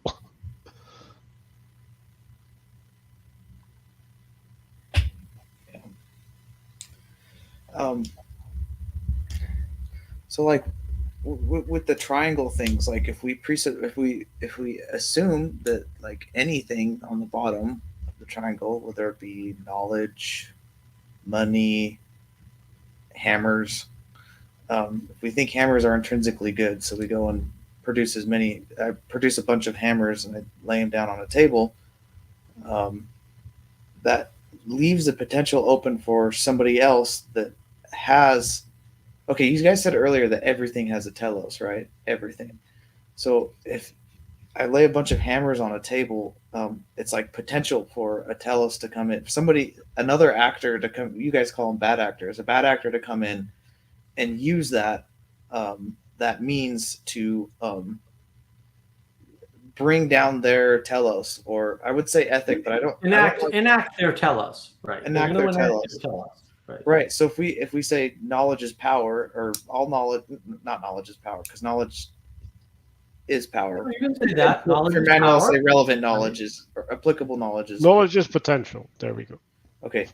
So if you're just cultivating knowledge, thinking that the knowledge itself is good or intrinsically valuable, another ethic, you're creating a bunch of space for any ethic to come in there and take what is there. No, or you're just going to act it out, and you're going to go to the academy, and you're going to get a PhD, and you're going to feel angry and resentful that the most valuable thing, which you now possess, does not give you what you want because you're not the wealthiest man in the world. And then you're going to be bitter and angry like Eric Weinstein. Yeah. Well, the thing is, that's what's going to happen. Or then people are going to stop listening to you like Sam Harris, and you're going to want to kill more children so that you can be right. Right. So like if you don't have your telos, like if your attention isn't on a specific telos, it's kind of you don't know what your telos is if you're not paying attention. Right, something is going to come in and like what do you say? If you don't have a religion, one will be provided to you. It's the same thing with your telos. Right. Something, whatever, who knows, is going to come in and possess you but your telos is your religion. Yeah, sure. Well, it can be. It doesn't have to be. But that's not important. What's important is what happened. Okay. Sam Harris, knowledge is highest value. I have a video on that. It's a good video, right? Why does that matter? How do I know this? Because he's willing to ignore dead children in the basement of a certain politician's son in order to make his point. And his point is corrupting a university is bad. That's his whole point. And he just doesn't care about anything more than that, including dead children. And then he wants to be right about the fake news virus scam. So he said, well, if it were children that were dead and not old people, I would be right. That's what he says. He's willing to sacrifice children to be right because knowledge is the highest value and he wants to embody the highest value. Okay, I get it. So now how does this fit in with hammers? Well, that means if he had a hammer and he could make babies die, but he'd be right, he'd do it. That's true. Mm-hmm. He said it multiple times. He's Right. defended it again and again. He will kill children, sacrifice children to be right. He will. It's not unclear. It's evil. It's bad. I don't Right. like it. I wished he wouldn't do that. But he's not unclear. You're just unwilling to see the evil in the world. Right. Yeah. That's so, why like, the telos matters. if there's It's a bunch that of simple. He's a there's a bad bunch of- person. I'm sorry. I'm sorry anybody was fooled by him. I was fooled by him for 0 seconds. 0. It was always clear to me. I'm sorry if it wasn't clear to you for whatever reason. Okay? I But can we're attest to that here now. because And I that's always the remember problem. you ranting Right? about how He just doesn't care. Had it been children that died from the virus, you'd all pay attention. And no, that would not make you right. But it does make you evil, whether you're right or not. So that's the problem. You've got to pay attention to your telos. Yep. And the thing is if you don't have a telos, you do have a telos, and you lay a bunch of hammers on the table, you're just putting potential power out. What else You're you got? Hello? Can you hear me? Yeah, I can hear you. Oh, okay. So if I created a bunch of hammers and put them on the table, I'm just laying potential on the table for anyone to take, because it is power. It can be power to certain teloses, other teloses, and allows them to come in there and take the power. So like, oh, I'm gonna develop the technology that laces. What did you say? This is the Jordan Peterson Ebola with that the KGB was doing. Right. Ebola with, yeah, I'm going to develop that technology because I think knowledge is intrinsically good, and I'm going to publish it or whatever and put it out there. That's creating potential for another agent with a whatever telos to come in and do whatever they want, bad or evil.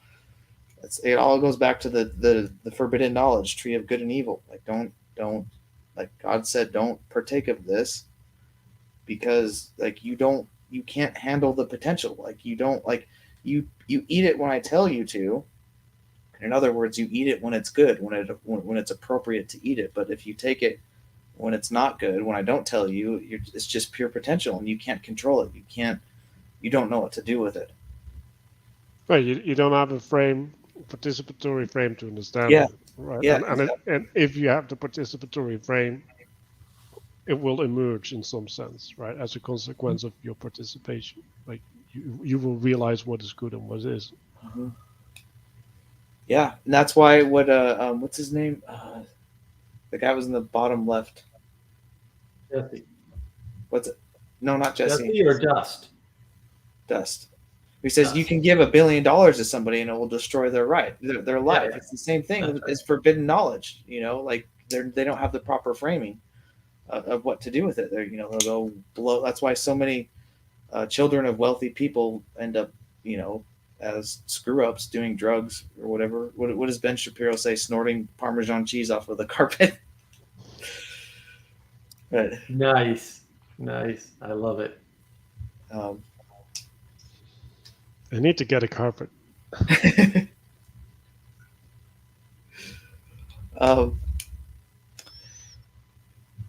What did I write down here? Oh, the Sam and Frodo must be gay thing. That came up with Bert and Ernie too. Did you remember that? Everyone was like, Bert and Ernie are gay. They have to be gay. And then I can't remember who I don't know when it was. I don't know who it was, but they're like, they're not gay because they don't exist below the waist.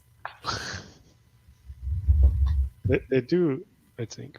At least on my TV, they did. That's that's one way to resolve it, I guess. But Well- the reason that they're gay is because Bert is a banana. Like, duh. Right, but it's the same loss of intimacy. And I think, again, the people are self-domiciding by assuming they're individuals. And then they disconnect from the world, and now they're totally screwed.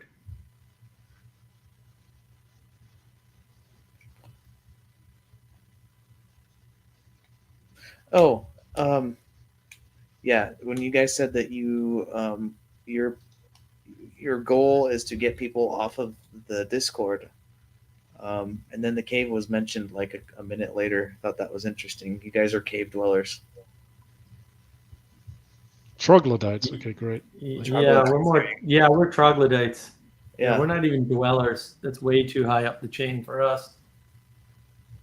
So We're not smart enough to dwell. I just want to take this for a second, right? Like, no. I know. It's like, no. Why are you making all these wacky assumptions? So when like the person that eats the cow, right, is doing something, right? Like he might be knowing what he's doing, or he might not be knowing what he's doing, right? And then the eating of the cow might be done for many purposes, right? Or many teleses, right? Like one is like, look at me, I can eat a cow. Look at me, I don't want to be a vegetarian, so I eat the cow. Like look at me, being the biggest warrior of the village who like chased down a cow and slaughtered it and now is eating it, right? Like there's many ways to participate in the eating of the cow, and she can't say that it is good. Like Right. saying Well, that there is knowledge yeah, but- that eating the cow is good is even worse. Like It's even worse. Right. Well, and assuming that that's what's happening, right? I mean, this is always my problem when Vervaeke and others talk about Plato and Aristotle saying that, well, nobody ever does anything that they don't think is for the good. That can't be true at all. Like, it's just obviously observably false. Like, no, you do not rationalize before you take action for most of your actions. You don't go, oh, you know what? I'm hungry, therefore I should eat. No, usually you just get hungry and you eat. And that's why you get fat, because you're not thinking about how much food you need to eat. Things like this happens literally all the time. Look around or pay attention to your behavior for 10 minutes. You'll realize real quick what's going on. And it ain't logic, reason, and rationality. I'll tell you that much. A lot of it's desire, passion, uncontrolled, unconscious things that are happening, right? Patterns that you're playing out that you don't know anything about. And that's the problem. If you don't consider the good, you're screwed. You don't need to consider the thing that's having mode. You need to consider the telos. Is it good? right, and so I like to use the analog of going into the water, right? Like if you're standing on the shore and you have never swam, you can stand on the shore and consider everything about what is good about swimming, or what it is like to be swimming. But like you're not gonna know what it's like. You're not gonna know what is good when you're in the water. Like that's not an option available to you. So like, no, we shouldn't be considering what is the good, right? We should be reflecting whether we're acting it out. So like there's a reflection that happens like, oh, like I'm gonna go to the bar with the telos of talking to this girl or a girl or like two girls, like whatever, right? And then I come back home and I'm like, okay, like this happened today. Like, was that good or wasn't it good?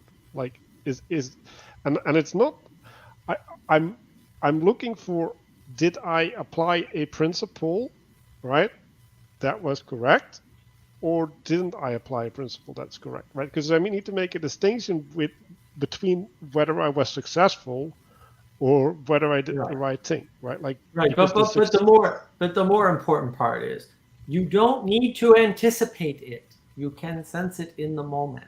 Like this knowing the answer before you take an action bullshit is just determinism. You do not know the answer before you take the action. The only way you know the answer is when you take the action and as part of taking the action. That's it. That's the only way. I'm sorry, you can't just be right all the time before you take an action. But you don't need to be. No one else is doing that. Don't worry about it. If they tell you they are, they're lying. It's okay. Don't worry about it. Everyone wants to presuppose and how do I become a billionaire? I don't know. It's different for everybody. I mean, read all the books of all the billionaires and distill the knowledge. No, you're not, because often it conflicts. And don't get smart with me because I read those books. So they conflict because the one thing doesn't work for every person because persons are different. It's not that hard. It's not a satisfying answer. It's not the answer you want, but it's also not hard. You're just focused on the wrong thing. Also, the answer isn't going to be the same for you. Like the answer for you will change over time because your agency is going to be different. So like, and you change over time. Hopefully. Yeah, like if you're sick, right? Like maybe you can't do the magic trick that was so amazing to everybody. Like so, like you can't rely upon an answer. Like it's just not an option. And like in the reflection, right? Like you want to pay attention to your orientation, right? So like the things that you can control is the way that you pay attention. Like what are you, like how are you looking at your telos? Like how are you conceiving of your telos? How are you conceiving of your participation in your telos? Like those are the things that you can have an influence on. What else you got for us, Ethan? You guys look pretty tired. Yeah, I was thinking of going to bed. So Manuel should have been in bed like 5 hours ago. Yeah, so, I keep waiting for the sun to come up in the background, or the yeah, that will take a while still, I think. But yeah. You can't be that far off. No, it's still 3 hours away. Go to bed.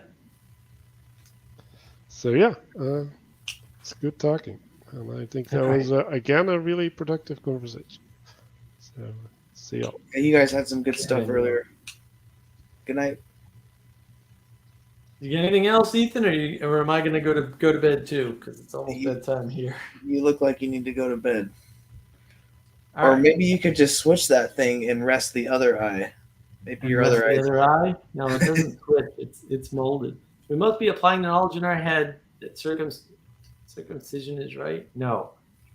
You're assuming knowledge, and knowledge is interesting or important, and it's not.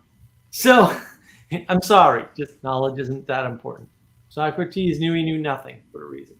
So yeah, I'm off to bed. Ethan, it was good to see you as always. We got to get this stupid project off the ground and this website built and all that because people need help helping people, and that's our mission.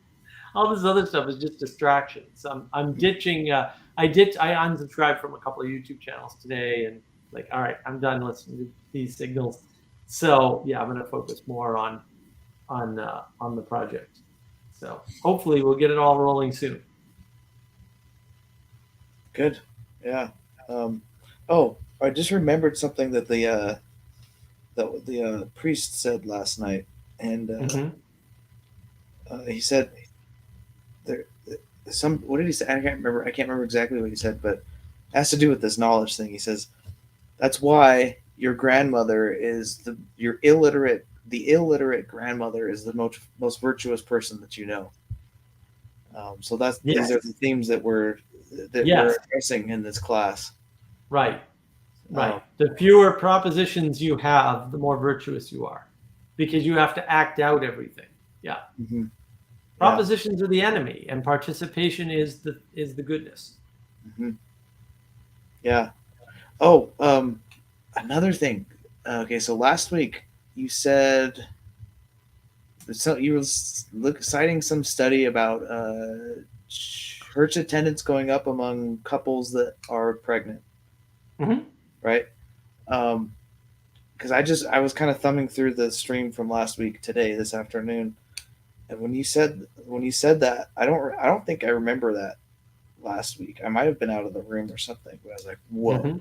that's crazy, because the second Orthodox class started last night, right? And I got home late last night at 6:30, and it was at 7, so I had to get home and shower and all that stuff. The church is only like 5 minutes away from me, which is really convenient. And I Lucky you. walked through the door, and my wife was all dressed up. I said, "Why are you all dressed up?" She's like, "The meeting's tonight, isn't it?" I was like, "What?" That, like, I was completely blown away. She never does stuff like that, like usually, like, well, Mhm. I'm not gonna say she never does stuff like that. I'm just saying that me seeing that and her saying that was like very, it really Yeah. caught me off guard.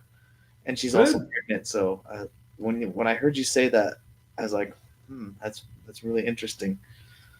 So That was a study done in the 80s or the 90s. I forget which. But yeah, it always puzzled me until, yeah, now I have a framework. It's like, oh, yeah, of course. Makes perfect sense. yeah, So, So- yeah. Oh, that's great. All right, my friend. I'm going to Okay. end the broadcast. Have a good night, everybody. good night, Mark. Good night, sir.